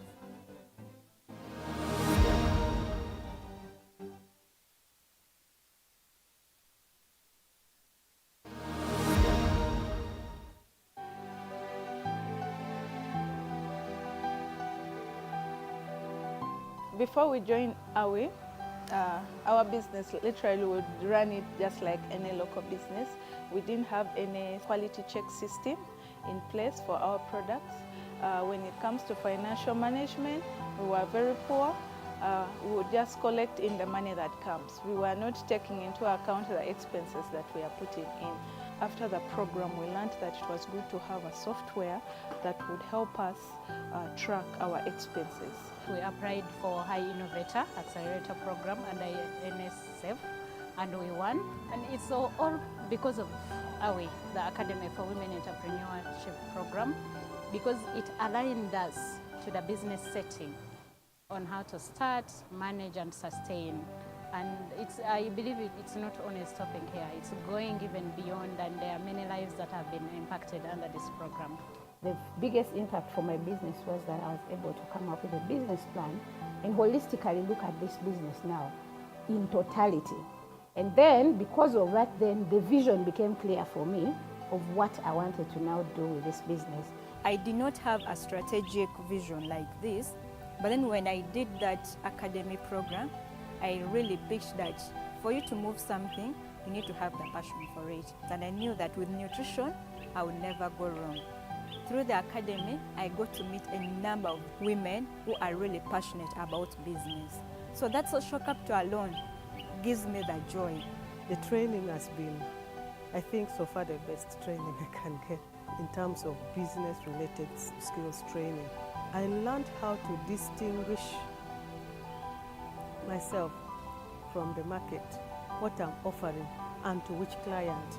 I used to just jumble it up. I sell OD, I sell this, but this course taught me to know exactly what am I presenting. Working with the academy has built my capacity, has built my understanding on how to be in the market.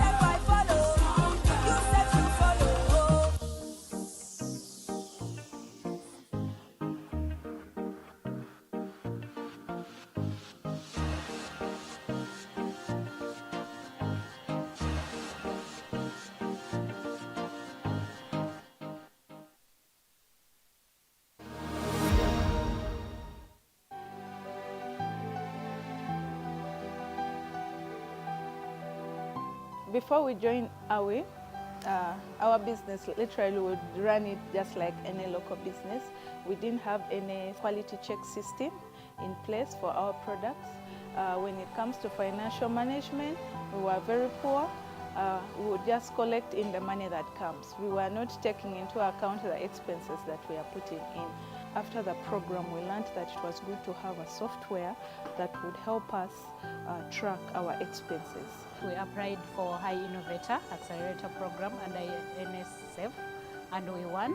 And it's all because of AWE, the Academy for Women Entrepreneurship Program, because it aligned us to the business setting on how to start, manage and sustain. And I believe it's not only stopping here, it's going even beyond, and there are many lives that have been impacted under this program. The biggest impact for my business was that I was able to come up with a business plan and holistically look at this business now in totality. And then, because of that, then the vision became clear for me of what I wanted to now do with this business. I did not have a strategic vision like this, but then when I did that academy program, I really pitched that for you to move something, you need to have the passion for it. And I knew that with nutrition, I would never go wrong. Through the academy, I got to meet a number of women who are really passionate about business. So that social capital alone gives me the joy. The training has been, I think, so far the best training I can get in terms of business-related skills training. I learned how to distinguish myself from the market, what I'm offering, and to which client. I used to just jumble it up. I sell OD, I sell this, but this course taught me to know exactly what am I presenting. Working with the academy has built my capacity, has built my understanding on how to be in the market.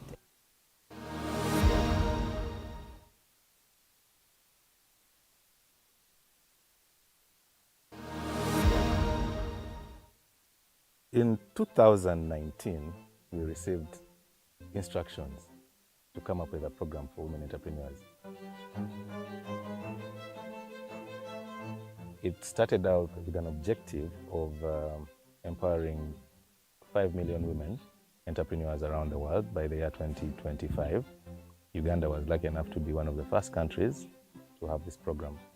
Since then, we've had 740 women plus go through the program in 7 districts across Uganda: Jinja, Kampala, Mbarara, Fort Portal, Gulu, Lira, and Rua. The most amazing part about this program for me has been the realization that women entrepreneurs are superwomen. These women are mothers, they're wives, they have jobs, they're constantly on the move, while at the same time coordinating their business that is beyond superwoman. Cohort 1 and 2, me, Fiona, and Aisha, we led, and we managed to train over 300 women. And when you get out, when you complete the course, trust me, you are not going to be the same. This journey of AWE, every woman who is in business will take onto it, because it is giving us space in the economy of this country, in the commerce of this country, in the trade of this country. Academy for Women Entrepreneurship, when you get out, you find your space. And your language changes. And you can value yourself and address yourself. Because business starts with yourself.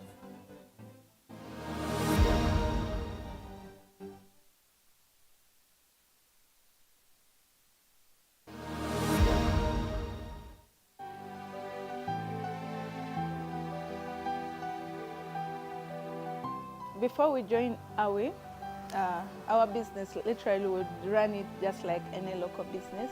We didn't have any quality check system in place for our products. When it comes to financial management, we were very poor. We would just collect in the money that comes. We were not taking into account the expenses that we are putting in. After the program, we learned that it was good to have a software that would help us track our expenses. We applied for High Innovator Accelerator Program under NSF and we won. And it's all because of AWE, the Academy for Women Entrepreneurship Program, because it aligned us to the business setting on how to start, manage, and sustain. And I believe it's not only stopping here, it's going even beyond, and there are many lives that have been impacted under this program. The biggest impact for my business was that I was able to come up with a business plan and holistically look at this business now in totality. And then, because of that, then the vision became clear for me of what I wanted to now do with this business. I did not have a strategic vision like this, but then when I did that academy program, I really pitched that for you to move something, you need to have the passion for it. And I knew that with nutrition, I would never go wrong. Through the academy, I got to meet a number of women who are really passionate about business. So that social capital alone gives me that joy. The training has been, I think, so far the best training I can get in terms of business-related skills training. I learned how to distinguish myself from the market, what I'm offering, and to which client. I used to just jumble it up. I sell OD, I sell this, but this course taught me to know exactly what am I presenting. Working with the academy has built my capacity, has built my understanding on how to be in the market.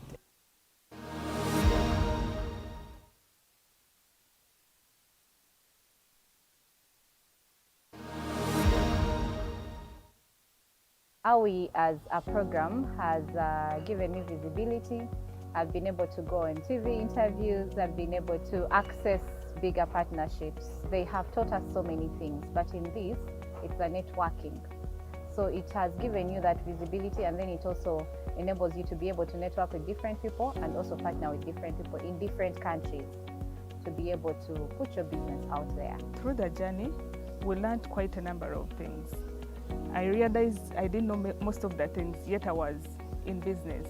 I used to pick money from source, and when we went through the course, I realized that it was the wrong thing. So from 2023, we had to pay ourselves and separate us completely from the business. The training, it got me thinking of how to diversify and how to make noise about my businesses and about the different products that I have. It has helped my business go through the COVID time, and that resilience there was of another level, because I think if I had not gone through the Dream Builder, perhaps I could have closed shops.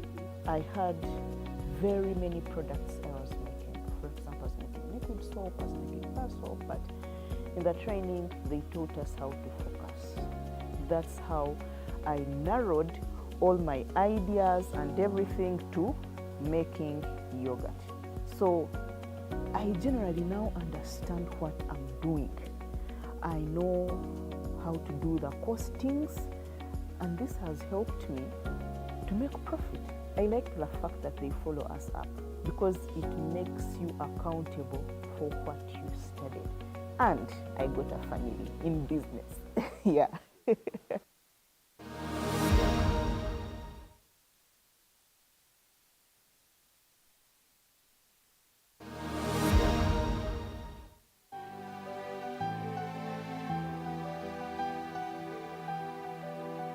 Before we joined AWI, our business literally would run it just like any local business. We didn't have any quality check system in place for our products. When it comes to financial management, we were very poor. We would just collect in the money that comes. We were not taking into account the expenses that we are putting in. After the program, we learned that it was good to have a software that would help us track our expenses. We applied for High Innovator Accelerator Program under NSF, and we won. And it's all because of AWI, the Academy for Women Entrepreneurship Program, because it aligned us to the business setting on how to start, manage, and sustain. And I believe it's not only stopping here, it's going even beyond, and there are many lives that have been impacted under this program. The biggest impact for my business was that I was able to come up with a business plan and holistically look at this business now in totality. And then, because of that, then the vision became clear for me of what I wanted to now do with this business. I did not have a strategic vision like this, but then when I did that academy program, I really pitched that for you to move something, you need to have the passion for it. And I knew that with nutrition, I would never go wrong. Through the academy, I got to meet a number of women who are really passionate about business. So that social capital alone gives me the joy.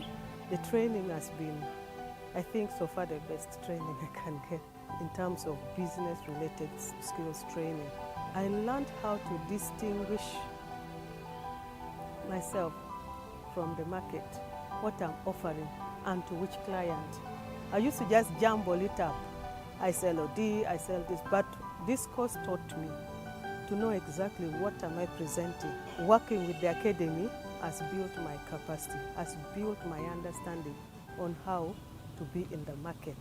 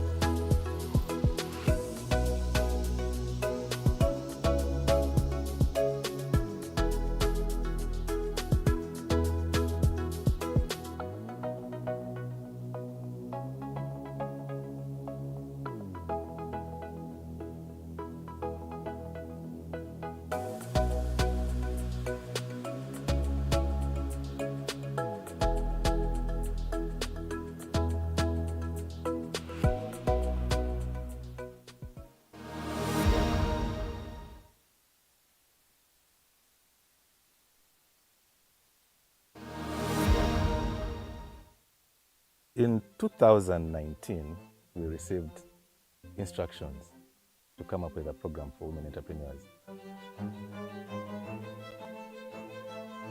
It started out with an objective of empowering 5 million women entrepreneurs around the world by the year 2025. Uganda was lucky enough to be one of the first countries to have this program. Since then, we've had 740 women plus go through the program in 7 districts across Uganda: Jinja, Kampala, Barara, Port Portal, Gulu, Lira, and Rua. The most amazing part about this program for me has been the realization that women entrepreneurs are superwomen. These women are mothers, they're wives, they have jobs, they're constantly on the move, while at the same time coordinating their business that is beyond superwoman. Cohort 1 and 2, me, Fiona, and Aisha, we led, and we managed to train over 300 women. And when you get out, when you complete the course, trust me, you are not going to be the same. This journey of Awe, every woman who is in business will take onto it, because it is giving us space in the economy of this country, in the commerce of this country, in the trade of this country. Academy for Women Entrepreneurship, when you get out, you find your space. And your language changes. And you can value yourself and address yourself. Because business starts with yourself.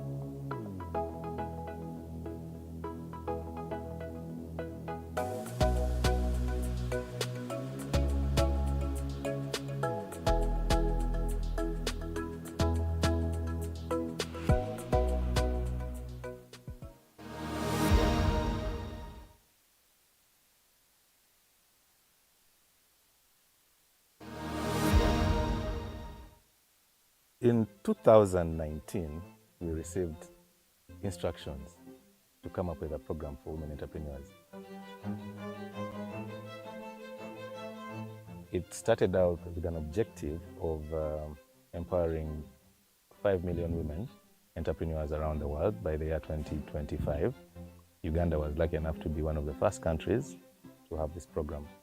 Since then, we've had 740 women plus go through the program in 7 districts across Uganda: Jinja, Kampala, Barara, Port Portal, Gulu, Lira, and Rua. The most amazing part about this program for me has been the realization that women entrepreneurs are superwomen. These women are mothers, they are wives, they have jobs, they're constantly on the move, while at the same time coordinating their business that is beyond superwoman. Cohort 1 and 2, me, Fiona, and Aisha, we led, and we managed to train over 300 women. And when you get out, when you complete the course, trust me, you are not going to be the same. This journey of Awe, every woman who is in business will take onto it, because it is giving us space in the economy of this country, in the commerce of this country, in the trade of this country. Academy for Women Entrepreneurship, when you get out, you find your space. And your language changes. And you can value yourself and address yourself. Because business starts with yourself.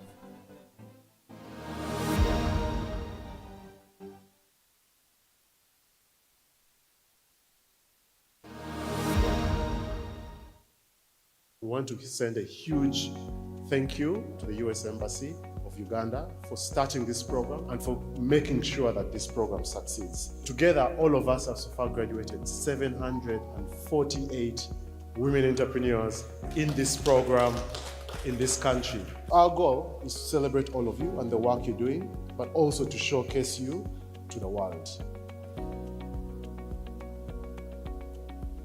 I appreciate Shona and the US Mission for giving us an opportunity of being together as our alumni. I've really learned a lot from different women. Academy for Women Entrepreneurs, to me, it is not just a program, it is my turning point, because this is a program that gave me an opportunity to realize the potential within me. The day I completed the Dream Builder, that is when I realized that I can stand confident and tell people I am an entrepreneur, and I will forever be grateful to Al. I was at the beginning of my business, and I felt so many gaps in what I was doing. So Awi came in at just the right time. My experience is undeniably one of the best, first of all, choices that I made. Awi totally transformed our business. It opened a door for us to relate and network. Awi presents itself as that solution, that answered prayer that you don't need money to pay for. Being in the Alumni forum, there were numerous calls for proposal that were shared on that platform, and of course we took up one of them. There was United States African Development Fund in partnership with Stanbic. We were able to apply and we won $30,000 to actually enhance our business, and we're looking forward to do that much better. I'm really so amazed with the social network, the social capital. You know, being able to get the support from the different network members is the greatest thing ever in the Alumni forum. The products I had on market, some of them were not moving, yet there is another product that you could introduce and it actually moves faster, and that was the herbal jelly. Before I didn't have a herbal jelly, but it is now one of our very fast moving products in the market. I had only the hair products, but with Awe and with different people I connected to, they advised me, and that has really helped me as a business person.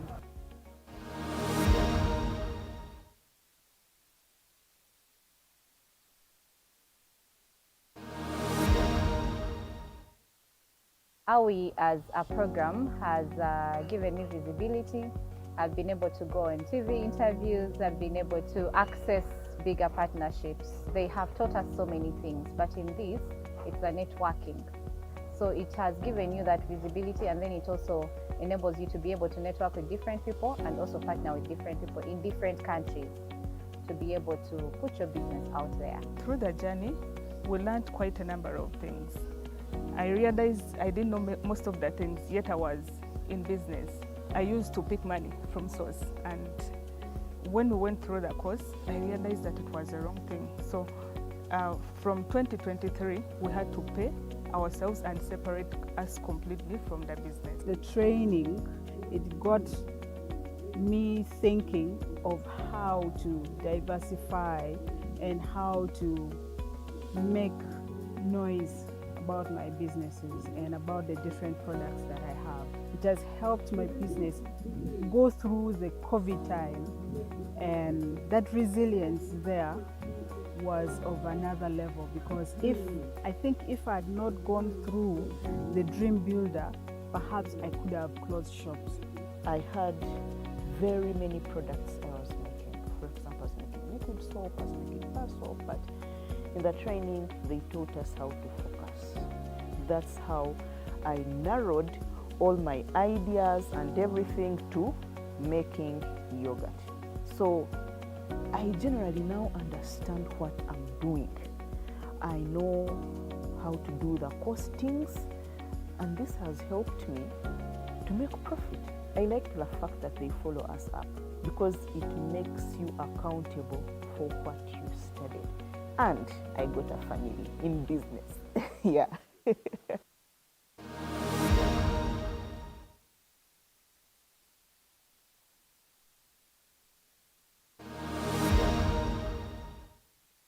In 2019, we received instructions to come up with a program for women entrepreneurs. It started out with an objective of empowering 5 million women entrepreneurs around the world by the year 2025.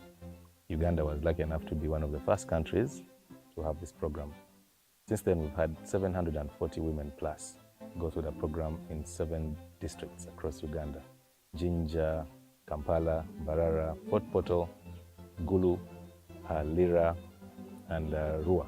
The most amazing part about this program for me has been the realization that women entrepreneurs are super women. These women are mothers, they're wives, they have jobs, they're constantly on the move, while at the same time coordinating their business that is beyond superwoman. Cohort 1 and 2, me, Fiona, and Aisha, we led, and we managed to train over 300 women.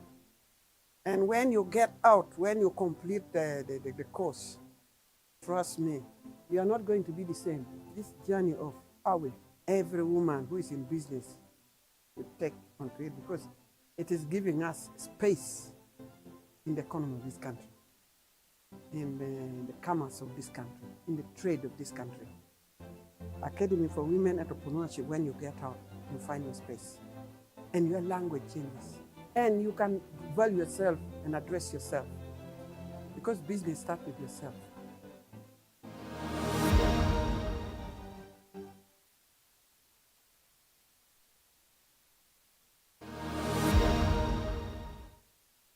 AWI as a program has given me visibility. I've been able to go on TV interviews. I've been able to access bigger partnerships. They have taught us so many things, but in this, it's a networking. So it has given you that visibility, and then it also enables you to be able to network with different people and also partner with different people in different countries to be able to put your business out there. Through the journey, we learned quite a number of things. I realized I didn't know most of the things, yet I was in business. I used to pick money from source, and when we went through the course, I realized that it was the wrong thing. So from 2023, we had to pay ourselves and separate us completely from the business. The training, it got me thinking of how to diversify and how to make noise about my businesses and about the different products that I have. It has helped my business go through the COVID time, and that resilience there was of another level, because I think if I had not gone through the Dream Builder, perhaps I could have closed shops.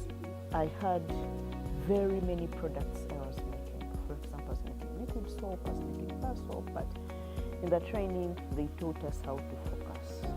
That's how I narrowed all my ideas and everything to making yogurt.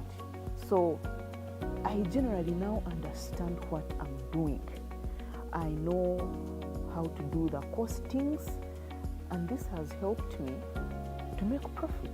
I like the fact that they follow us up, because it makes you accountable for what you studied. And I got a family in business. Yeah.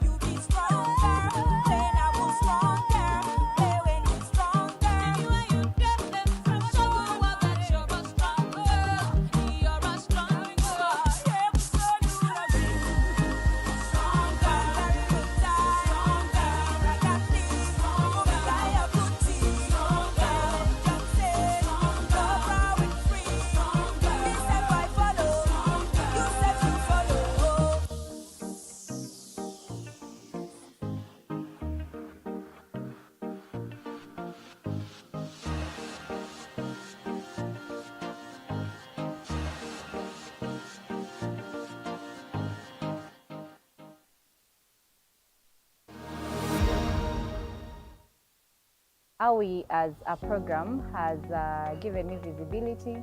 I've been able to go on TV interviews. I've been able to access bigger partnerships. They have taught us so many things, but in this, it's a networking. So it has given you that visibility, and then it also enables you to be able to network with different people and also partner with different people in different countries to be able to put your business out there. Through the journey, we learned quite a number of things. I realized I didn't know most of the things, yet I was in business. I used to pick money from source, and when we went through the course, I realized that it was the wrong thing. So from 2023, we had to pay ourselves and separate us completely from the business. The training, it got me thinking of how to diversify and how to make noise about my businesses and about the different products that I have. It has helped my business go through the COVID time, and that resilience there was of another level, because I think if I had not gone through the Dream Builder, perhaps I could have closed shops. I had very many products I was making. For example, I was making liquid soap, I was making bar soap, but in the training, they taught us how to focus. That's how I narrowed all my ideas and everything to making yogurt. So I generally now understand what I'm doing. I know how to do the costings, and this has helped me to make profit. I like the fact that they follow us up because it makes you accountable for what you studied. And I got a family in business. Yeah.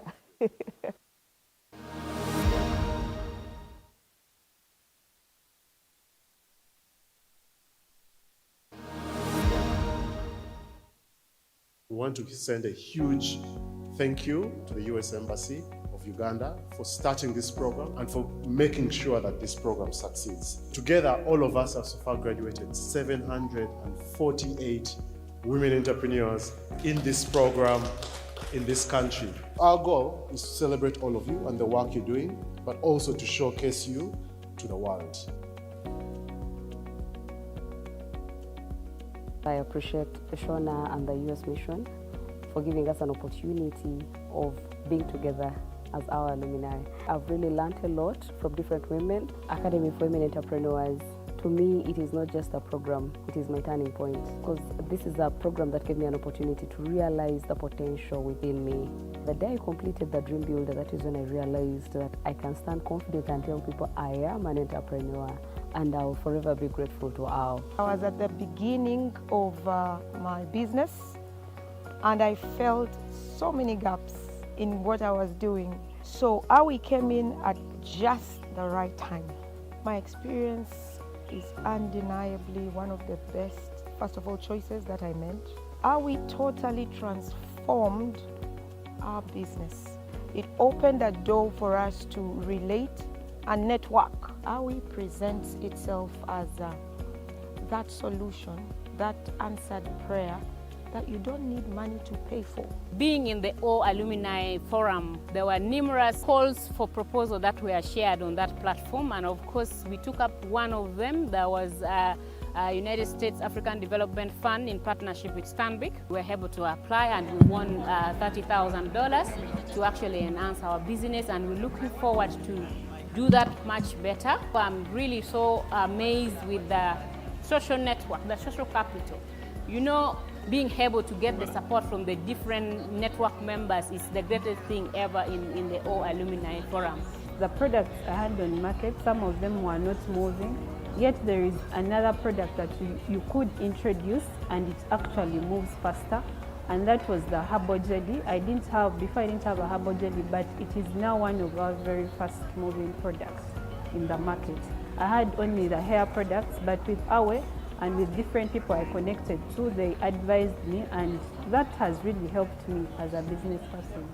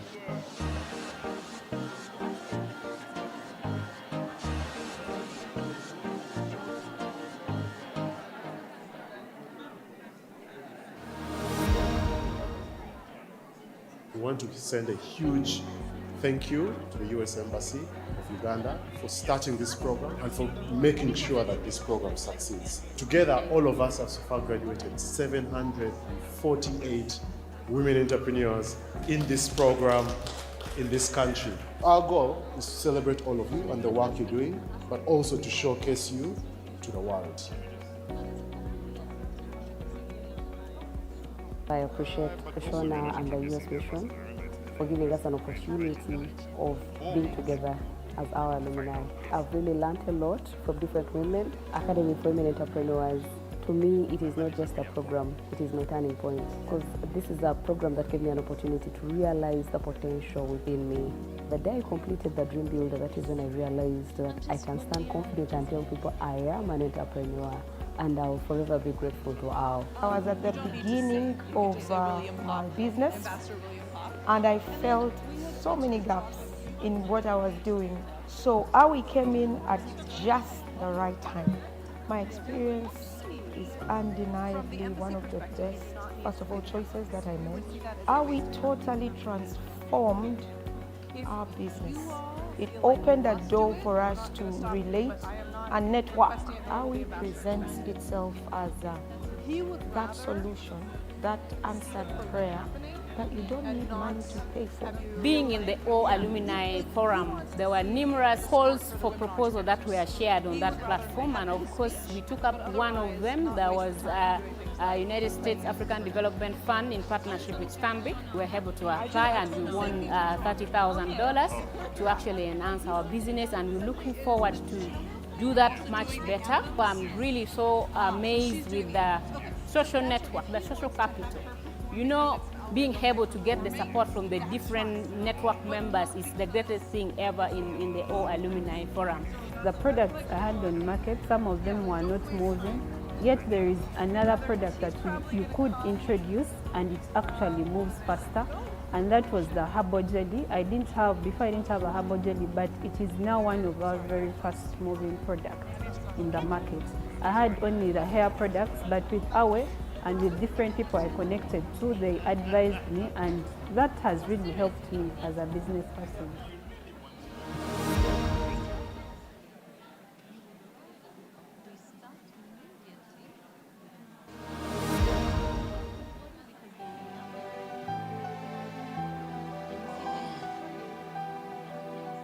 Before we joined Awi, our business literally would run it just like any local business. We didn't have any quality check system in place for our products. When it comes to financial management, we were very poor. We would just collect in the money that comes. We were not taking into account the expenses that we are putting in. After the program, we learned that it was good to have a software that would help us track our expenses. We applied for High Innovator Accelerator Program under NSF, and we won. And it's all because of AWI, the Academy for Women Entrepreneurship Program, because it aligned us to the business setting on how to start, manage, and sustain. And I believe it's not only stopping here, it's going even beyond, and there are many lives that have been impacted under this program. The biggest impact for my business was that I was able to come up with a business plan and holistically look at this business now in totality. And then, because of that, then the vision became clear for me of what I wanted to now do with this business. I did not have a strategic vision like this, but then when I did that academy program, I really pitched that for you to move something, you need to have the passion for it. And I knew that with nutrition, I would never go wrong. Through the academy, I got to meet a number of women who are really passionate about business. So that social capital alone gives me that joy. The training has been, I think, so far the best training I can get in terms of business-related skills training. I learned how to distinguish myself from the market, what I'm offering, and to which client. I used to just jumble it up. I sell OD, I sell this, but this course taught me to know exactly what am I presenting. Working with the academy has built my capacity, has built my understanding on how to be in the market.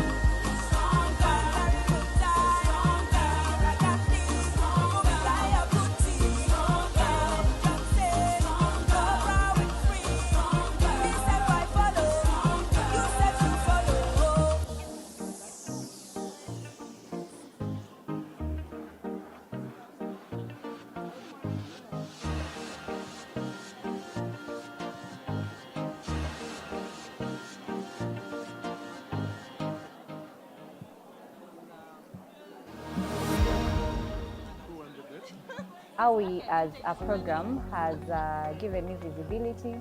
I've been able to go on TV interviews. I've been able to access bigger partnerships. They have taught us so many things, but in this, it's a networking. So it has given you that visibility, and then it also enables you to be able to network with different people and also partner with different people in different countries to be able to put your business out there. Through the journey, we learned quite a number of things. I realized I didn't know most of the things, yet I was in business.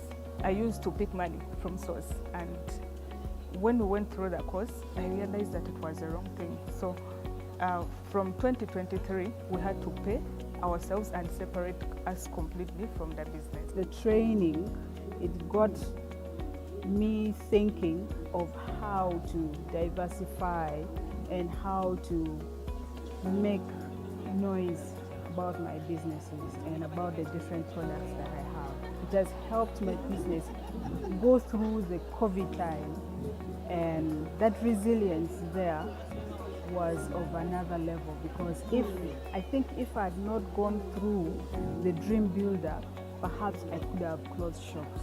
I had very many products I was making. For example, I was making liquid soap, I was making bar soap, but in the training, they taught us how to focus. That's how I narrowed all my ideas and everything to making yogurt. So I generally now understand. Ladies and gentlemen, would like to recognize the presence of Ambassador William Pop here with us. You are most welcome. Please rise. Ladies and gentlemen, please stand.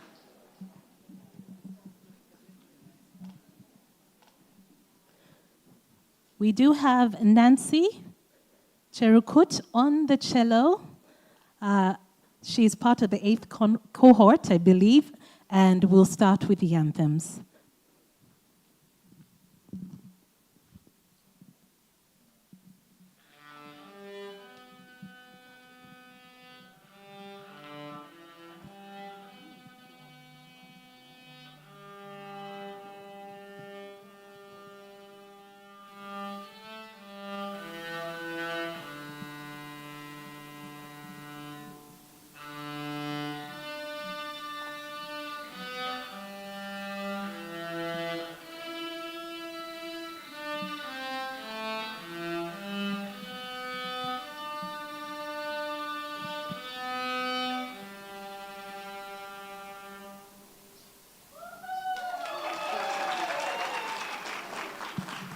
Thank you very much, Nancy.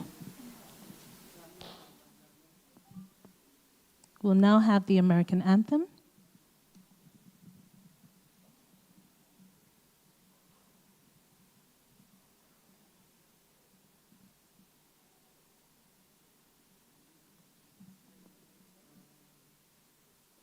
Can we have the American anthem, please?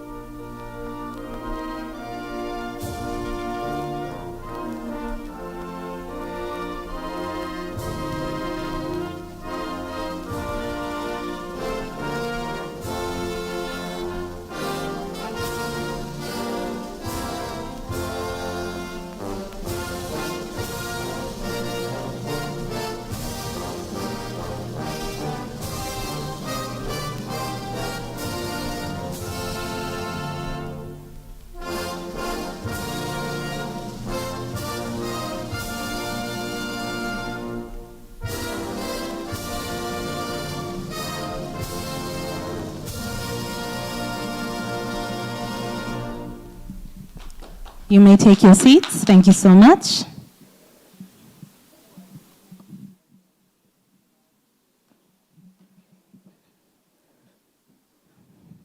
His Excellency, Ambassador William Pop, thank you so much for being here. We have had a very exciting morning, lots of stories being told, amazing conversations. I've been told I'm a little bit of a crybaby because some of the conversations got me a little emotional in the candid conversations out there, but also looking at the amazing work that has been done by so many of the alumni from the Academy. So we would like to start by just taking a look at some of the journeys of the alumni members, and of course, we'd like to, recognize the partners as well, the implementing partners for the wonderful work they're doing. We'll start with that.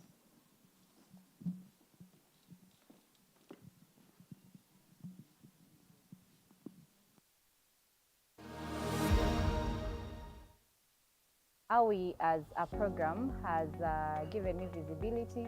I've been able to go on TV interviews. I've been able to access bigger partnerships. They have taught us so many things, but in this, it's a networking.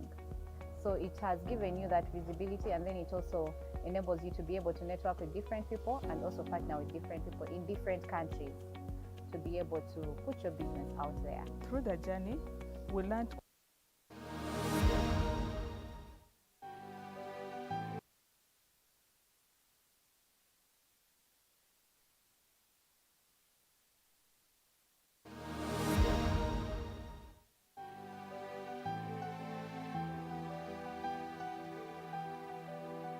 Before we joined AWI, our business literally would run it just like any local business.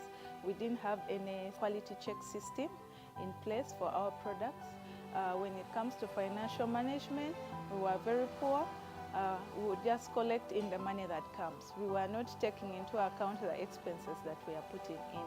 After the program, we learned that it was good to have a software that would help us track our expenses.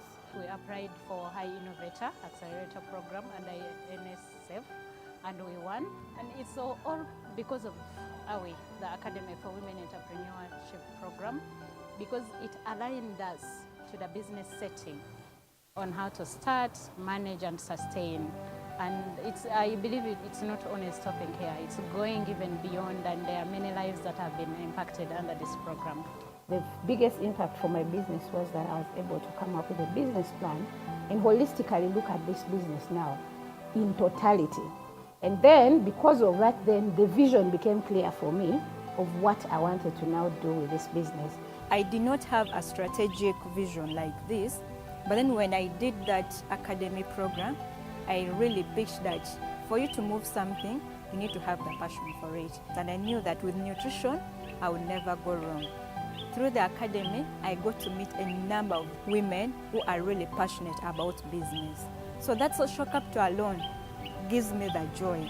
The training has been, I think, so far the best training I can get in terms of business-related skills training. I learned how to distinguish myself from the market, what I'm offering, and to which client. I used to just jumble it up. I sell OD, I sell this, but this course taught me to know exactly what am I presenting.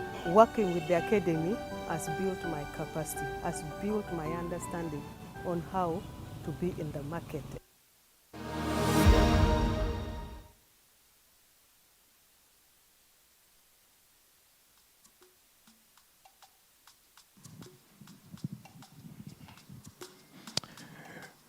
Good afternoon, everybody. Your Excellency, the Ambassador, I know you could not miss the rain as you were coming in. What you probably missed is the cause of the rain. I guess out of the corner of your eye, you'll notice one Peter Eriki today decided to put on a suit. So even the heavens could not hold back their excitement. And they decided to bless us with the rain.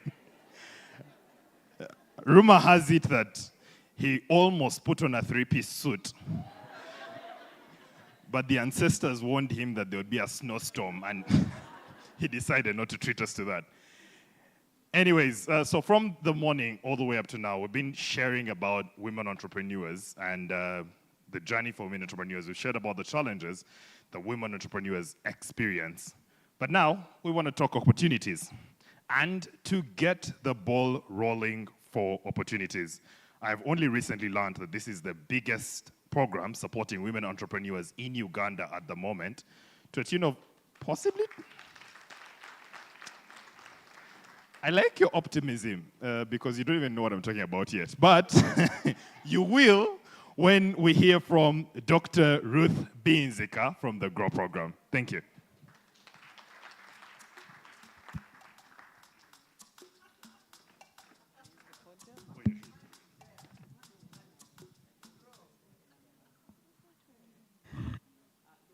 Lindsay, I'm happy to be again on the same podium with you and speaking to women about something I'm very passionate about as a woman. My name is Ruth Aisha Kasolo. He forgot the actual names, eh? You know, in our country, if you speak your name without the husband's name, then it's a problem. You'd rather miss the others and then say it. So ladies, good morning, good afternoon, good evening, good afternoon. I am glad to be here and I'm very glad to be part of this particular event. I would like to appreciate the US mission, the US Embassy for the support, because when you support a woman of Uganda, you're actually supporting the nation. Without a woman, I mean, God knew it. So when you support them, you're really putting a strong block to the country, to Uganda. We really, really appreciate. And I'm speaking to you as somebody coming from the private sector. I work with the Private Sector Foundation Uganda. So therefore, being in the private sector, every single partner that would support a woman in business is excellent to us. And so this is very appreciative. And again, I have the opportunity of being the coordinator of the GROW project for women. And I want to briefly talk about it, to say the facts. How would you get whatever is in GROW? And as he said, GROW project, growth opportunities for women entrepreneurs. All right? It is the largest single intervention for women in Uganda right now. For you women in business, it is $217 million. That is big and it's a grant. And we are looking forward to growing this. We are looking forward to, especially the financing when I talk about it, we are looking forward to getting everybody, every partner on board. Because women have been struggling for a long, long time. There have not been appropriate programs for women that are comprehensive.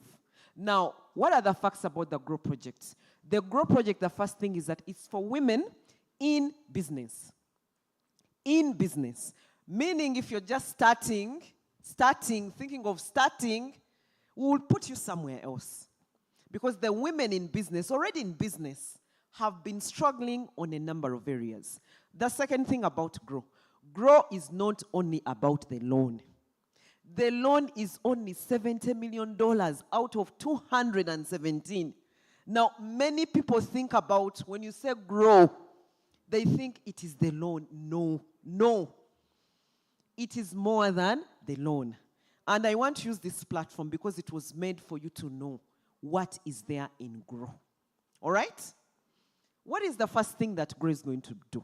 It is going to look out for platforms like, because we are doing this intervention with the Ministry of Gender. And one of the things we want to turn around is looking at any barrier that is affecting a woman to do business. Do you know one of the barriers I found? If you go to a bank as a woman and you tell them you're married and you're having your own security, it's not even marital security. All right? You're taking your own personal loan. Your husband must sign. That is the reality, guys. That is the reality. That is the reality. If I go to a bank to do my own business with my own collateral, it is not marital property. For marital as security, I agree. You get it? But if it is mine, why do you want my husband to sign? Because we are always the weak guys. They would always say, when the men get the loans, that we sign for them. But the men's are always stronger. The guy just goes there and you sign and you sign. You don't even ask any question. You understand? So I wanted to just give you one single thing that is happening that we are not even noting it. And women, when we launched this loan, we are seeing it happening. Where men are now pushing, they want you to, the money is cheap and they are coming in. So what is Grow going to do? First thing is looking at any barriers. And we are working with the Ministry of Gender. We want to get these, even through this platform, are we? If there are issues that you think are stopping women to progress and move across borders to do trade and everything, please bring it up and we'll push it. There is support for platforms like you to do more advocacy, more research, and things like that. The second thing, which is very similar to this one, is the core course for business, for women entrepreneurs. Now, for you that have graduated from the academy, you don't need this. Because after this, then you qualify for what we are calling sector-specific skills and business development support. If there is any woman here that has gone through this academy and has a business, it's not registered, we do it for you for free. You have a product that needs UNBS certificate for free from this academy. And that's why I was saying we need, because I know you are ready. I'd even invited my colleague from the bank, the World Bank. For you, you are ready. You're ready to move. You're ready to fly. You get it? So we need to give you that support to be able to fly. You get it? If there are ladies here that want take specialized skills, you're making yogurt, you're into beauty, and you want that specialized training, you get it for free because you're from here. You get it? And that is excellent for you and your staff. You get it? So that is the third thing that you get from Grow. The fourth thing is apprenticeship. Apprenticeship for maximum 6 to 12 months for free. It could be for you as a woman or for your workers. We know that a number of women businesses, women owners, do not want to go into male-dominated sectors. They are scared. You always want to think small, you know? And we want to give you an opportunity to look at a business that you dream to be. We engage them. We've already advertised.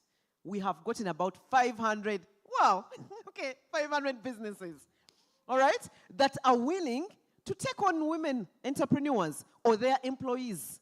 Guys, these men do their businesses differently. So differently. We need to go and learn from them and be able to turn around the tables. Women have to be at the table. You get it? And this is an opportunity. And the rollout is coming out soon for you. And I can tell you, people from this academy have a very high advantage to access all these. The other very interesting product, because I'm moving on, you realize there are so many.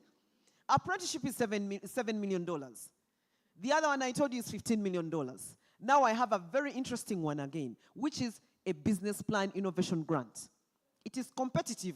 We are looking for 5,000 women in this country that have good ideas. They don't have the capital. All right? They are struggling to expand, and they want a grant, and they trust themselves. Now, with the confidence you're getting from this, I expect you guys to win this thing. Out of the 5,000, can't we get about 100 women?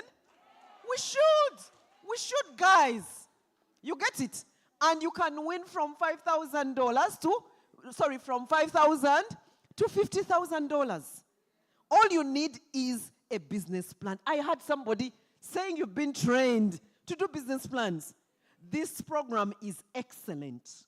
It is preparing you for all these opportunities. So get ready. Get ready. That call is coming out soon.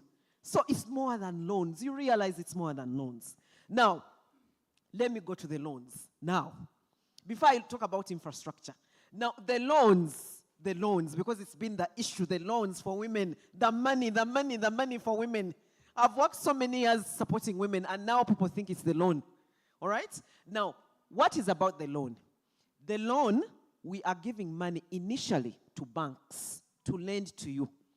We are initially working with 5 banks: Centenary Bank, Post Bank, Finance Trust, DFCU, and Equity. Stanbic is joining, is already onboarded, but they are going to start as well. All right? How do we work with the banks? The banks are supposed to lend you money up to 200 million shillings. The interest rate should not exceed 10.5% per year. That is the lowest, guys. And let me tell you what makes it the lowest. When you pay back your money half term, you get a rebate of 5%. What does that mean? A loan that was 10% becomes 5% because of good character, commitment, and all these things that you've been learning. All right? And the women that are based in refugee areas, they get 8%. Eastern Uganda, Bukedia, those get a rebate of 10%, meaning their interest rate is 0%. That is grow. I'm told the time is finished. I saw some tag there. But these are opportunities for women. That is why US Mission did this. And I said, I'm coming. I'm fully booked. I said, I have to come and talk to women. So let me tell the women, because it's not easy to get me as well. Let me tell them. So women, if you want a loan, use these banks. The money is not finished. No. We are just delaying to release the money. When we released the first tranche, we noted many men started buying shares in the women businesses. All right? And that is the fact. I'm now telling you why the delay. All right? You get this money when you're a woman. You can get it as a single woman or through a company. 51% shares by women. And we are seeing changes, new companies, shareholding increase. That's not those guys, sometimes men, ambassador, when I say men, you're not part of it, Your Excellency. You're not, I'm sorry. So, please, ladies, where you are, you have been prepared. This money is available. This money is given to the banks. It's a revolving fund. So it's not ending today. We are keeping this money, and we are looking forward to having more partners like USAID, US Mission, and many others that are coming on board. The Gates Foundation is coming, and many others, to have a bigger fund for women of this country. So we have $70 million. We hope it will grow and grow and grow and grow. So that is the grow money. So the money is there for all sectors. For all sectors, apart from alcohol and tobacco, unfortunately. Those ones you know, but women are rarely in that one at this stage. If you've gone through the academy, I know you have more innovative businesses. All right? And lastly, so for the loan, it's there. It's in phases. You can apply. You can be evaluated. The money will be there. All right? What do you need? The challenges we have is that the banks are asking for collateral. Women do not have collateral. All right? And it is an issue. Because when we look at the statistics, 33% of our borrowers got collateral from their husbands. We're also studying it to see, is it a good thing or a bad thing? All right? Why are they asking for collateral? Because we didn't do de-risking. We are now working on de-risking or guaranteeing of the loans. We are also looking at another channel whereby we can fund women to acquire assets. It's coming. We are also bringing on board MDIs and circles. MDIs and circles that know women, that understand women, and can be able to give you money without collateral. So we are getting there. I've just been doing this. Loan is 3 months, but the noise is too much. Too much. You might think we've been around for 10 years. All right? But things are getting better and better. The president, the cabinet, the parliament has taken a lot of interest in improving the requirements, because we know the women in islands, refugees, cannot access this money because they don't have collateral. So we are identifying partners that are able to understand the refugees. Women in islands, the same problems that we are having. Lastly, on infrastructure. We are trying to see all places where women are working. We want them to have child-friendly infrastructure. We know women suffer. Most of you work on an arcade, you don't have childcare facilities. We are looking for women entrepreneurs in childcare businesses. Out of the innovation grant of $25 million, you qualify. By the way, The women in that sector, I need their numbers. We are please send. We have a particular session for you because the money for grants, we are allocating a certain percentage for especially women in childcare. All right? And we are also giving women, if you have a strong cooperative somewhere, and you want equipment that other women can use in a common user facility, we are looking for such women as well.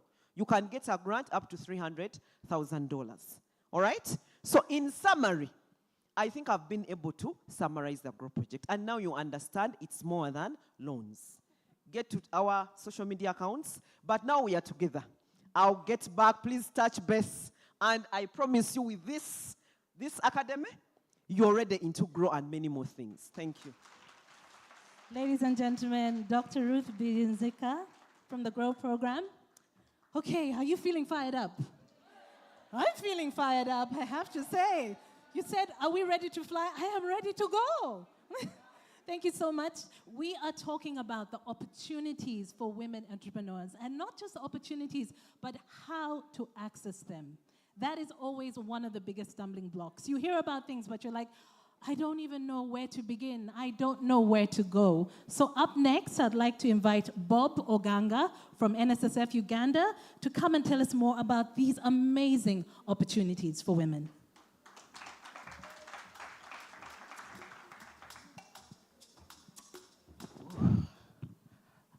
I'm on tension. All protocol observed. Good afternoon, everyone. You know, when the doctor has just spoken, I'm wondering, what more can I say? It's literally very hard to come after such a speaker. My name is Bob. I work with Outbox. We are the lead implementing partner of the NSSF Innovator program. I want to share with you in about 2 minutes or so the opportunities we have for women-owned businesses. In 2019, when we began this initiative, we made a call to invite entrepreneurs to apply for the program. We received about 100 applications, and out of the 100, about 5 were from women-owned businesses. We said maybe it was the criteria, so we went on. Fortunately, we selected 24 businesses for funding, and of the 24, only 1 was a women-owned business. So we sat back and said, what was the issue? The data wasn't sufficient, so we couldn't do much. We put out the second cohort, and we got about 70 applications, and we selected close to 60. And of the 60, only 10 were women-owned businesses. And remember, the program is funded by NSSF and the MasterCard Foundation. And we have a tight target to fund 70% of our businesses being women-owned. So they gave us about $10 million to extend funding to 500 businesses, 70% being women-owned. 2 cohorts in, and we only had about 6 businesses owned by women. The foundation was on our neck. NSSF came running. You can't do this. So we went and did more research, what the challenges were. Just like the doctor mentioned, credit was a challenge. But for me, what stood out was, even if a business owner, a female business owner, has 99% of the requirements, they won't apply. We had quite many of them who met over 70% of what we were looking for, but they didn't apply. And what really hurt me was the ones that had 99% of the requirements. All they were missing were contracts for their employees, and they didn't apply.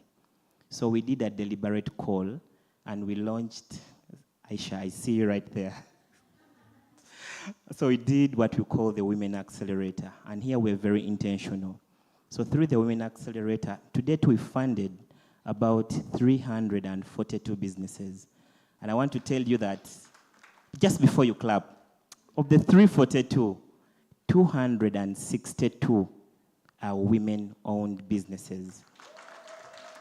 And in this room, I've seen quite a few familiar faces that have come through the Awe program.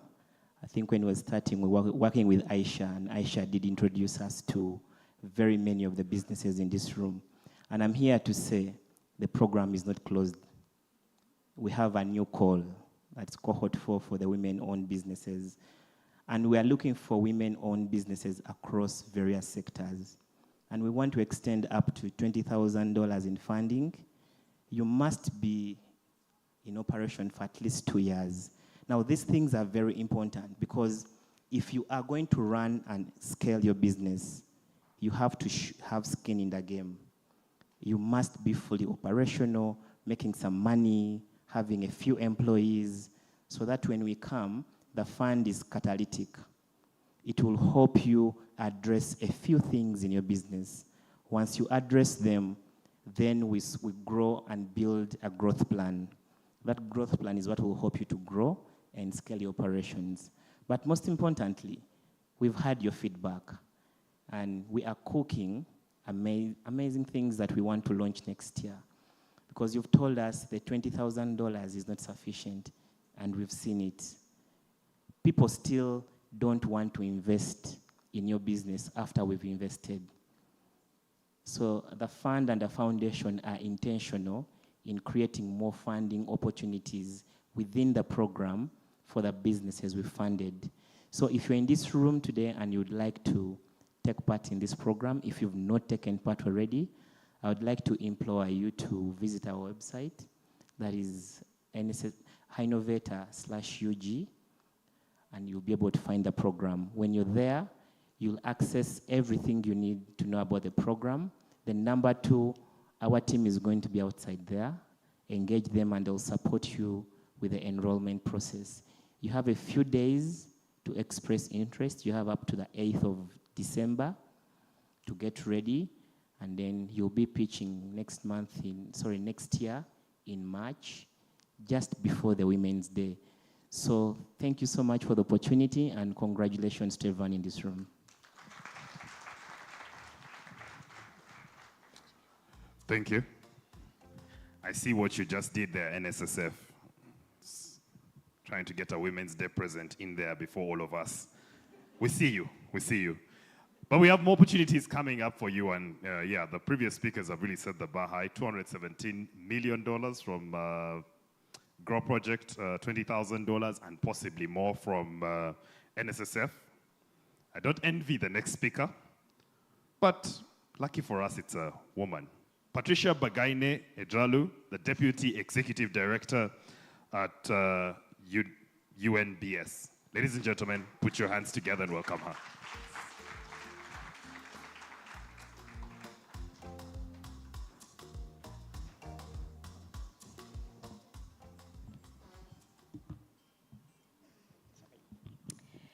Your Excellency, ladies and gentlemen, good afternoon. As I've been introduced, my name is Patricia and I work for the Uganda National Bureau of Standards. I think I can see a few friends out here who have already passed through our hands. Uganda National Bureau of Standards is an institution that's responsible for the provision of quality and safe services and products in this country. We are required to provide fair trade environments and to make sure that whatever we are using for trade is sustainable. We want to maintain our environment because we use all these products based on what's locally available in Uganda. The directorate that I supervise has 4 main services that we offer, which must be interesting to all of you. The first one being standards development. You are required to meet the requirements in a Uganda standard, but you're required to have participated in the development of that standard. A lot of you are innovating new products, and you shouldn't be told what that product should be. You ought to be part of the process of developing that standard. In UNBS, we're glad to note that the percentage of women participating in standards development has grown over the years. From about 6% 3 years ago, we are heading to 30% now, and I'm aiming to reach 50% by God's grace before this year ends. We provide testing facilities. Our laboratories are internationally recognized. We are accredited to provide a number of testing parameters that allow our products to go even beyond the borders of Uganda. We carry out calibration, metrology, the science of measurement, which of course I cannot go into today, But the equipment that you're using to make sure your thermometers, your heaters are actually at the temperature or pressure they are supposed to be, we are the ones who calibrate that. And of course, the certification. All those services lead to the certification. The product certification, which is given as a compulsory requirement for the products that are covered by compulsory standards. But we also offer management system certification. And the noise that I've had today with the ladies who have been trained, my request is that you go beyond product certification. You need to have systems that are under order. You understand that you're supposed to be monitoring all your inputs, minimum inputs, maximum outputs, isn't it? So management system is the way to go, and that will open gates for you in ways you would not imagine. I don't have much time, but I'm very grateful for this program, and I'm hoping that in future we will be able to interact a little bit more. Be conversant of the fact that when you're meeting Uganda standards, a lot of those standards are East African standards. At the EAC, we have ensured mutual recognition. So if you have a Q mark on your product, on an East African standard that we have adopted, the door is open for you for the entire 7 countries of EAC. So that's a market that you should be aspiring to go for. A lot of the products women make, we've got a lot of creativity and cosmetics. Our share cannot be competed with. So please, there's so much that we can do, and the market is open for you. The East African region is by far the strongest African region when it comes to harmonized standards. And the African region is using our documents to develop the African standards. So if you're meeting the Uganda standard, you're meeting the EAC standard, you're meeting the African standard. So you can move. The other issues of maybe tariffs, which are beyond me, I can't help you, but it will not be about quality. You want to be able to enter the market. So my parting shot for all the ladies, knowledge, education, and mentorship. Please educate yourself. Uganda National Bureau of Standards has a fantastic building in Weogerere. How many have been there? The government of Uganda has invested in this space. My office has more than 1 chair. I cannot use all of them at the same time. Can you please come and ask questions? We are open for business. We can't follow you all the time, but you know where we are. Make use of that. You have every right to come and ask for information, and information is free. Be patient. Create your niche. Do not spread yourself thin. Some of the problems I get with a lot of the ladies is that they throw very many things at the market at the beginning. So you're not focusing on the quality of a product. You're not looking to find your niche. You're spreading yourself thin. You can't afford this. I heard a lady earlier saying, I found out what I was supposed to do, and I focused on that one. And that's what took her, because one product alone can push you places. When you look at the Coca-Colas of this world, Coca-Cola, the company, grew on one soda, Coke. But how many are they making right now? In fact, the variety started recently. Some of us are starting business with 10 products. There's no way. Build your niche and be patient. And finally, please make use of these partnerships. A lot of ladies are trying to do this alone. We've been reached out to by a number of the banks. They want to partner with UNBS to give assurance of a business that is looking for funding. But they also need the commitment from the ladies. Remember, a bank is giving you money, and what do they want? They want to know that the money will be paid back. So the associations are so helpful. Getting 3 women who have similar ideas coming together to carry that burden that one of them would carry and to see them through. When you do that, you establish a relationship with the bank. After that, the sky is the limit. So thank you all very much, and we look forward. We want to take this opportunity for thanking the U.S. mission. Thank you for this wonderful project. I am really excited to see all the women here, and please know, UNBS, as I said, is open for business. You are all very welcome. Thank you so much. Round of applause for Mrs. Patricia Bagene Ejalu. Thank you so very much. Quite a few takeaways from there. Earlier, we were talking about how most women say they're so good at multitasking. Well, women are good at multitasking, but sometimes that's also a problem in itself. And just talking about trying to do everything instead of focusing, narrowing down on something and going the distance. So thank you for that. It's not just enough to be part of developing the standards. It's not just enough to get product certification. We have to go into management systems, networking, and so much more. Ladies, the opportunities are here. So many opportunities. Allow me to now invite someone who was with us earlier on one of our panel discussions to talk about the opportunities when it comes to the American Chamber of Commerce of Uganda. That is the General Manager. Please welcome back Eve Zalwango.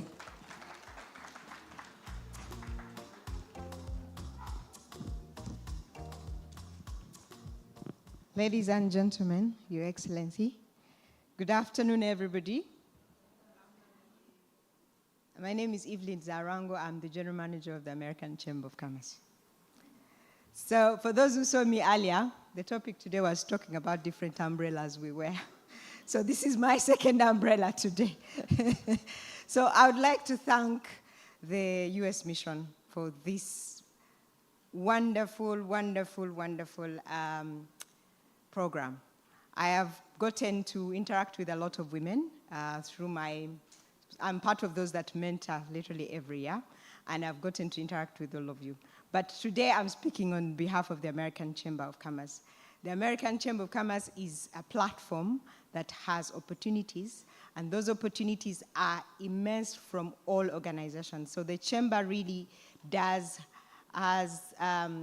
organizations that are internationally recognized. So any person who is part of the Chamber, any organization that is part of the Chamber, has that American affiliation. We have American-owned, American-managed, American exporters, American importers, and we have those that are doing programs that are for exchange programs with schools. So we have members that are international universities. So the Chamber really has this opportunity for you as women to tap into when it comes to mentorship, when it comes to collaboration. Today we are here because we want to support you. We have a lot of our members that are working with you today. MTN came in handy for all the women that are looking to have your merchant codes. I was told you want merchant codes. I told MTN, the ladies will be there. Please make sure you're there. We have members that are working in the financial sector when it comes to helping you to find your audits, your accounts and everything. There are members in the Chamber that are willing to actually volunteer their time to be able to help you. We have members from Brighter Monday. Brighter Monday, has a lot of capital resource for you guys where you can tap into, and they have a lot of programs that they are working on that are really focusing on women. The whole point of why the Chamber is here is to find opportunities where our members can benefit and where the people, our community, can benefit. So I'm grateful for this opportunity to be here to present to you. The Chamber doors are open to you. Please come to us, speak to us. What are the opportunities that you're looking for? We are here. We will lead you to those companies. And we have organizations that have international practices in their businesses. For mentorship, they will be willing to be able to help you and mentor you and be able to understand what are those standards for you to explore your business, to grow your business. So, ladies, thank you so much. I know we are an organization, and this organization, we also have women-led. One of the biggest companies in Uganda, that is ATC, for example, Citibank, those are all our members, and they are led by women. So just know the world is not ready for you, but it will get ready. So thank you very much, and I would like to thank Awi and everybody else, the partners that have worked with us to make this opportunity work. The Chamber is here to partner with you and work with you more when it comes to promoting the women opportunities here. So thank you very much, and good afternoon.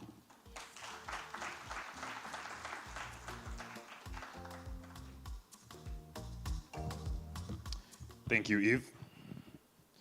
So in 2024, Africa Capital goes to Kenya and does a survey to find out who the top 50 most influential women are in Kenya. Guess who was on the list? Our next speaker. For some strange reason, Oh yeah, please, that is worthy of a clap.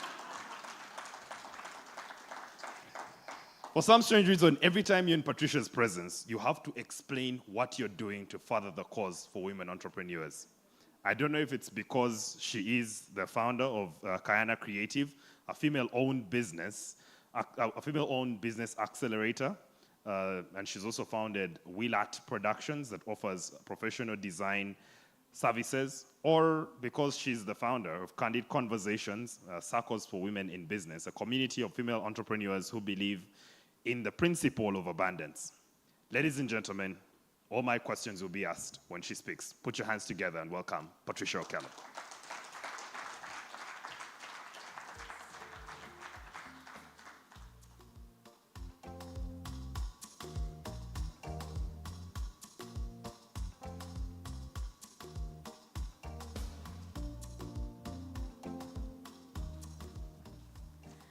Good afternoon, everybody.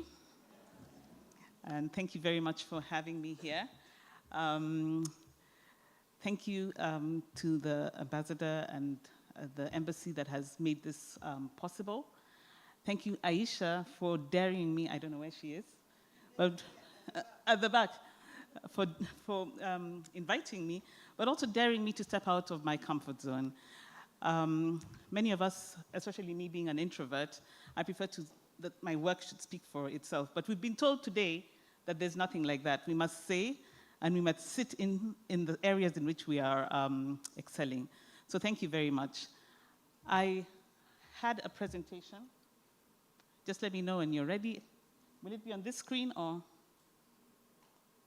if we're not ready, we'll keep going. So my name is Patricia Okello, an entrepreneur of 24 years. I usually don't introduce myself like this, but I will say I am a mother of 3 children, 22, but acts like she's 24, 19, and a 9-year-old. My husband, Joseph, has been my greatest supporter, and in many ways was the inspiration as to the reason why I went into business. As I've said before, I am an introvert, but one of the things that I have as my non-negotiable is authenticity. Just a minute. Okay. Super, thank you. We'll see if this is working, if the gremlin of technology is in the house. Oh, there I am. I enjoy reading, listening to podcasts, you know, all the things that introverts do. Any introverts in the house? Yeah? I believe in spirituality, and I liberally speak about the influence of my faith in my work. And the thing that I'm most passionate about, and the reason I'm here, is women and entrepreneurship, primarily because of the independence that financial freedom gives to women. Who was in the session at Candid Conversation today? Yep, we know women. We look like we're $1 million, even if we're going through, yeah. Right? We heard about it today. All right.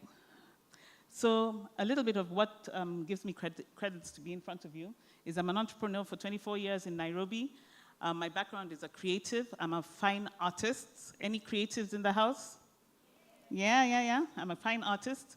Founded 3 organizations which have been spoken about already, and the ones that are in the graveyard have not been spoken about. Anybody with organizations in the graveyard?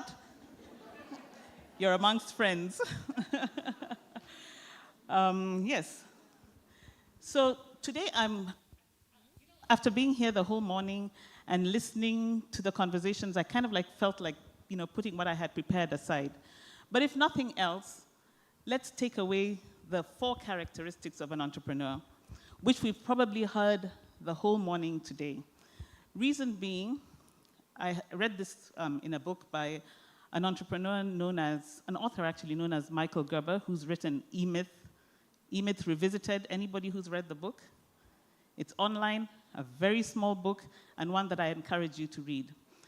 And he speaks about the 4 characteristics of an entrepreneur: a dreamer, a thinker, and a storyteller. And I'll try and weave in my story as an entrepreneur as we highlight each of these areas. So as mentioned, born and raised in Nairobi, my parents were not entrepreneurs. They were both worked in the civil service for many years. My father a lawyer, my mom a nurse. And when I decided to go into entrepreneurship, they were not excited. I was working in a media house, and I think they had seen the trajectory of my career coming from allowing me to be a fine artist to a mad institution that can actually employ a fine artist, and then for me saying that I'm leaving. So not really encouraged, but anyway, in 1998, as I aged myself, I met my husband, and we got married 2 years later, and he was working in a different town outside of Nairobi. And so I had to move to the coastal town of Mombasa, and at that time, there was no position as a graphic producer. So I was encouraged by his family, who are entrepreneurial, to then start, my own business. And so this begins the first characteristic, and I'm cutting this speech of 5 pages very, very short. My first foray as a dreamer. And the dream was to offer affordable design services to small and medium-sized companies. So if you have a product out there and you're thinking of the labels and the tags, many times the cost of getting a professional designer to do this was extremely expensive. And therefore, I thought, let me come in and offer those services to the entrepreneurs at affordable pricing so that we can see beautiful products on the shelves. I think I've gone ahead. Sorry. How do you go back? Oh, the big one. Oh, good. Okay. So the next characteristic after being the dreamer is to be a thinker. Now, the reason the dreamer and the thinker, I think, are two very intertwined categories, because many times we start a business without really thinking about the solution that we're offering, and then we have to go through a capacity building program that will then tell you to write a vision. So think of the dreamer of the dream and the vision almost entwined in one. The importance of the vision is being able to write it down so that other people can understand what it is that you're trying to do. Earlier today, we heard about how women tend to be, what can I say, tend to want to do things on their own, and they don't want to share what they're doing because they think that they're the only ones who can do things that way. But of course, the women who've gone through the the Awesome O program understand the importance of systems and processes, right? Yeah, so we're not those women we're talking about. We're the women who are sharing our ideas in a way in which it can be replicated, right? So I had my idea, worked in Mombasa for 2 years, and moved back to Nairobi because at the time, my husband's father had a health scare, and he's the firstborn, so we needed to come back, and he needed to join the family business. My father-in-law was very fortunate. I was very fortunate to have him as a father-in-law because he then offered me office space and said that the only thing that I needed to do was to pay him a nominal rent. So he had already heard that I was doing a little bit of business in terms of graphics and offering my offering, but gave me the space. The good thing about being given the space was then you start thinking of hiring a team because you're no longer operating from your home. Now you have an office space that you're operating from. And that was really fantastic because I managed to get my first employee and with great trepidation began to pay salaries. My first, those ones who are laughing, we know that journey. My first employee was not a graphic designer, so I needed to train her into graphic design. But what was really wonderful about that whole process of learning and training was we were able to take on a lot more work. Yeah? So then you see if you like, organic growth of the business begin to happen. And from that one employee, we then hired a graphic designer, hired somebody in the office who could run around and, now I was no longer the messenger, the designer, the everything. So basically those roles could now be divided. So you're beginning to share your vision and share it well. Then the next thing we have is the storyteller. Now, for us to be able to tell our stories, we need to sit in ourselves a little bit. And many women feel that it's a luxury to think of yourself and think of the things that are of value to you outside of possibly being a wife or a mother. And sitting in that space and understanding what your core values are is extremely important. And it's something that we encourage a lot within Candid Conversations, as was witnessed this afternoon. And so telling your story and understanding your core value, as I said, for me, it's authenticity is my core value. And ensuring that in every space that I walked into, I was my most authentic self is not a luxury. For me, it's who I am, and I encourage all the women in the room to go back. If you haven't had that moment of introspection and writing that out, it's extremely important. In 2014, I found myself at the age of 40, pregnant with my son, my last child. And for me, it was a pivotal moment in my life because I thought I had finished this whole journey of being a mom. I was running 2 businesses that were doing pretty well. I had been nominated for an award in Florida in that same year, actually, 2014. And for me, it was, I want to just go deeper. I want to expand my business. But God had other plans for me. And so I took a moment to now think through how can I still be a very present mother, even if it's an elder mother, and still do the things that I really enjoy in life. And in that process of writing and journaling, I actually wrote a book, a candid handbook for women doing business in Kenya. And that really took me on this new season in my journey as an entrepreneur. By writing the book, actually, had I not written the book, I would actually not be standing here today because I would have just been running my businesses in Nairobi, and that's it. And when I wrote the book, I had such faith in my storytelling skills that I printed only 50 books. And it was the beginning of COVID, and I recall taking a photograph of the cover, of Instagram era, and I remember taking a photo of the cover of the book and putting it onto my private Instagram account, and they were sold out within an hour. And so that was the affirmation. God knew I needed a miracle to affirm me for me to move forward.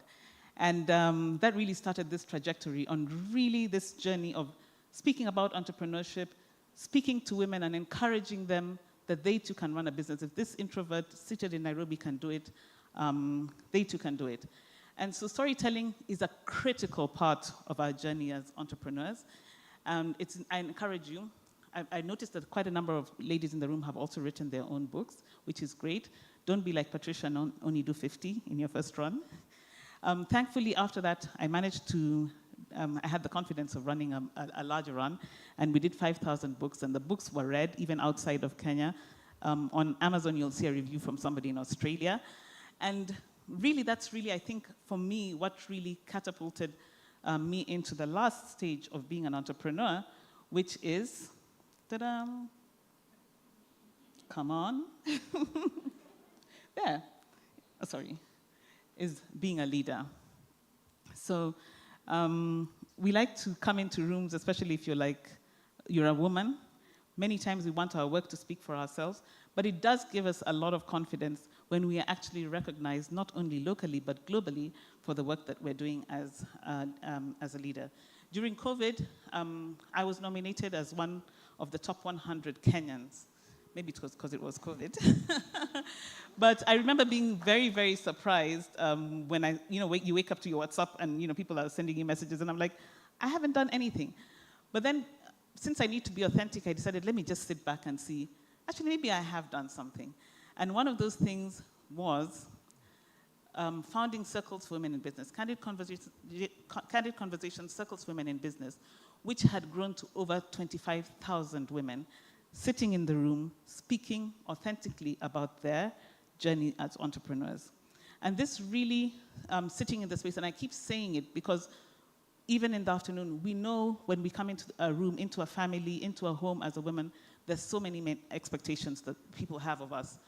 And it's easy to put on those all those hats and forget about ourselves. But I remember when I was doing one of the entrepreneurial courses that I've studied in a college in the US known as Babson College, the top entrepreneurial college in the US. I had to throw that in. One of our lecturers came into the room and she told me something that was so powerful. And she told, well, the whole class. And she said, you know, when you get in through that door, you come in with everything, all your life experiences, and everything that has happened to you. And you have a choice.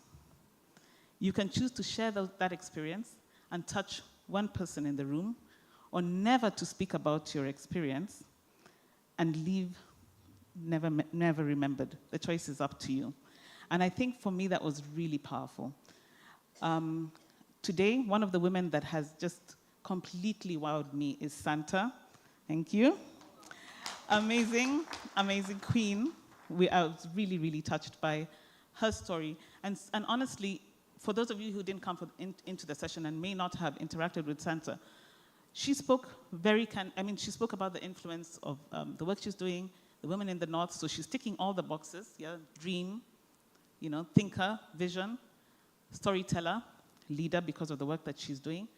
But when she came into the conversations, that is probably the memory that I'll go back home, is she's like a cat. She has lived 9 lives for real.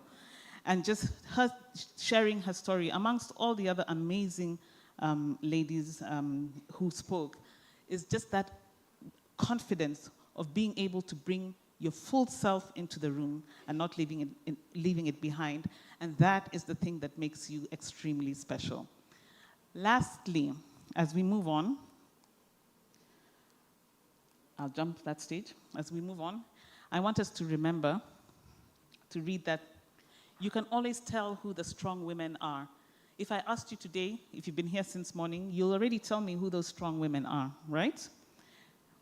They are the ones that we see building each other instead of tearing each other down.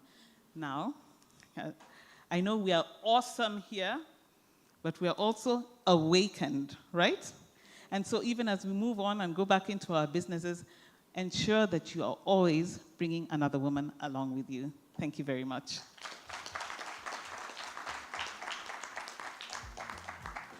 Thank you so very much, ladies and gentlemen. Patricia Okello, a round of applause for her. I have said this before, everyone has a story that is absolutely fascinating when you take the time to ask them about it. And it's very interesting. Most people don't think they have a story. I love to do interviews. Many of you know I've interviewed so many different people. And when I reach out the first time, they're like, me? I don't have anything to say. And then we sit down for an hour and a half and they're like, oh my goodness, I didn't even know some of these things about myself. So it's so important to open up, share, and have these candid conversations. So thank you so much for that platform and for the session earlier today. Ladies and gentlemen, I'd now like to invite our next speaker. Before joining the U.S. Foreign Service, she worked in higher education and the private sector. With the U.S. Foreign Service, she served in a number of positions in different countries, South Africa, the Democratic Republic of Congo, in Kenya, Tunisia, in Haiti as well, currently serving as a public affairs counselor at the U.S. Mission Uganda. It is my honor to invite Ellen Massey to come up and address you, and she will also do us the honor of inviting the ambassador. Welcome.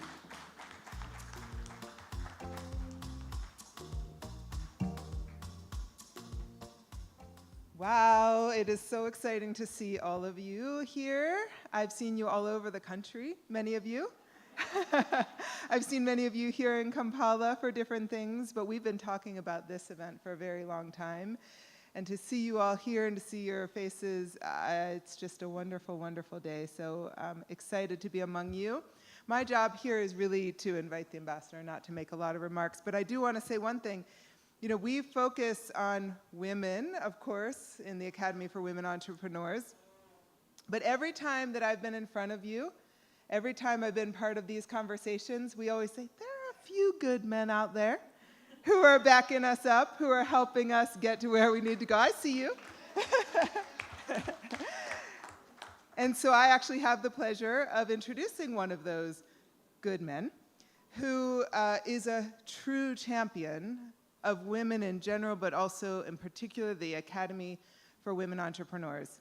Even before he came to Uganda, because this program is global, but it's even possible that before he came here, when I was in touch with him, he even mentioned that this is an important program for him and he wanted to be sure to be a part of it. So I can assure you that Ambassador Pop is somebody who is your champion. I think many of you have met him in Gulu, in Arua, in Bale, in Barara.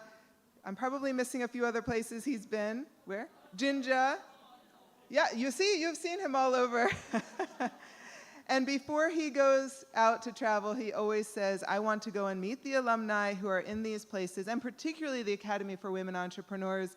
And he's spent a lot of time talking to you and looking at the things that you bring to show him that are symbols of the important work that you're doing and your businesses. So the U.S. Embassy as a whole is led and has the vision and direction of supporting you and continuing to do that because of our good leadership and Ambassador Pop.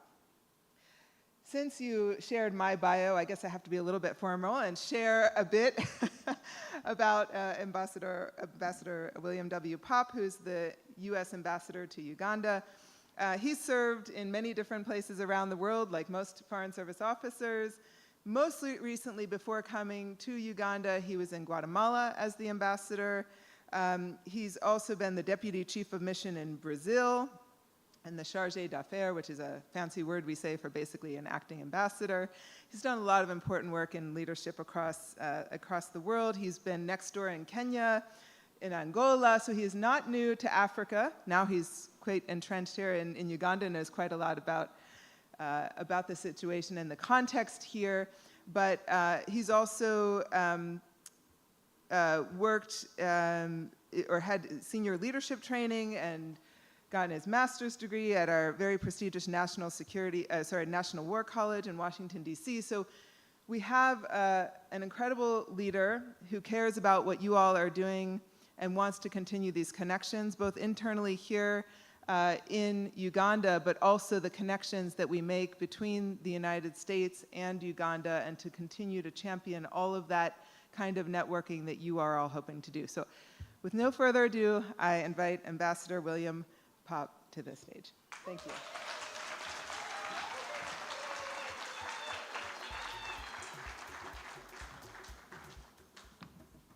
Okay, good afternoon. It is so wonderful to see all of you. First of all, thank you, Ellen. Thank you for all of the presenters this afternoon. It has been a tremendous pleasure to get to hear, and thank you, Patricia, for your keynote remarks as well. But it's been a tremendous pleasure to hear all of you speak about your experiences, your priorities, your opportunities that are out here for all the fantastic women entrepreneurs. And I am also particularly excited to come to this conference and be part of it. And Ellen and Amy and everybody can verify. I've been asking for months, like, when is the conference going to be? Don't forget to invite me. So I was very, because I've had the pleasure and really the honor to go around over the last year. I've been visiting with Academy of Women Entrepreneur alumni from across the country in all the cities that Ellen mentioned. And it has been just fantastically inspiring to see the work that you're doing, the impact that you're having in your communities, the impact that this program has had on your businesses. And we are honored as part of the United States government and the U.S. mission here in Uganda to have helped contribute, to help support that in a little way. At the end of the day, our goal in working with you, of course, is to help you and your businesses grow individually, but also the impact that you can have collectively, that you can have in aggregation in your communities, the people that you're employing, the families that you're benefiting.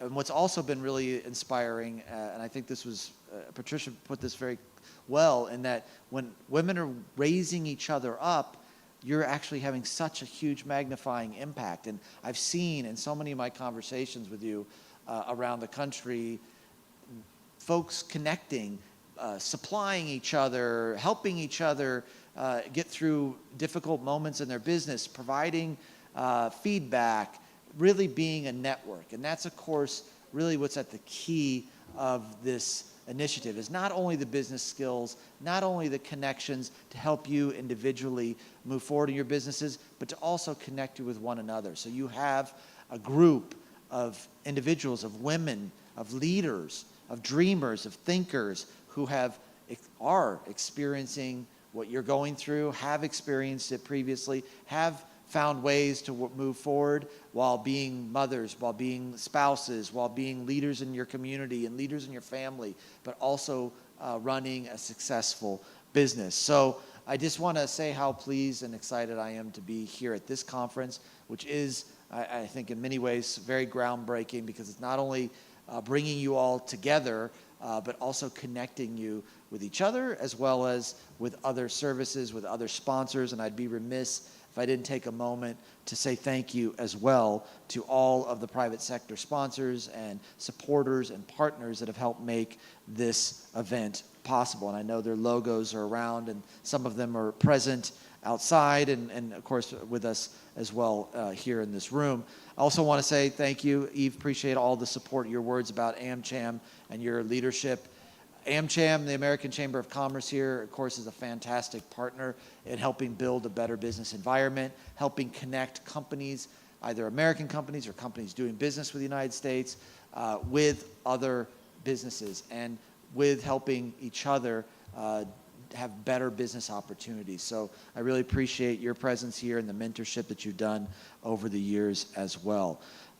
It is, just as I said, a tremendous honor to be here at this inaugural conference. Again, Ellen and Amy can verify this. Every time we get a message from Washington about opportunities that we can get new funding for or where we can be engaged, I'm the first one to forward it to them and say, we got to apply for this.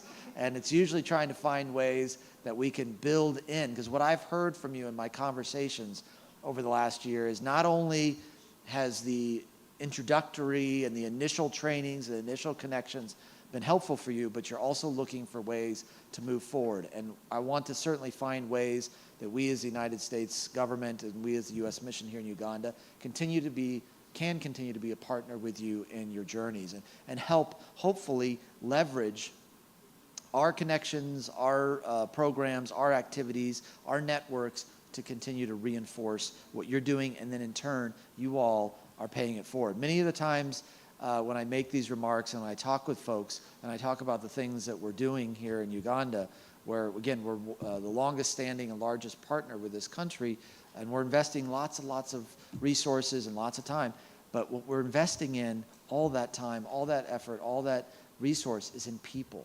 And ultimately, that's really what makes a difference. It's great to have big infrastructure, and it's great to have technology, and it's great to have all these other things. They're necessary as well, but it starts with people. It starts with skills. It starts with the connections that individuals can use those skills into advancing their livelihoods and achieving greater prosperity, where they can have the opportunities to lift their families up, to help their communities be lifted up, and ultimately lift up this country. So we are invested here, we are committed, and this is a fantastic example of our ongoing commitment, and you all are making us very proud with everything that you are doing. And so, of course, today we are celebrating all of you. The nearly 750 women who from 7 districts across Uganda who have completed this program since 2019. And this number, of course, represents not just your participation, your engagement in this, but it also represents momentum in person of the entrepreneurial spirit that women in Uganda represent, and the push that you are making on the boundaries and pushing those boundaries forward for women's economic empowerment, for job creation, for prosperity for all in this country, both individually and collectively. And so from Kampala to Jinja to Mbale to Arua, Gulu, Lira, Mbarara, all the places that Awe has reached, we're very proud that it has brought training, it's brought mentorship, it's brought support to helping you and all of the participants in fulfilling and realizing your dreams of building your businesses, contributing to your country, your communities, contributing to your country, and creating jobs for so many people. and shaping a stronger future for all. Since 2019, in partnership with many of the organizations present here, Shona Group, Kustawi Africa, iProfile Foundation, Ramela Foundation, the U.S. mission has been very committed to the Awe program, not to just having it be a training initiative, but also to have it be a platform for connecting women entrepreneurs, helping them turn their ideas into businesses, their challenges into growth, and their setbacks into opportunities. I know all of you have faced your own individual challenges, your own individual setbacks, but the fact that you're here today, the fact that you have reached this point, that with your businesses, with your training, with your capacity building, with your job creation, the people that you're bringing onto your payroll, the folks that you're selling your products to, your services to, the individuals that you're bringing into the formal economy, all of that is a testament to your hard work, to all of your accomplishments, and I think you all deserve a huge round of applause for that.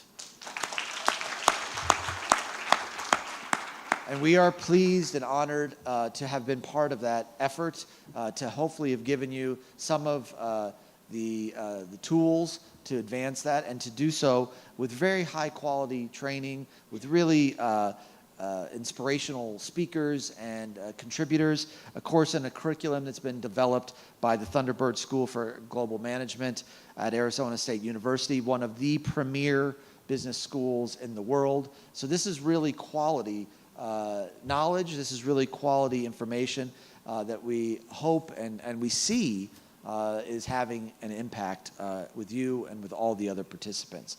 But of course, the Academy of Women Entrepreneurs is not just about building businesses. That is obviously very, very important. That is what has ultimately much of the impact, but it's not just that. It's also about building the confidence of the women entrepreneurs, the networks, the community that all of you represent, to uplift and support one another, and to be there for each other, and to be there for others when they face the hurdles and the obstacles that are inevitably part of starting one's business, growing that business, and ensuring it succeeds. And just one example of what we've seen is that power coming together, that building of confidence, that networking, that community, is this Alumni Association that we are so proud of for Awe, that has come into fruition, as well as the SACO that has been developed. And one of the very first things I did when I arrived here was to meet the originators of that initial savings group, and that to see it grow over the last year, to see the number of women entrepreneurs that have become part of this group, and to see how you, each other, are providing financial resources and access to capital to each other is incredibly inspiring. Underlying, of course, all this is the fundamental truth that women are vital to economic growth and economic development. We know this statistically, we know this in tangible terms, not only here in Uganda, but everywhere around the world. When women succeed, families thrive, communities develop, and economies are strengthened. It's basic math, right? 50% of the world we're leaving out of this process. And you all are representing that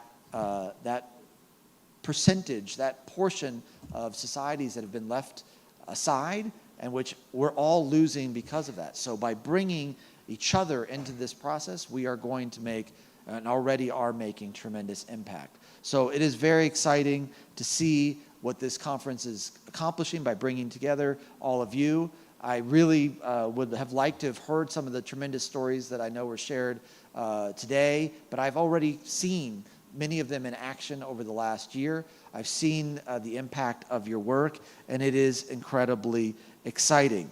I want to, before I conclude, I just want to emphasize that this is one of the programs that we work on. It is definitely a flagship activity, but it is integrated in a broader effort to lift up women, to lift up young people, to lift up individuals who are giving back to their community so that they can have that amplifying effect, that magnifying effect in their community. So please do, in this moment where we're celebrating and we're recognizing your accomplishment, please do also take this as a call to action, to continue to, as leaders, as change makers, as role models, take what you've gleaned from this experience, what you are garnering from these exchanges, and pay it forward. Share it with others. That was, again, what as Patricia was saying, true leadership is not holding it all together and advancing just yourself. It's really sharing it with everyone else, whether that's your story, whether that's your experience, that's your knowledge. Just a bit of shared confidence can do tremendous things for another individual. So I'm sure in this journey that you are all have been on, that you're on, you've had already many who have helped you. Please continue to pay that forward to each other, to others that you'll meet along the way, because that's truly how you can have the maximum impact and become the leader that I think we all want to be and that we see ourselves hopefully becoming. But sometimes we lose sight of that aspect, and we're focused so much on what we have to accomplish at this moment, what we have to do for ourselves individually. But being able to look beyond that is where we can truly have transformative impact. Finally, I just want to close by saying thank you to so many of the folks that have made this possible. Shona team, Joaquin, Samantha, David, all the others who have helped make this particular event possible. I also want to say thank you and extend the gratitude of the U.S. Mission to our longstanding Awe program implementers, Santa Aisha, Fiona, Monica, Sankara, for all of their dedication in working with our public diplomacy team and our mission to advance the Academy of Women Entrepreneurs over the years.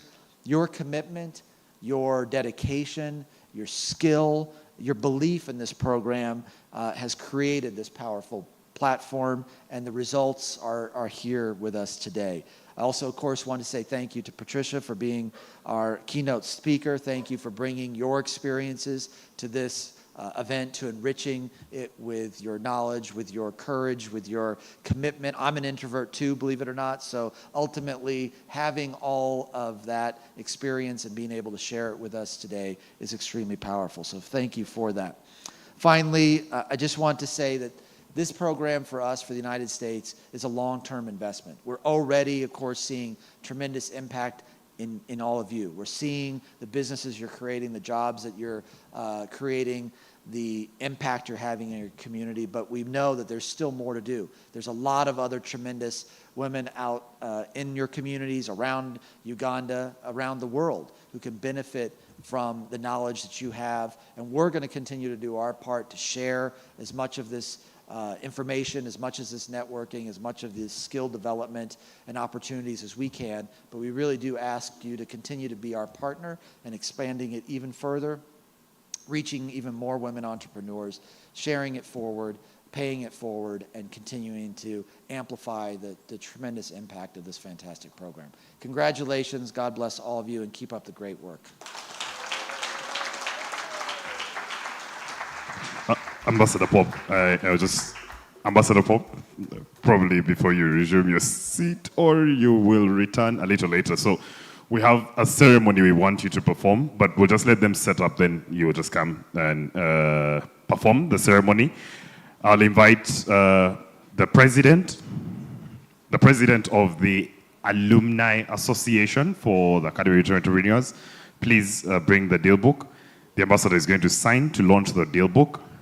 While that's happening, as we get ready for the signing, I'd like to invite the exhibitors to make their way to the stalls right now. We do have a fantastic showcase for the ambassador. Would like him to have a chance to run through, pass everyone, see what you're doing. So an invitation right now to all our exhibitors to please make your way to your stalls as quickly as possible for the showcase that we will have right after the signing.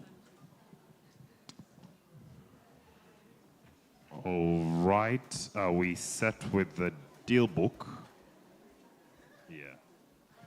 Yes. No, just a minute. I'm going to invite the ladies that are in the deal book. Please just come here on the side so that we get an opportunity to take our picture with the ambassador. So the exhibitors can move, and those who are the entrepreneurs who are showcasing, if you will please move to your stalls. The ladies who are exhibiting, just stay on the left of Blessing. Quickly there.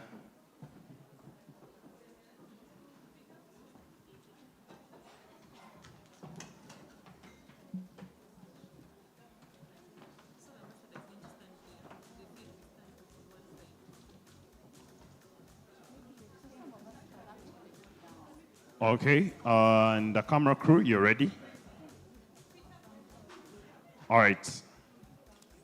So Ambassador Pop would like to invite you back on stage to officially sign and launch the deal book.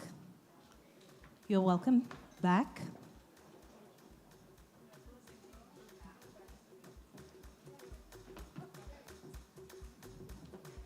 So are we in position? All right, then. So do we count down to the deal book launch, or do we just go ahead and sign to the... I think we'll just jump straight into it. But we can I think we can have a round of applause for that, though, eh? It is official. It is launched. Congratulations to the ladies of the Academy. Thank you so very much. Oh, yes, and we're handing the ambassador his own copy of the deal book. Now, one of the requests we've had is to have a group photo with everyone in the room. Yes. So we would like to ask that the ambassador remains on stage. The photographers are looking at me like, what? But yes. Yeah. So to all the ladies, I think we're now going to take the time to stand in front of the stage. So for the group photograph, I'd like to invite our ladies, our alumni here with us, who are still in the room, to make their way to the front of the stage.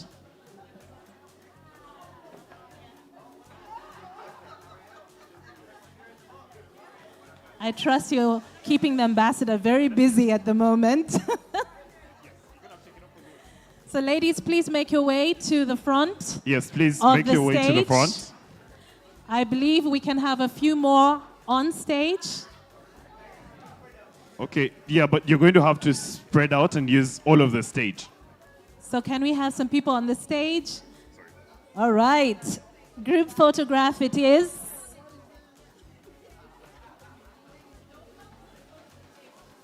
Oh, and please remember the stage has an edge, so just don't fall over it. So, please do not squish the ambassador. Please. Kindly asking, ladies, behave yourselves. One picture. One. Okay, we do not want to take too long. Are we ready? Are we ready? Big smiles, ladies. Wonderful. Asking our photographers. Okay, look right up here. He's standing up here. This is who I need you to look at. On 3. On 3, we're going to say Awe together, okay? Okay, 1, And you shoot 2, your hands up 3, in the air. And Awe.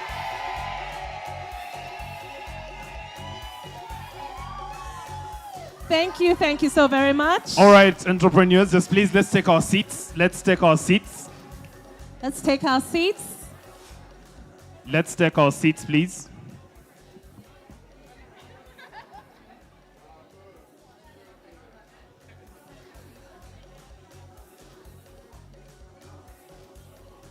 Please, let's take our seats. Let's take our seats, ladies and gentlemen. All right, please let's take our seats as we take on the remainder of the program. We are nearing a close. A very big thank you to Ambassador Pop. Thank you so much for being here, your passion for women, and taking the time to give us so much support. We have planned a showcase for you. So we are going to allow him to make his way out of the room to be able to visit all the exhibitors at their stalls. Round of applause for him, ladies and gentlemen. Yeah, let's give a round of applause to the ambassador.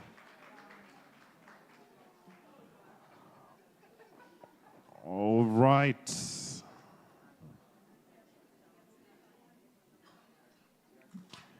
Once again, thank you, Ambassador William Pop, for making the time to be here with us today.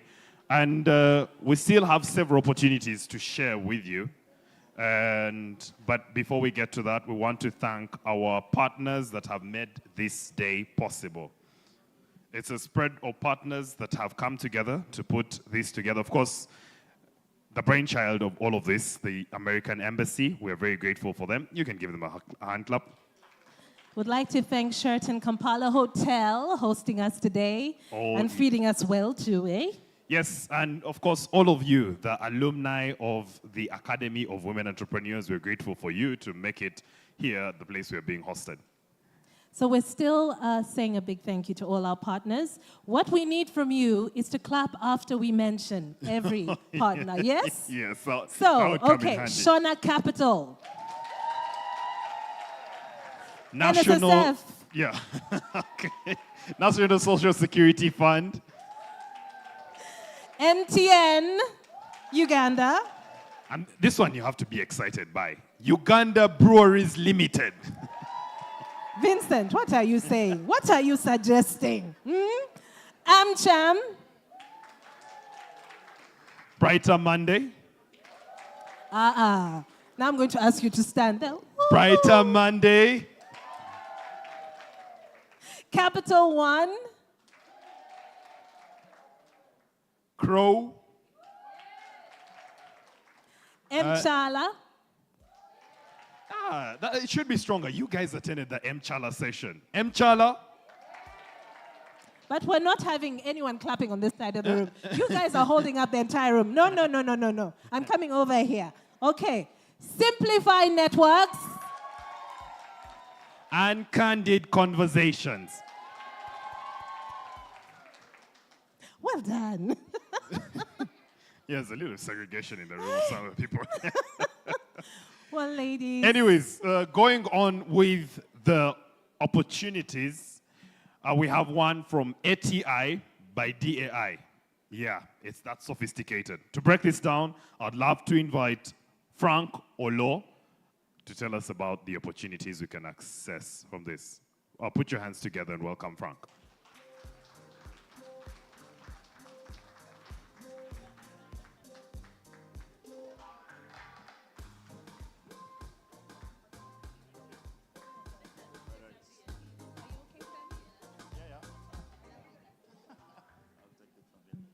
Hello.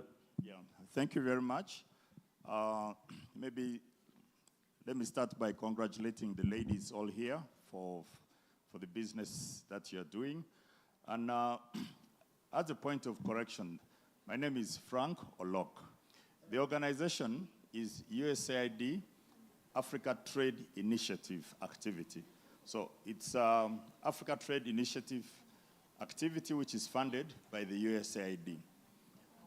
DAI is the contracting agency, the one which implements the activity.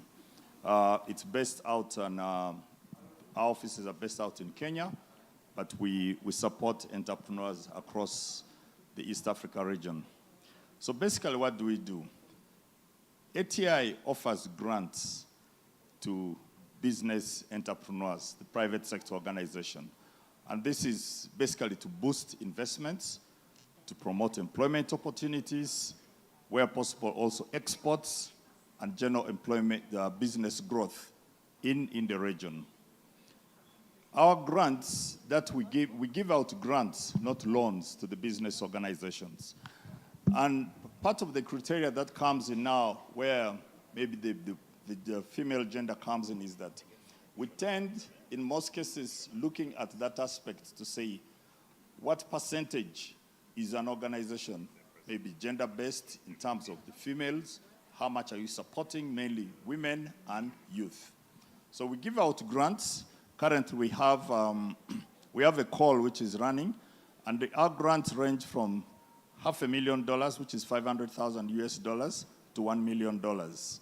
Now, we give these grants to you, the organization, but what we expect is that you should be able to have clear milestones, activities, or indicators of what you are going to do during that period. So we break it out. If we're giving you $500,000 of a period of maybe 18 months, we'll say for every milestone we're giving you, we'll be paying $25,000 or $30,000, break it according to the activities, which we agree with you. So once you have completed an activity, we've gone through it, based on the action plan we've established with you, you are paid. So it's a grant, it's not a loan. One of the things is, for it to qualify, is that it's a matching grant. So if we give you $50,000, we expect you to mobilize about $50,000 to put there. That might sound difficult, but it's possible because what we're doing is we support you to link you up to the financial institutions. There are other agencies which provide that activity. The idea here is that to have a sustainable business which grows, you need to put, and whoever is giving you also puts in something. And that's the only way you'll feel the effect and be responsible towards it. So currently we have a call which is going on. I encourage those who qualify can apply. I'm sure the organizers can share our contacts with you, the members, and if you have any questions, you can always get over. With the limited time, I hope that is quite conclusive, and we're always available for any further questions. Thank you very much. Thank you so much for that. I'd just like to remind you that we are still live on YouTube, so I hope you've been on your best behavior. And to everyone who's joined us online in the different districts who couldn't be here, can we just say hi, a big hi from everyone in the room? Hi, I hope you can hear that. Thank you so much for joining us. Up next, I would like to invite a representative here with us from MTN Uganda to talk about more of these opportunities available. Let's put our hands together to welcome them. These are for sharing opportunities.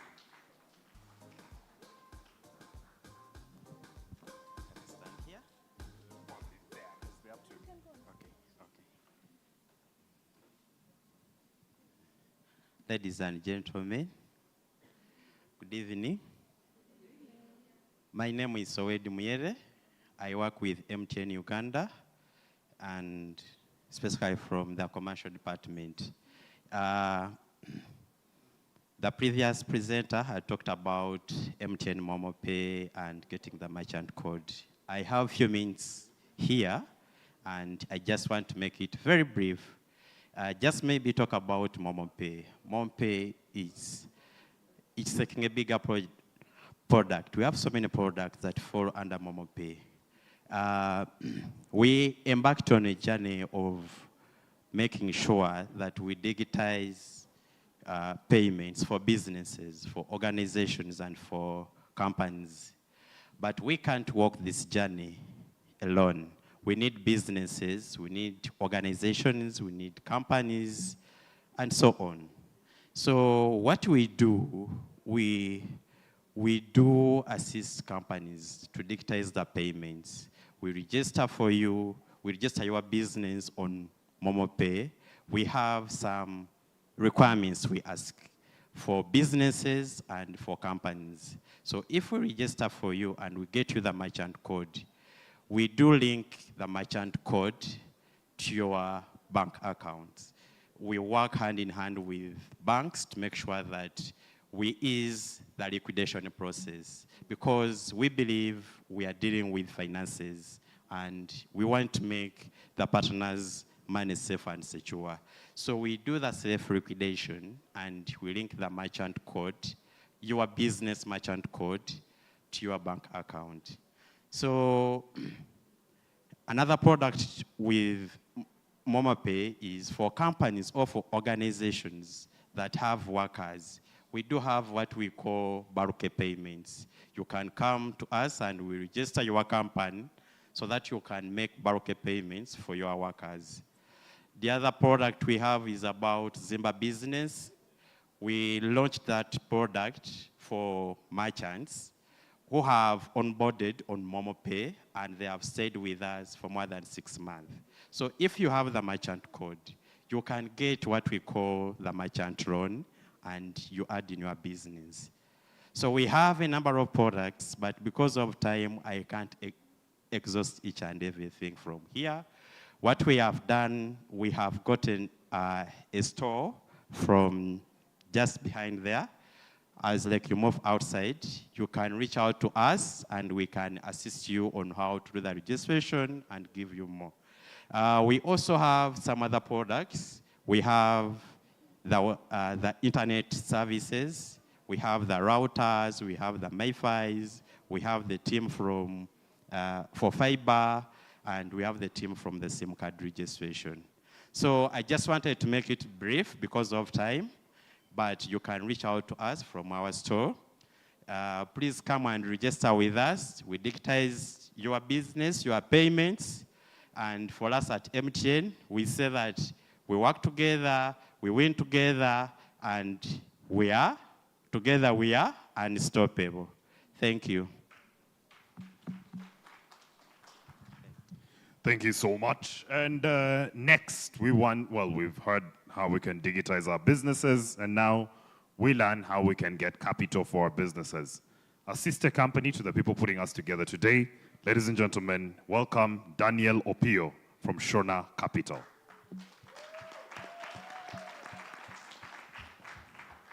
Oh, Daniel, yeah, sure.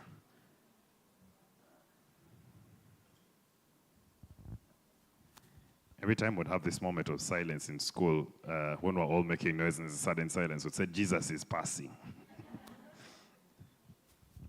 Welcome, Daniel. Thank you.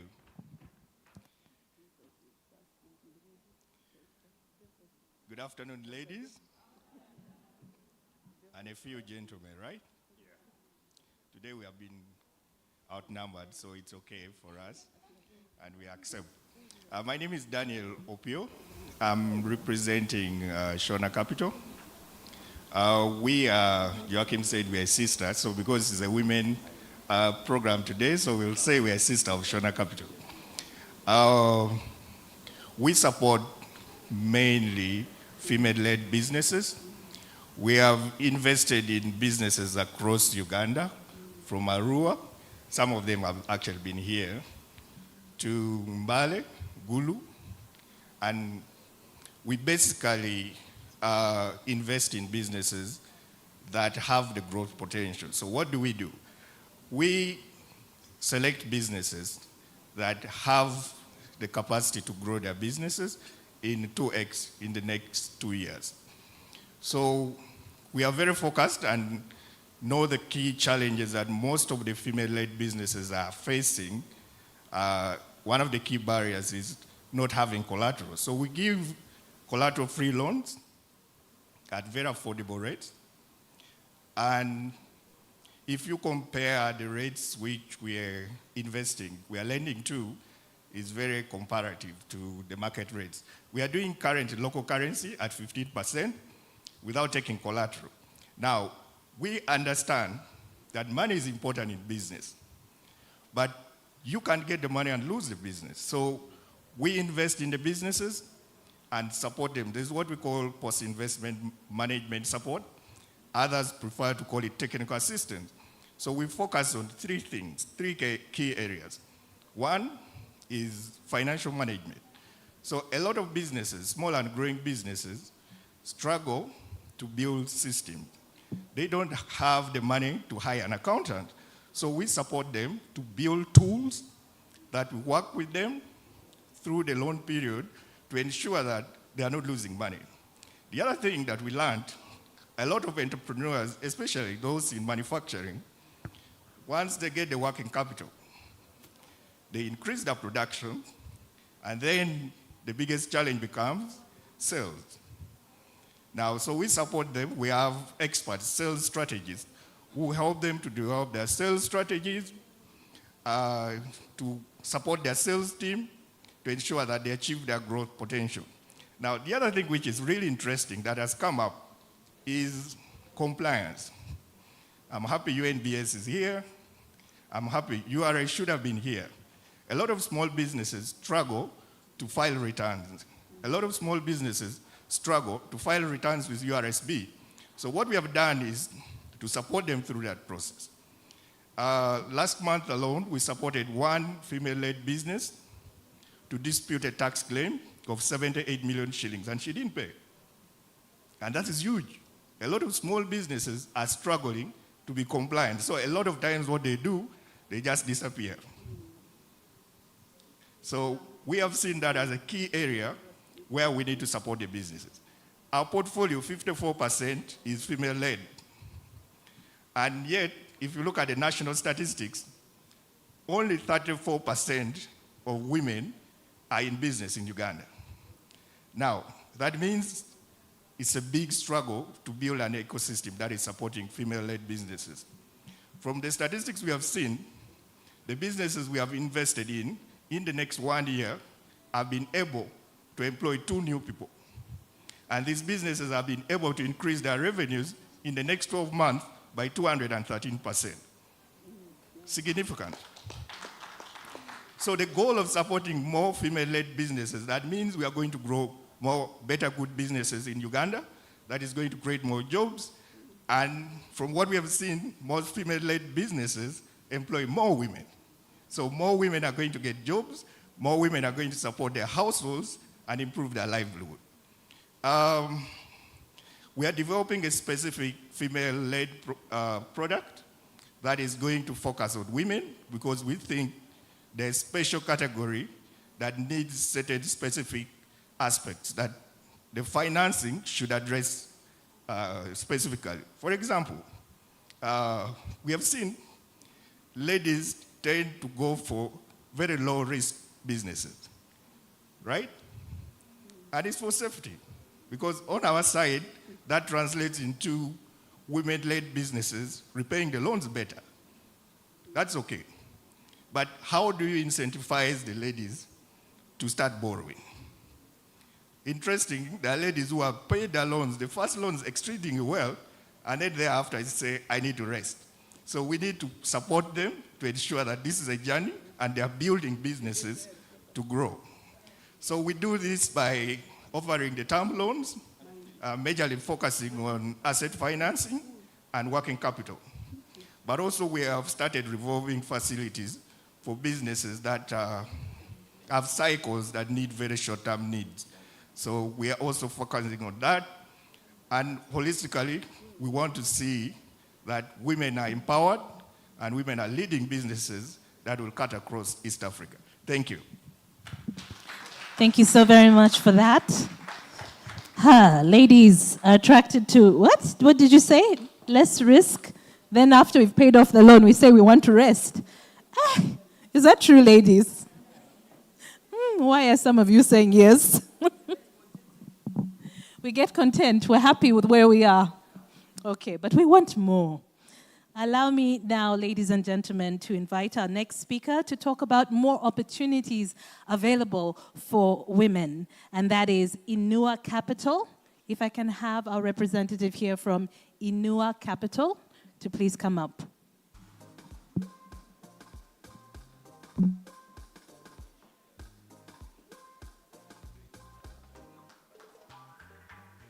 Round of applause for her.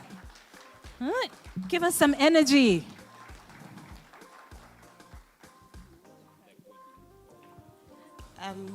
Good afternoon, everybody.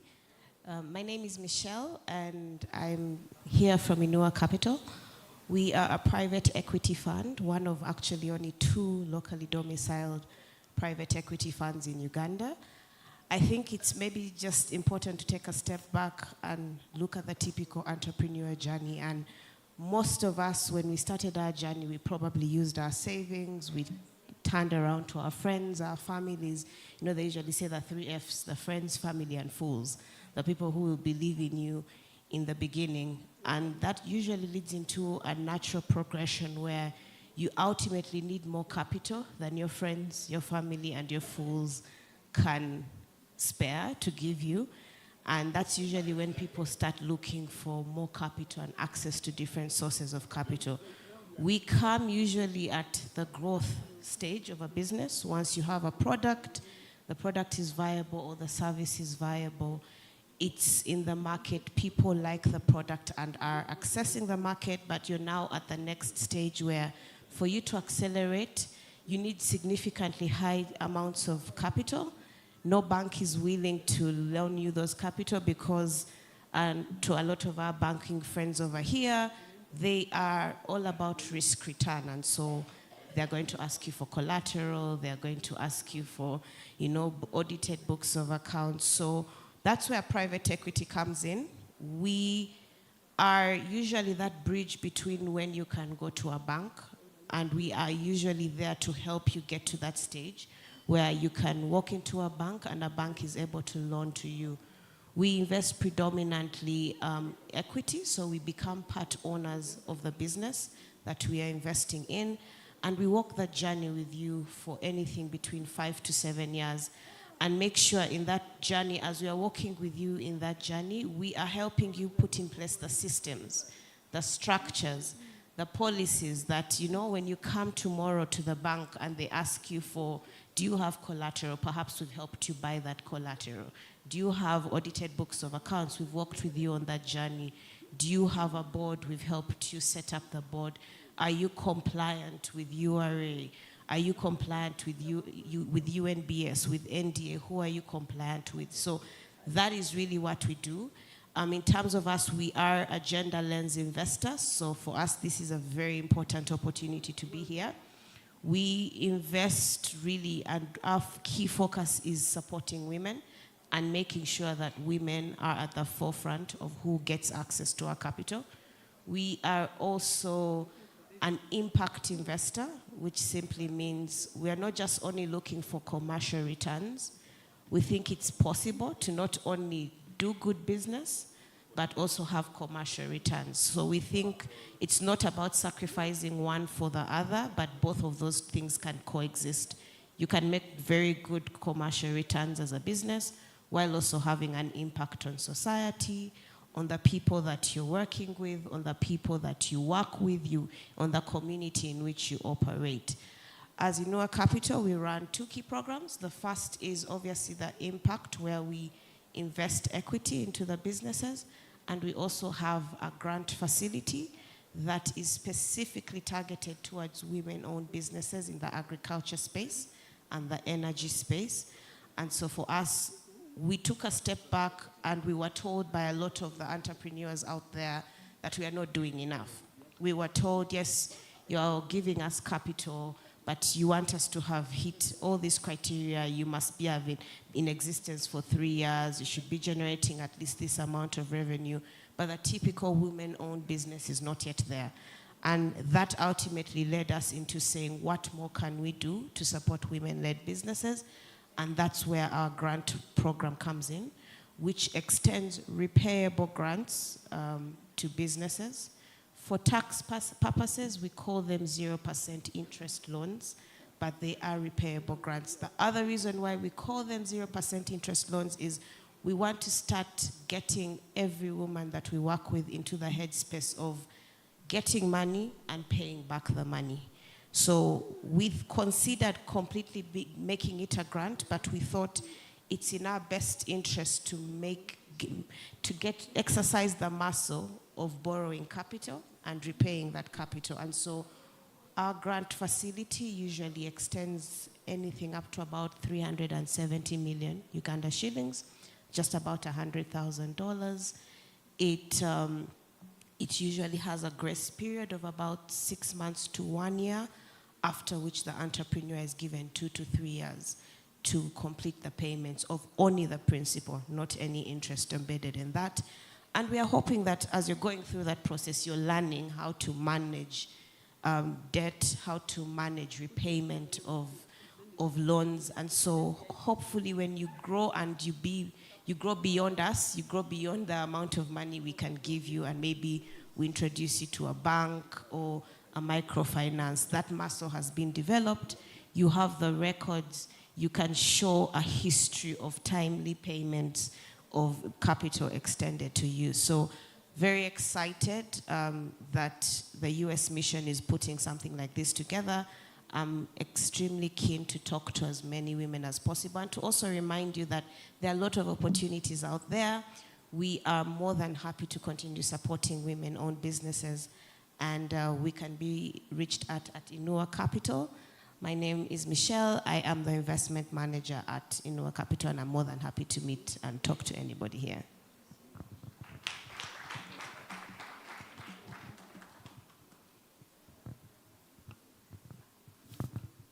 Thank you, Michelle. Several opportunities that we have to share with you, still in the capital framework. So I would love to invite a representative from Capital One Group. A representative from Capital One Group. And yeah, they're going to be telling us about what they're doing over there. It's one of those things that I've always had all my life, but I have no idea what you do. So yes, representative from Capital One Group.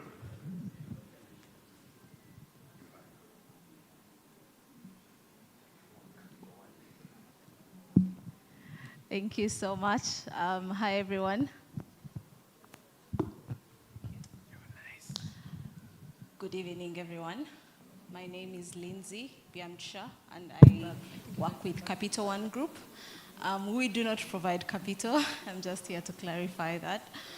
Capital One Group is a public relations and communications company, and basically what we do is to help young entrepreneurs, but also businesses, to be able to build their brand, position their brand, and give them visibility on the work that they are doing. And so Capital One Group, we majorly focus on public relations, marketing, and communications. So we are here to support young entrepreneurs. If you would like to find out how you're able to build your brand, getting into spaces and platforms where your customers are and how best you can communicate to them. So that includes storytelling, that includes graphic design, that includes PR for your company, for your businesses. How do you tell your story? How do you sell your product? How do you market your product? Who do you talk to? What spaces do you need to get into? And so we do all that kind of work to help your businesses thrive, but also to be able to build your brand and help you give visibility. There is a saying that when there is good news, it moves faster, right? So you're able to, if I am able to buy something from you, I'm able to tell the next person to buy that, and also able to tell the next person to buy that. So we are just here to support, in collaboration with AmCham.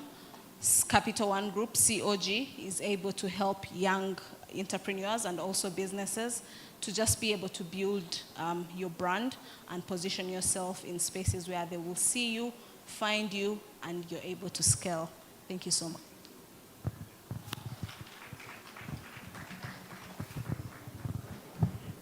Thank you so much for sharing that with us. And well, we still have a lot more opportunities to share. Now we want to hear from a platform that helps create employment and also connect employers to people who are looking for employment. Right about now, I'd love to call up a representative from Brighter Monday.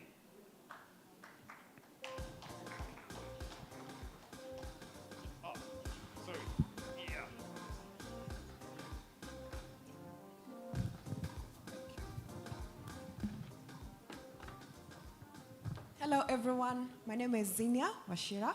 I'm the country manager of Brighter Monday Uganda, and I'm happy to be here with you.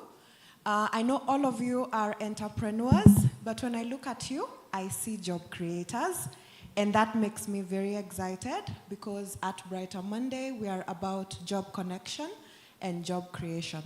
So as you know, we've been introduced, we are a job platform, but apart from that, we've also just launched an initiative that's called Be a Boss Lady Initiative.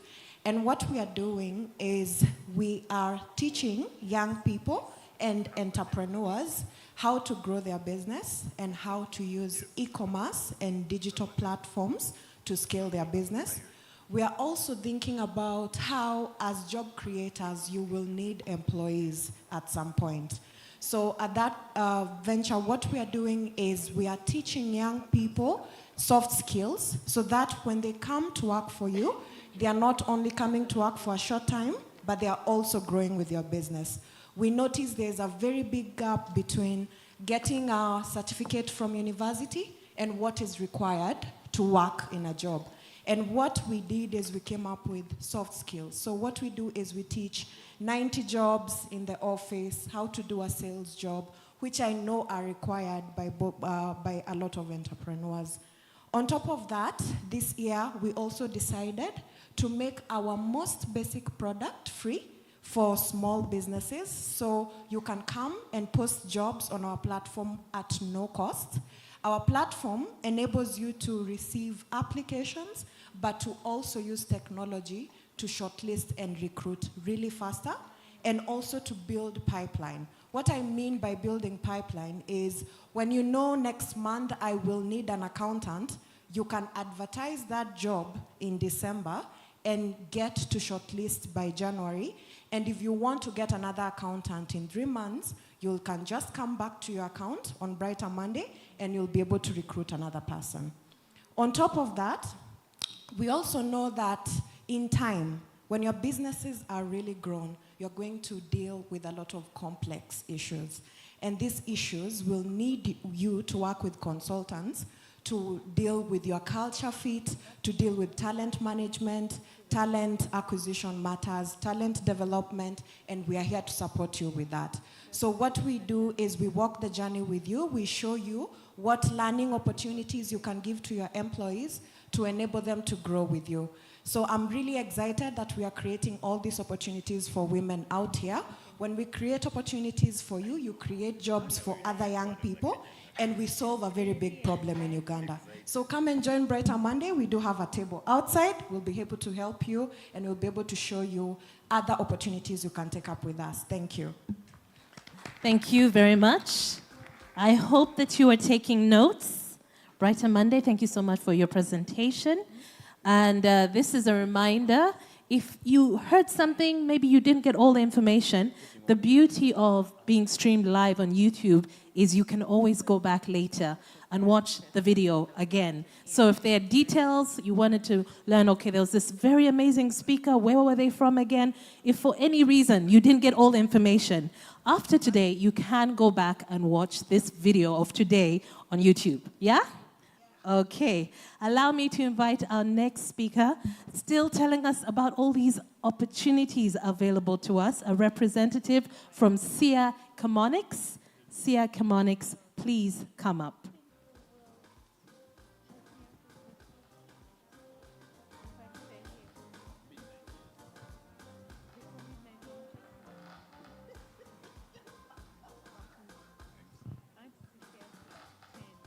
Good evening, ladies.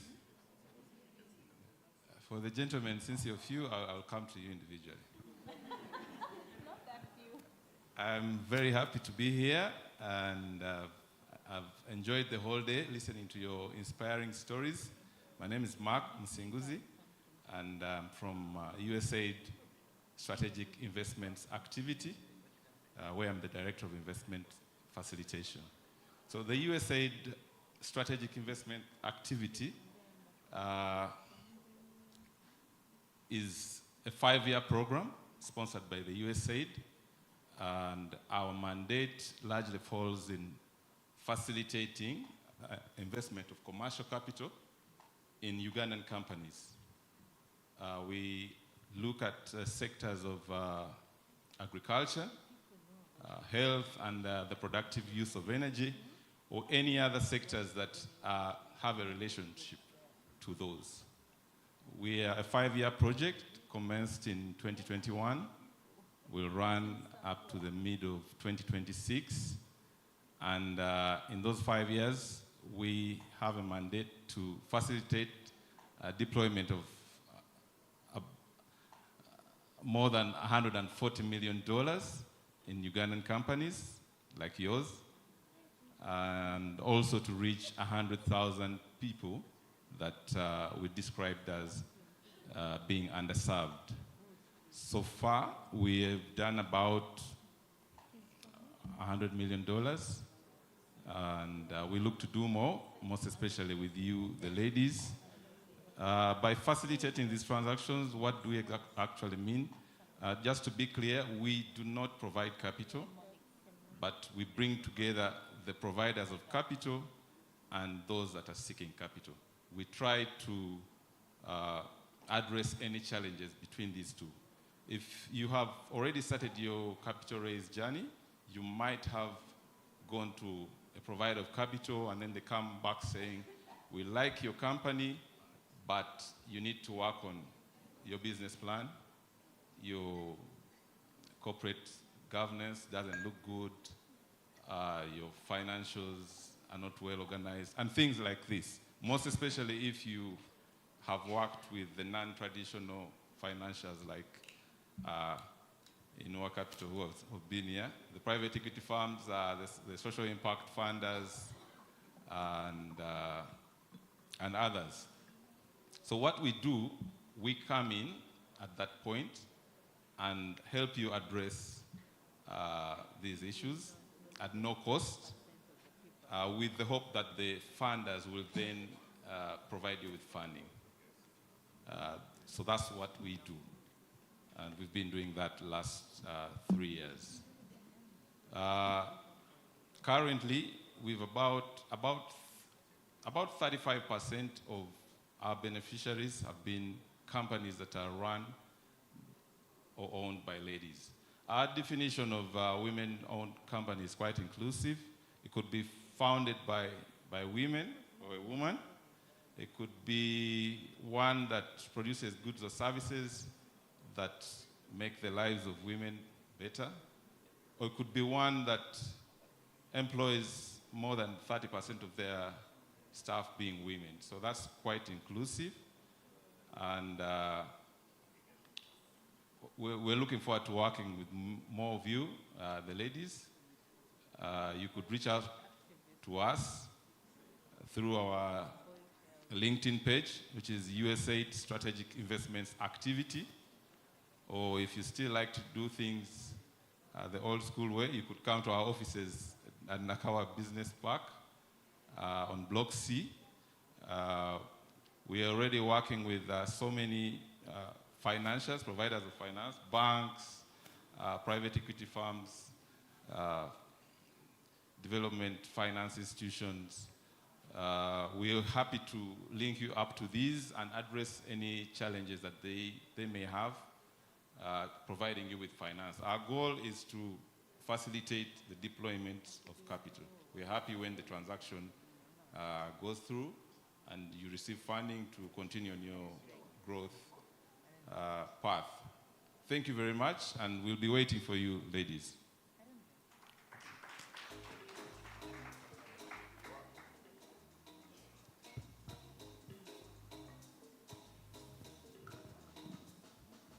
Thank you so very much for that.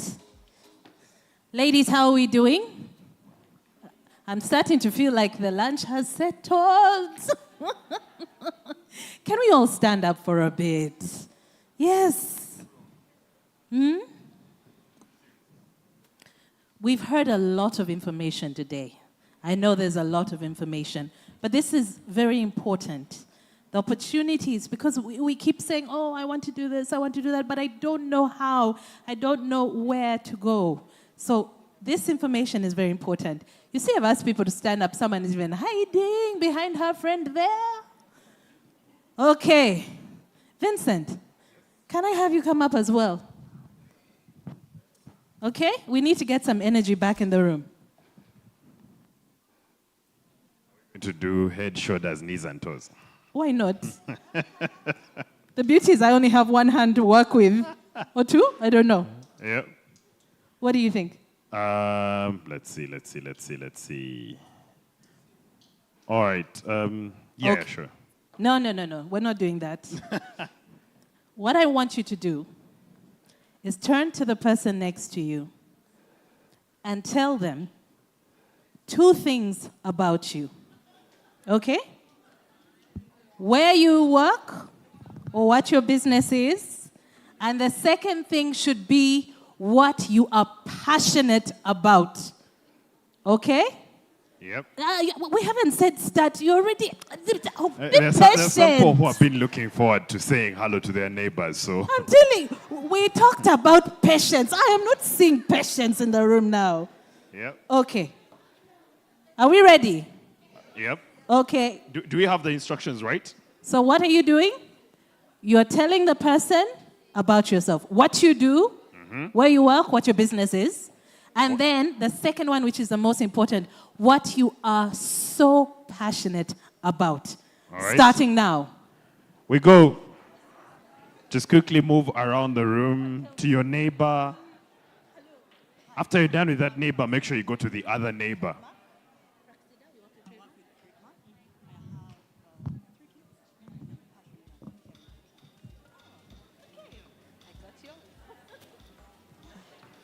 Okay, how are we doing? If I see you in a corner hiding, I'm coming for you. Then you become their neighbor. All right, 1 more minute. I see you. There are people who are passionate about so many things. What are you passionate about? Sleeping. Sleeping? You were not going to take that answer. No, no, no, no. Okay, ladies and gentlemen, we're wrapping up. Okay. Are we good? Okay, now can we have your attention back to the front of the room? I spoke to Praxida. She told me what she does. She has 3 children. I have 3 children. Hey. And she's passionate about children, about caring for children. Oh, so, nice. Maybe we can take just a few quick answers from the room. Oh yeah, but now you tell us about not about what you are passionate about. You tell us about what the person who told you is passionate about. So I guess Crystal will start from that end of the room. I'm going to take 2 answers from this side of the room. Can take 2 answers from that side. Okay. Coming down the ramp here. I am looking for, yes, I saw you talk to at least more than one person. So, yes. So tell us, what was she passionate about? Let's see who was paying attention. She's passionate about making sanitary pads. Okay. Yeah. Fantastic. And Very she noble, can tell us what you're passionate about. Oh yeah, what is she passionate about? She told me that she's passionate about fashion and designs. Fashion and design. To the ladies here. And you're in, Crystal? These 3 ladies, I think, are exchanging contacts. And That's a lot of passion, eh? okay, who was told that you? part of the instructions? No, but... So, did you tell each other what you're passionate about? Okay, what were you told? I was told she's passionate about healthcare, Dr. Eva, and she's passionate about fashion. She's a lawyer, but I've forgotten the name. A lawyer, but you're passionate about fashion. All right, then. Okay, and you? Now you have to tell me what she's passionate about.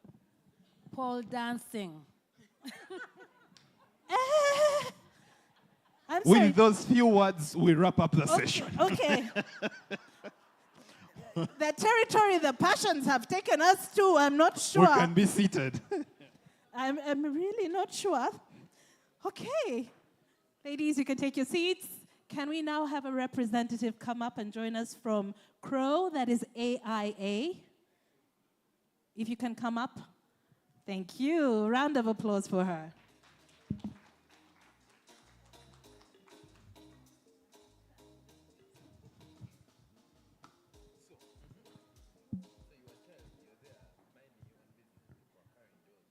Hello, good evening. Yes, it is evening. My name is Esther. I'm Tide, Senior Auditor with CROW. And CROW is an audit, tax, and advisory firm. I'm going to keep it short. And what do we do? So, are you troubled? You're trying to get a loan, the bank is asking for audited accounts. We are the people. you should approach. We would offer you that service very gladly. URA is knocking at your door. You are having problems with URA. We offer tax health checks and we offer tax filing and all services related with tax. That would be us. We also have a fully fledged HR department. Yes, it's a one-stop center. A fully fledged HR department that would also help you in recruitment. You know, as entrepreneurs, you're trying to grow the business and you're trying to recruit people and you're wondering, where do I start from? CRO is available to help you with that. What else? Maybe someone can remind me. What have I forgotten? Trina? Oh yes, we also offer secretarial, sorry, I'm mainly in audit, sometimes I forget the other departments. We also offer secretarial. You are being disturbed by URSB, NSSF, all those, we also offer them. We also offer other business advisory services, how to grow your business, what do you need at a certain stage of business. CRO is the one-stop center for all your business solutions. And we hope to hear from you as CRO. And we are located in Tinda, Church Road, just near St. Luke Church. Yes, that is where we are located. You can also reach out to us on any of our social media platforms. So hope to hear from you. Thank you. All right, so as we bring the opportunity session to an end, we've been talking about capital, getting capital and utilizing that capital. But after we get the capital, we definitely have to sell the products that we make from getting the capital. So right about now, I want to invite someone from Trademark Africa, to come and share with us what they do over there and how we can leverage the opportunities that they have. Let's put our hands together for them.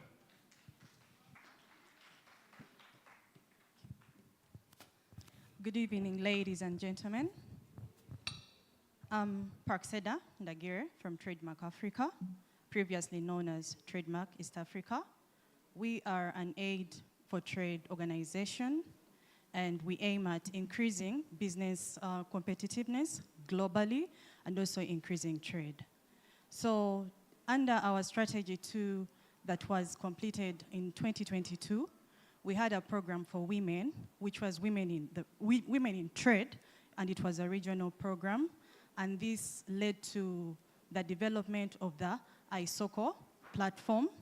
This platform was utilized in 5 countries: Uganda, Kenya, Rwanda, Burundi. And we've observed 63,000 users, of which 13,900 are women. And under our strategy 3, we are looking at creating jobs for the women, for the youth, not forgetting the refugee communities, as well as the people with disabilities. So as women, let us utilize the phone to access these services through the ISOCO platform. You can post your products, you can expand your businesses. At the same time, you can be linked to other market traders within the regions and within the global areas. Thank you.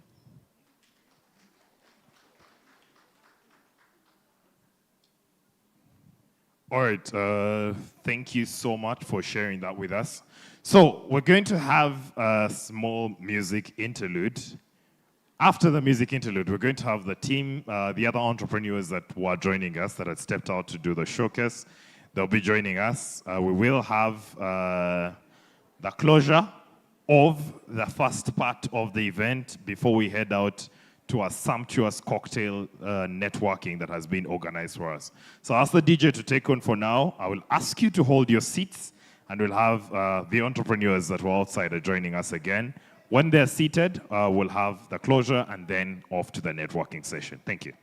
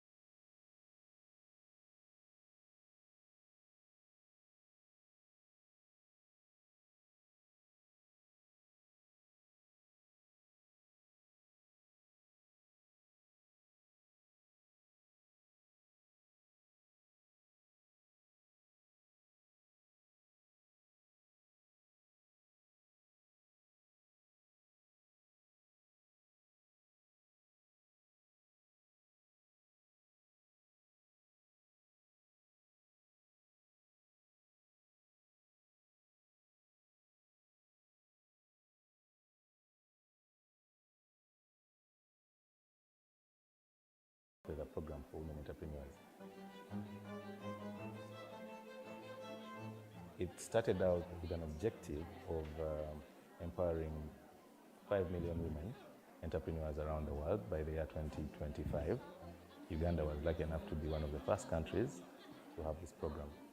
Since then, we've had 740 women plus go through the program in 7 districts across Uganda: Jinja, Kampala, Barara, Port Poto, Gulu, Lira, and Rua. The most amazing part about this program for me has been the realization that women entrepreneurs are superwomen. These women are mothers, they're wives, they have jobs, they're constantly on the move, while at the same time coordinating their business that is beyond superwoman. Cohort 1 and 2, me, Fiona, and Aisha, we led, and we managed to train up over 300 women.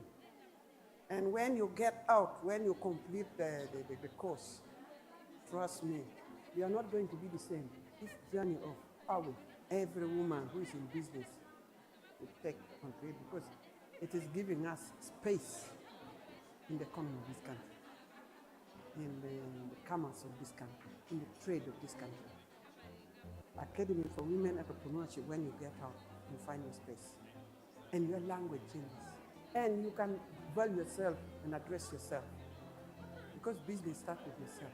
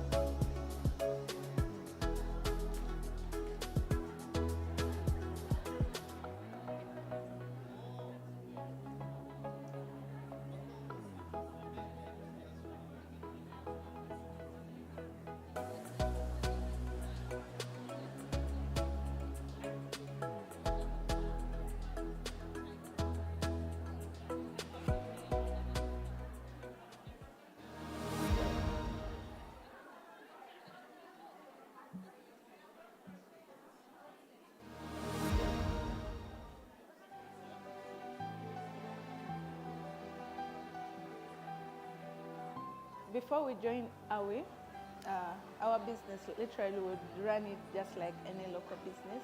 We didn't have any quality check system in place for our products.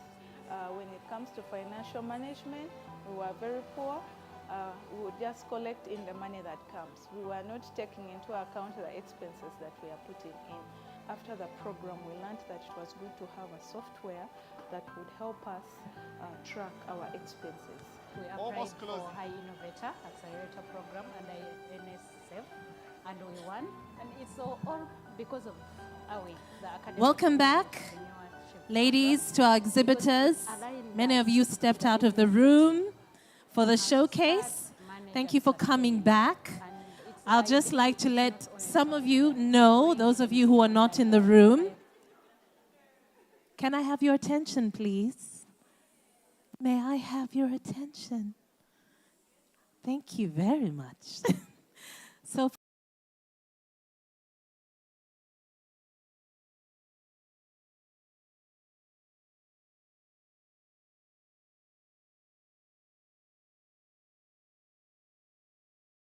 everyone who came today. So just to let you know, I mentioned earlier that we are live on YouTube, and this is a chance for you to go back and watch the video to learn about these opportunities, what you might have missed. A reminder is the YouTube channel is Shona Community. Okay, so you just go to YouTube, search for Shona Community. You'll be able to get today's video. And if you are out of the room while we're listening to some of the opportunities available, you can always take your time to go back and see what you can tap into. Now, we've had some amazing stories shared with us today, spotlights on some of the alumni. So we wanted to just have a look back at some of the videos before we wrap up today's event. Please. That have been impacted under this program. The biggest impact for my business was that I was able to come up with a business plan and holistically look at this business now in totality. And then, because of that, then the vision became clear for me of what I wanted to now do with this business. I did not have a strategic vision like this, but then when I did that academy program, I really pitched that for you to move something, you need to have the passion for it. And I knew that with nutrition, I would never go wrong. Through the academy, I got to meet a number of women who are really passionate about business. So that social capital alone gives me that joy. The training has been, I think, so far the best training I can get. In terms of business-related skills training, I learned how to distinguish myself from the market, what I'm offering, and to which client. I used to just jumble it up. I sell OD, I sell this, but this course taught me to know exactly what am I presenting. Working with the academy has built my capacity, has built my understanding on how to be in the market.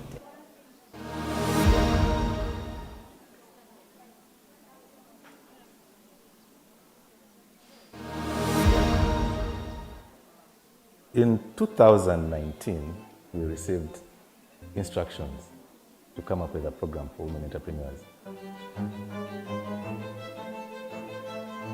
It started out with an objective of empowering 5 million women entrepreneurs around the world by the year 2025.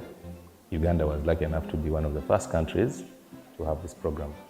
Since then, we've had 740 women plus go through the program in 7 districts across Uganda: Jinja, Kampala, Mbarara, Port Portal, Gulu, Lira, and Rua.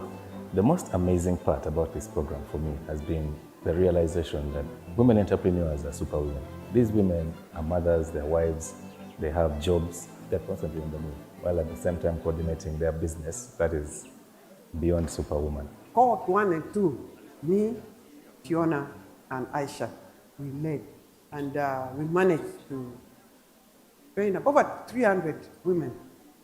And when you get out, when you complete the course, trust me, you are not going to be the same. This journey of Awe, every woman who is in business will take onto it, because it is giving us space in the economy of this country, in the commerce of this country, in the trade of this country. Academy for Women Entrepreneurship, when you get out, you find your space. And your language changes. And you can value yourself and address yourself. Because business starts with yourself.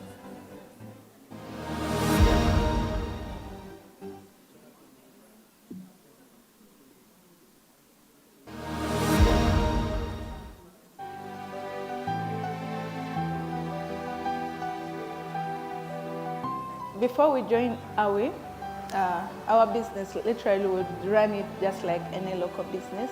We didn't have any quality check system in place for our products. When it comes to financial management, we were very poor. We would just collect in the money that comes. We were not taking into account the expenses that we are putting in. After the program, we learned that it was good to have a software that would help us track our expenses. We applied for High Innovator Accelerator Program under NSF, and we won.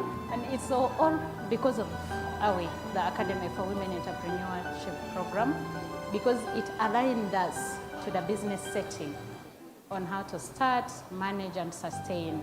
And I believe it's not only stopping here, it's going even beyond, and there are many lives that have been impacted under this program. The biggest impact for my business was that I was able to come up with a business plan and holistically look at this business now in totality. And then, because of that, then the vision became clear for me of what I wanted to now do with this business. I did not have a strategic vision like this, but then when I did that academy program, I really pitched that for you to move something, you need to have the passion for it. And I knew that with nutrition, I would never go wrong.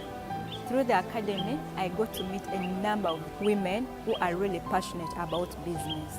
So that social capital alone gives me that joy. The training has been, I think, so far the best training I can get in terms of business-related skills training. I learned how to distinguish myself from the market, what I'm offering, and to which client. I used to just jumble it up.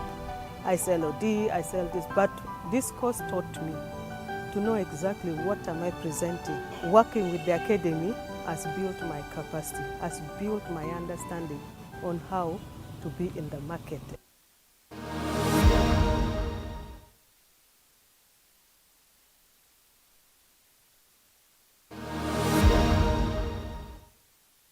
AWI as a program has given me visibility. I've been able to go on TV interviews. I've been able to access bigger partnerships. They have taught us so many things, but in this, it's a networking. So it has given you that visibility, and then it also enables you to be able to network with different people and also partner with different people in different countries to be able to put your business out there. Through the journey, we learned quite a number of things. I realized I didn't know most of the things, yet I was in business.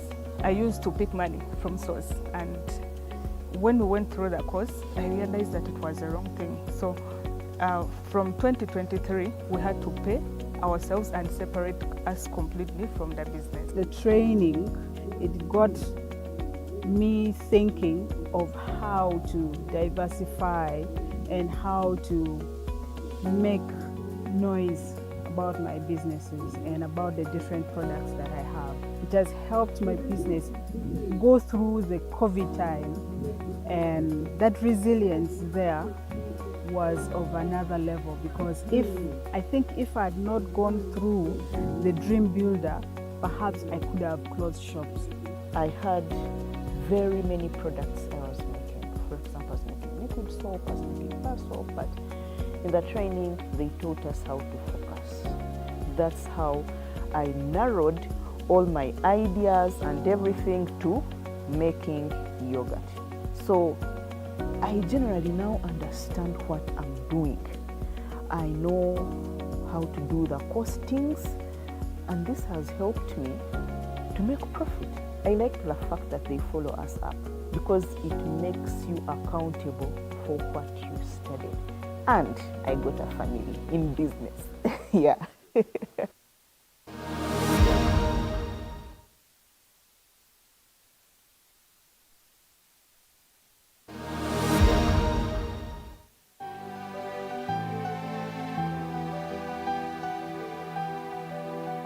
Before we joined AWI, our business literally would run it just like any local business. We didn't have any quality check system in place for our products. When it comes to financial management, we were very poor. We would just collect in the money that comes. We were not taking into account the expenses that we are putting in. After the program, we learned that it was good to have a software that would help us track our expenses. We applied for High Innovator Accelerator Program under NSF, and we won.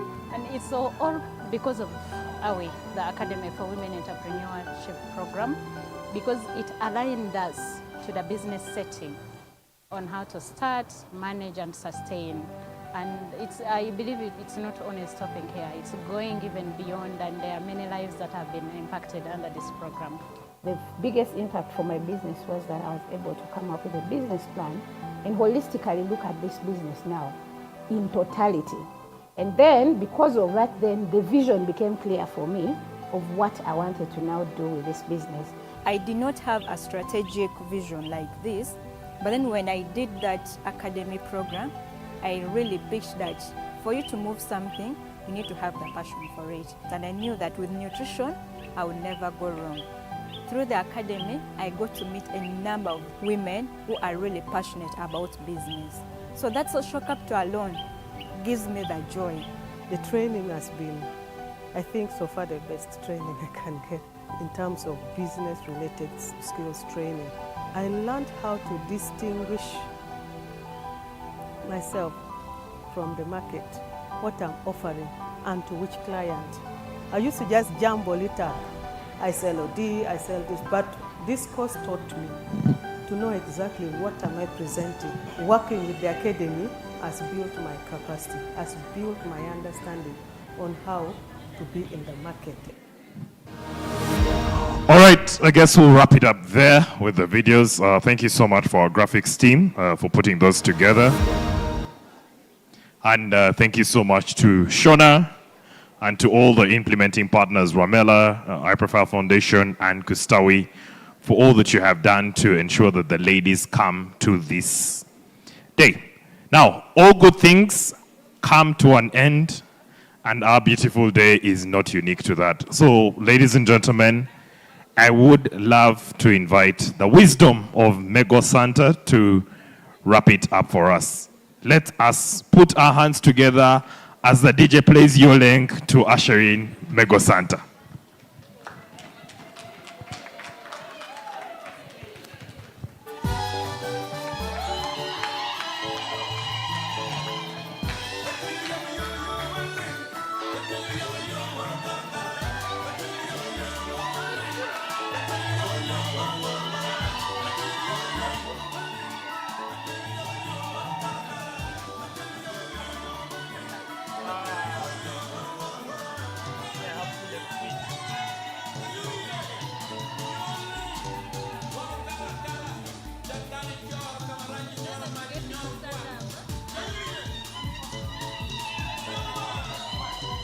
Okay, that's enough.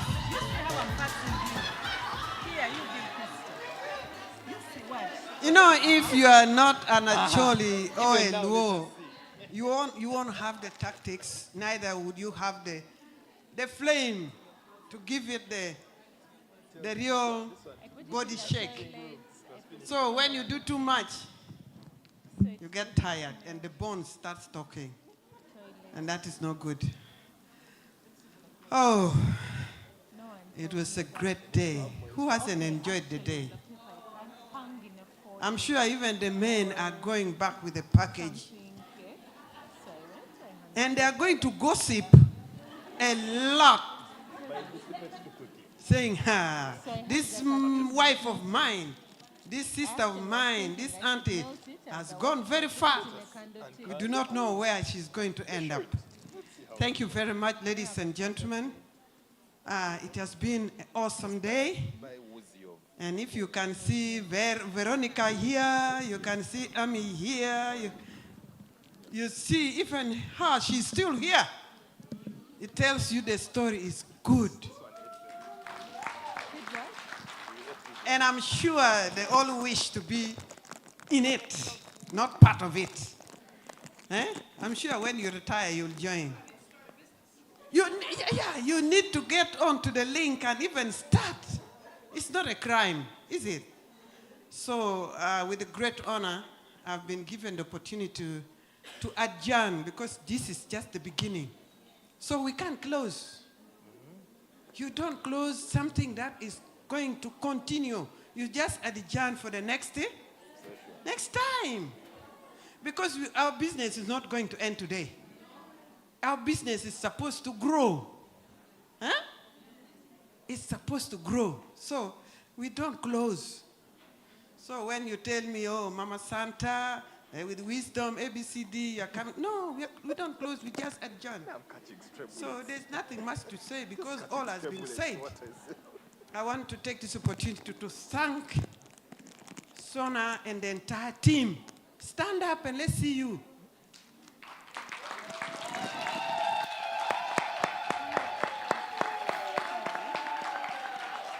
Great men and women. And then let's see who else. All the partners that I've seen their names written, including government institutions who have sat with us and they have spoken to us. It's important because Academy for Women Entrepreneurship is basically knowledge and skills. So you can't say you know it all. No, you need people to come and add on. We were in a room somewhere. Some people cried. I said, me, I don't cry. So I'm very honored to say that Academy for Women Entrepreneurship is one of the biggest business tools we've got. So take it, carry it along with you every time.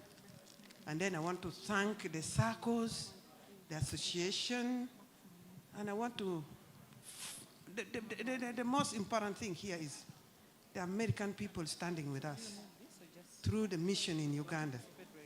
Because some of the things, without that mission, without the American people and American government, we wouldn't have it because the big resource is from them. So we are extremely grateful, Ami, and your team. The ambassador has left. Veronica and you are here. We are extremely grateful. And I can't forget to thank the host, Sheraton. And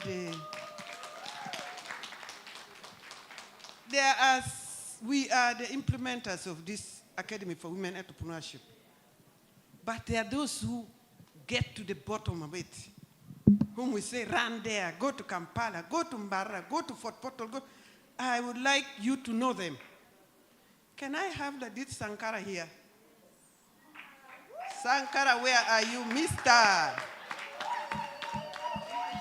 Is Joyce here? Is Joyce here? Come. You don't need to wave. We want to see the whole of you. Can I have Monica here? Monica Okumu, be quick. And can I have Donna Lisa? Where is she? Is she here really? Running the what? Donna, come here. Joyce, come here. Where is she? Oh, where has she disappeared? This one we call the actual men and women on the job.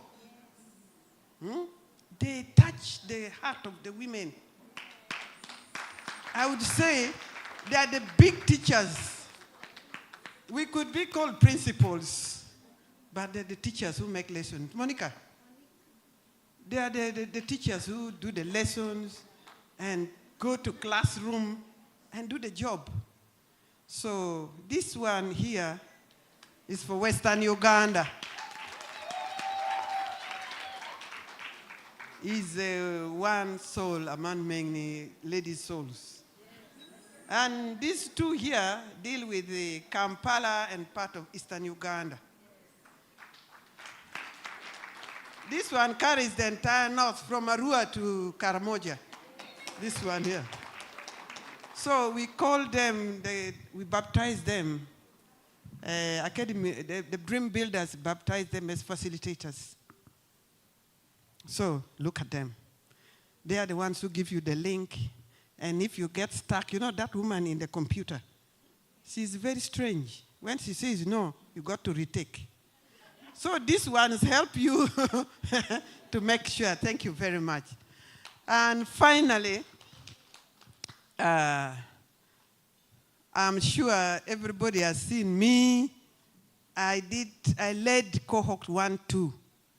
And Kustawi took cohort 4, cohort 6, and cohort 8.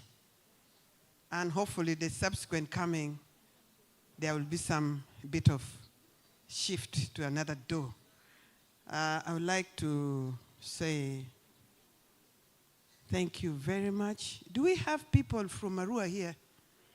Can we stand up?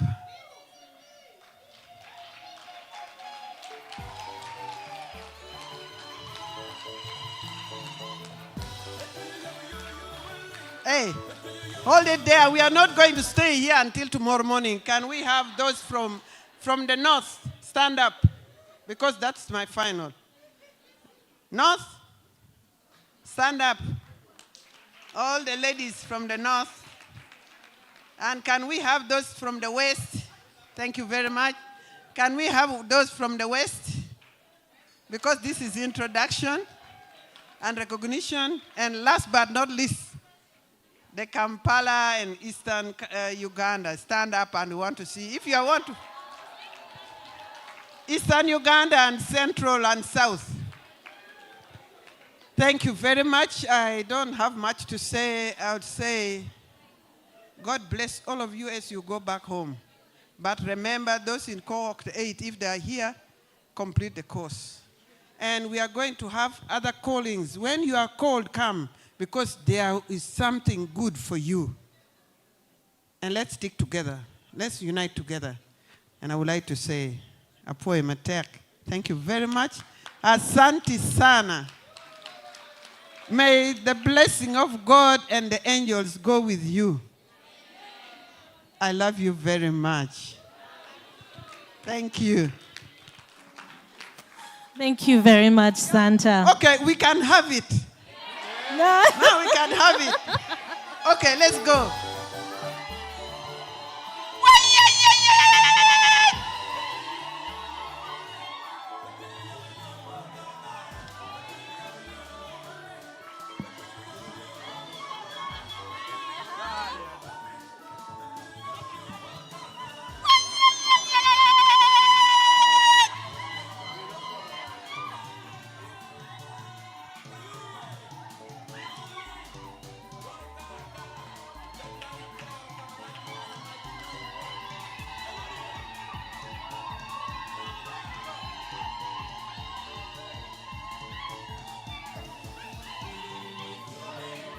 Beatrice!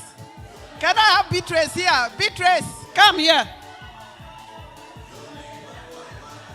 That jolly girls. Come and show it. Show it to them. Show it to them. That jolly girls. Okay.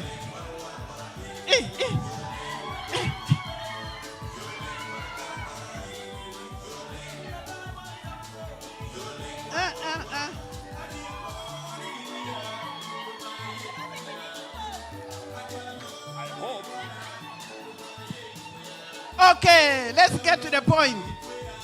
Hey, hey, hey, hey, hey, hey, hey, hey, hey, hey, hey, hey, hey.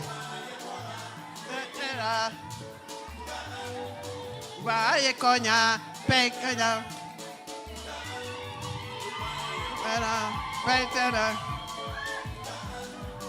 Vaya coña, petema.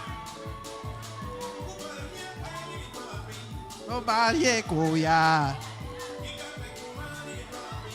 Lo baye kuya. Lo baye kuya.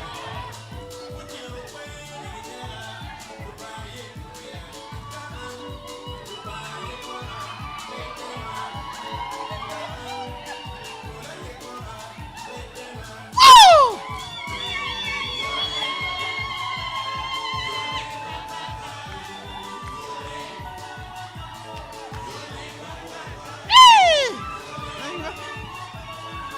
Leng waru kara kara. Yo leng. Yo leng waru kara kara.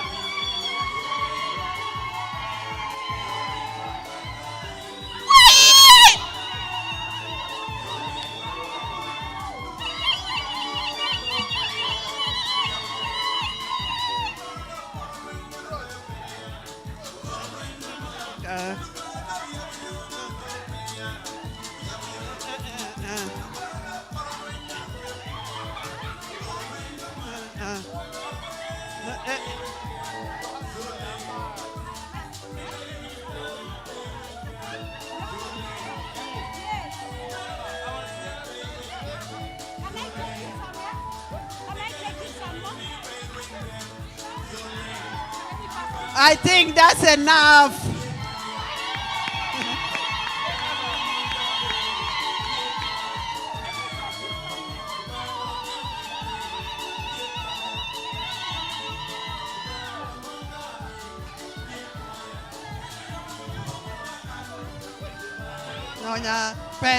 I think that's enough for today. Woo!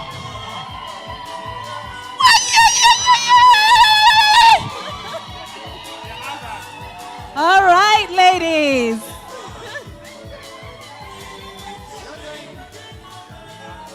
Thank you, thank Your you.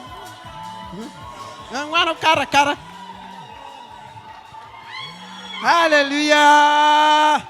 Amen. By the way, this song is very significant. It's not just we are dancing that the rhythm is good.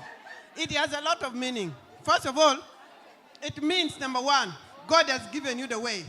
So God has given you the way to do business. People tried to bring you down, but God was with you. They couldn't do it. Police tried to arrest you. They failed.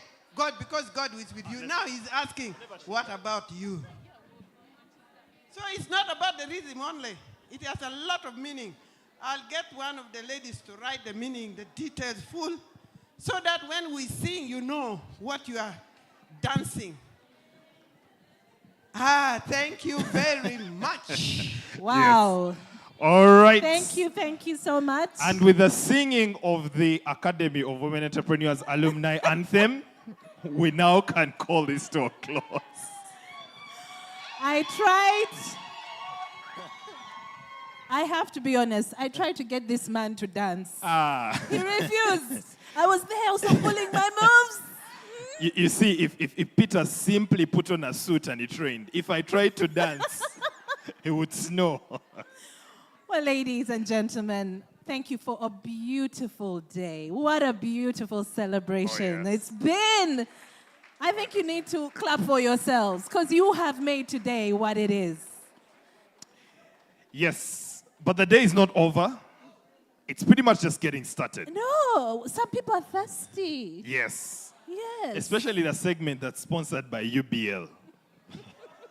So, ladies and gentlemen, we please would like you to first have a refreshment before you leave. It's a chance for you to network, but to also have something, either a soft drink or anything of your choice that is available, courtesy of the Academy today. Yes, and I take this from Mego Santa. Tomorrow is a public holiday, so you can stay. Yeah, you can stay all night. I am Crystal Newman. It's been an absolute pleasure being with you. Thank you so very much. And I'm Vincent. You have been hosted by Vincent. Thank you.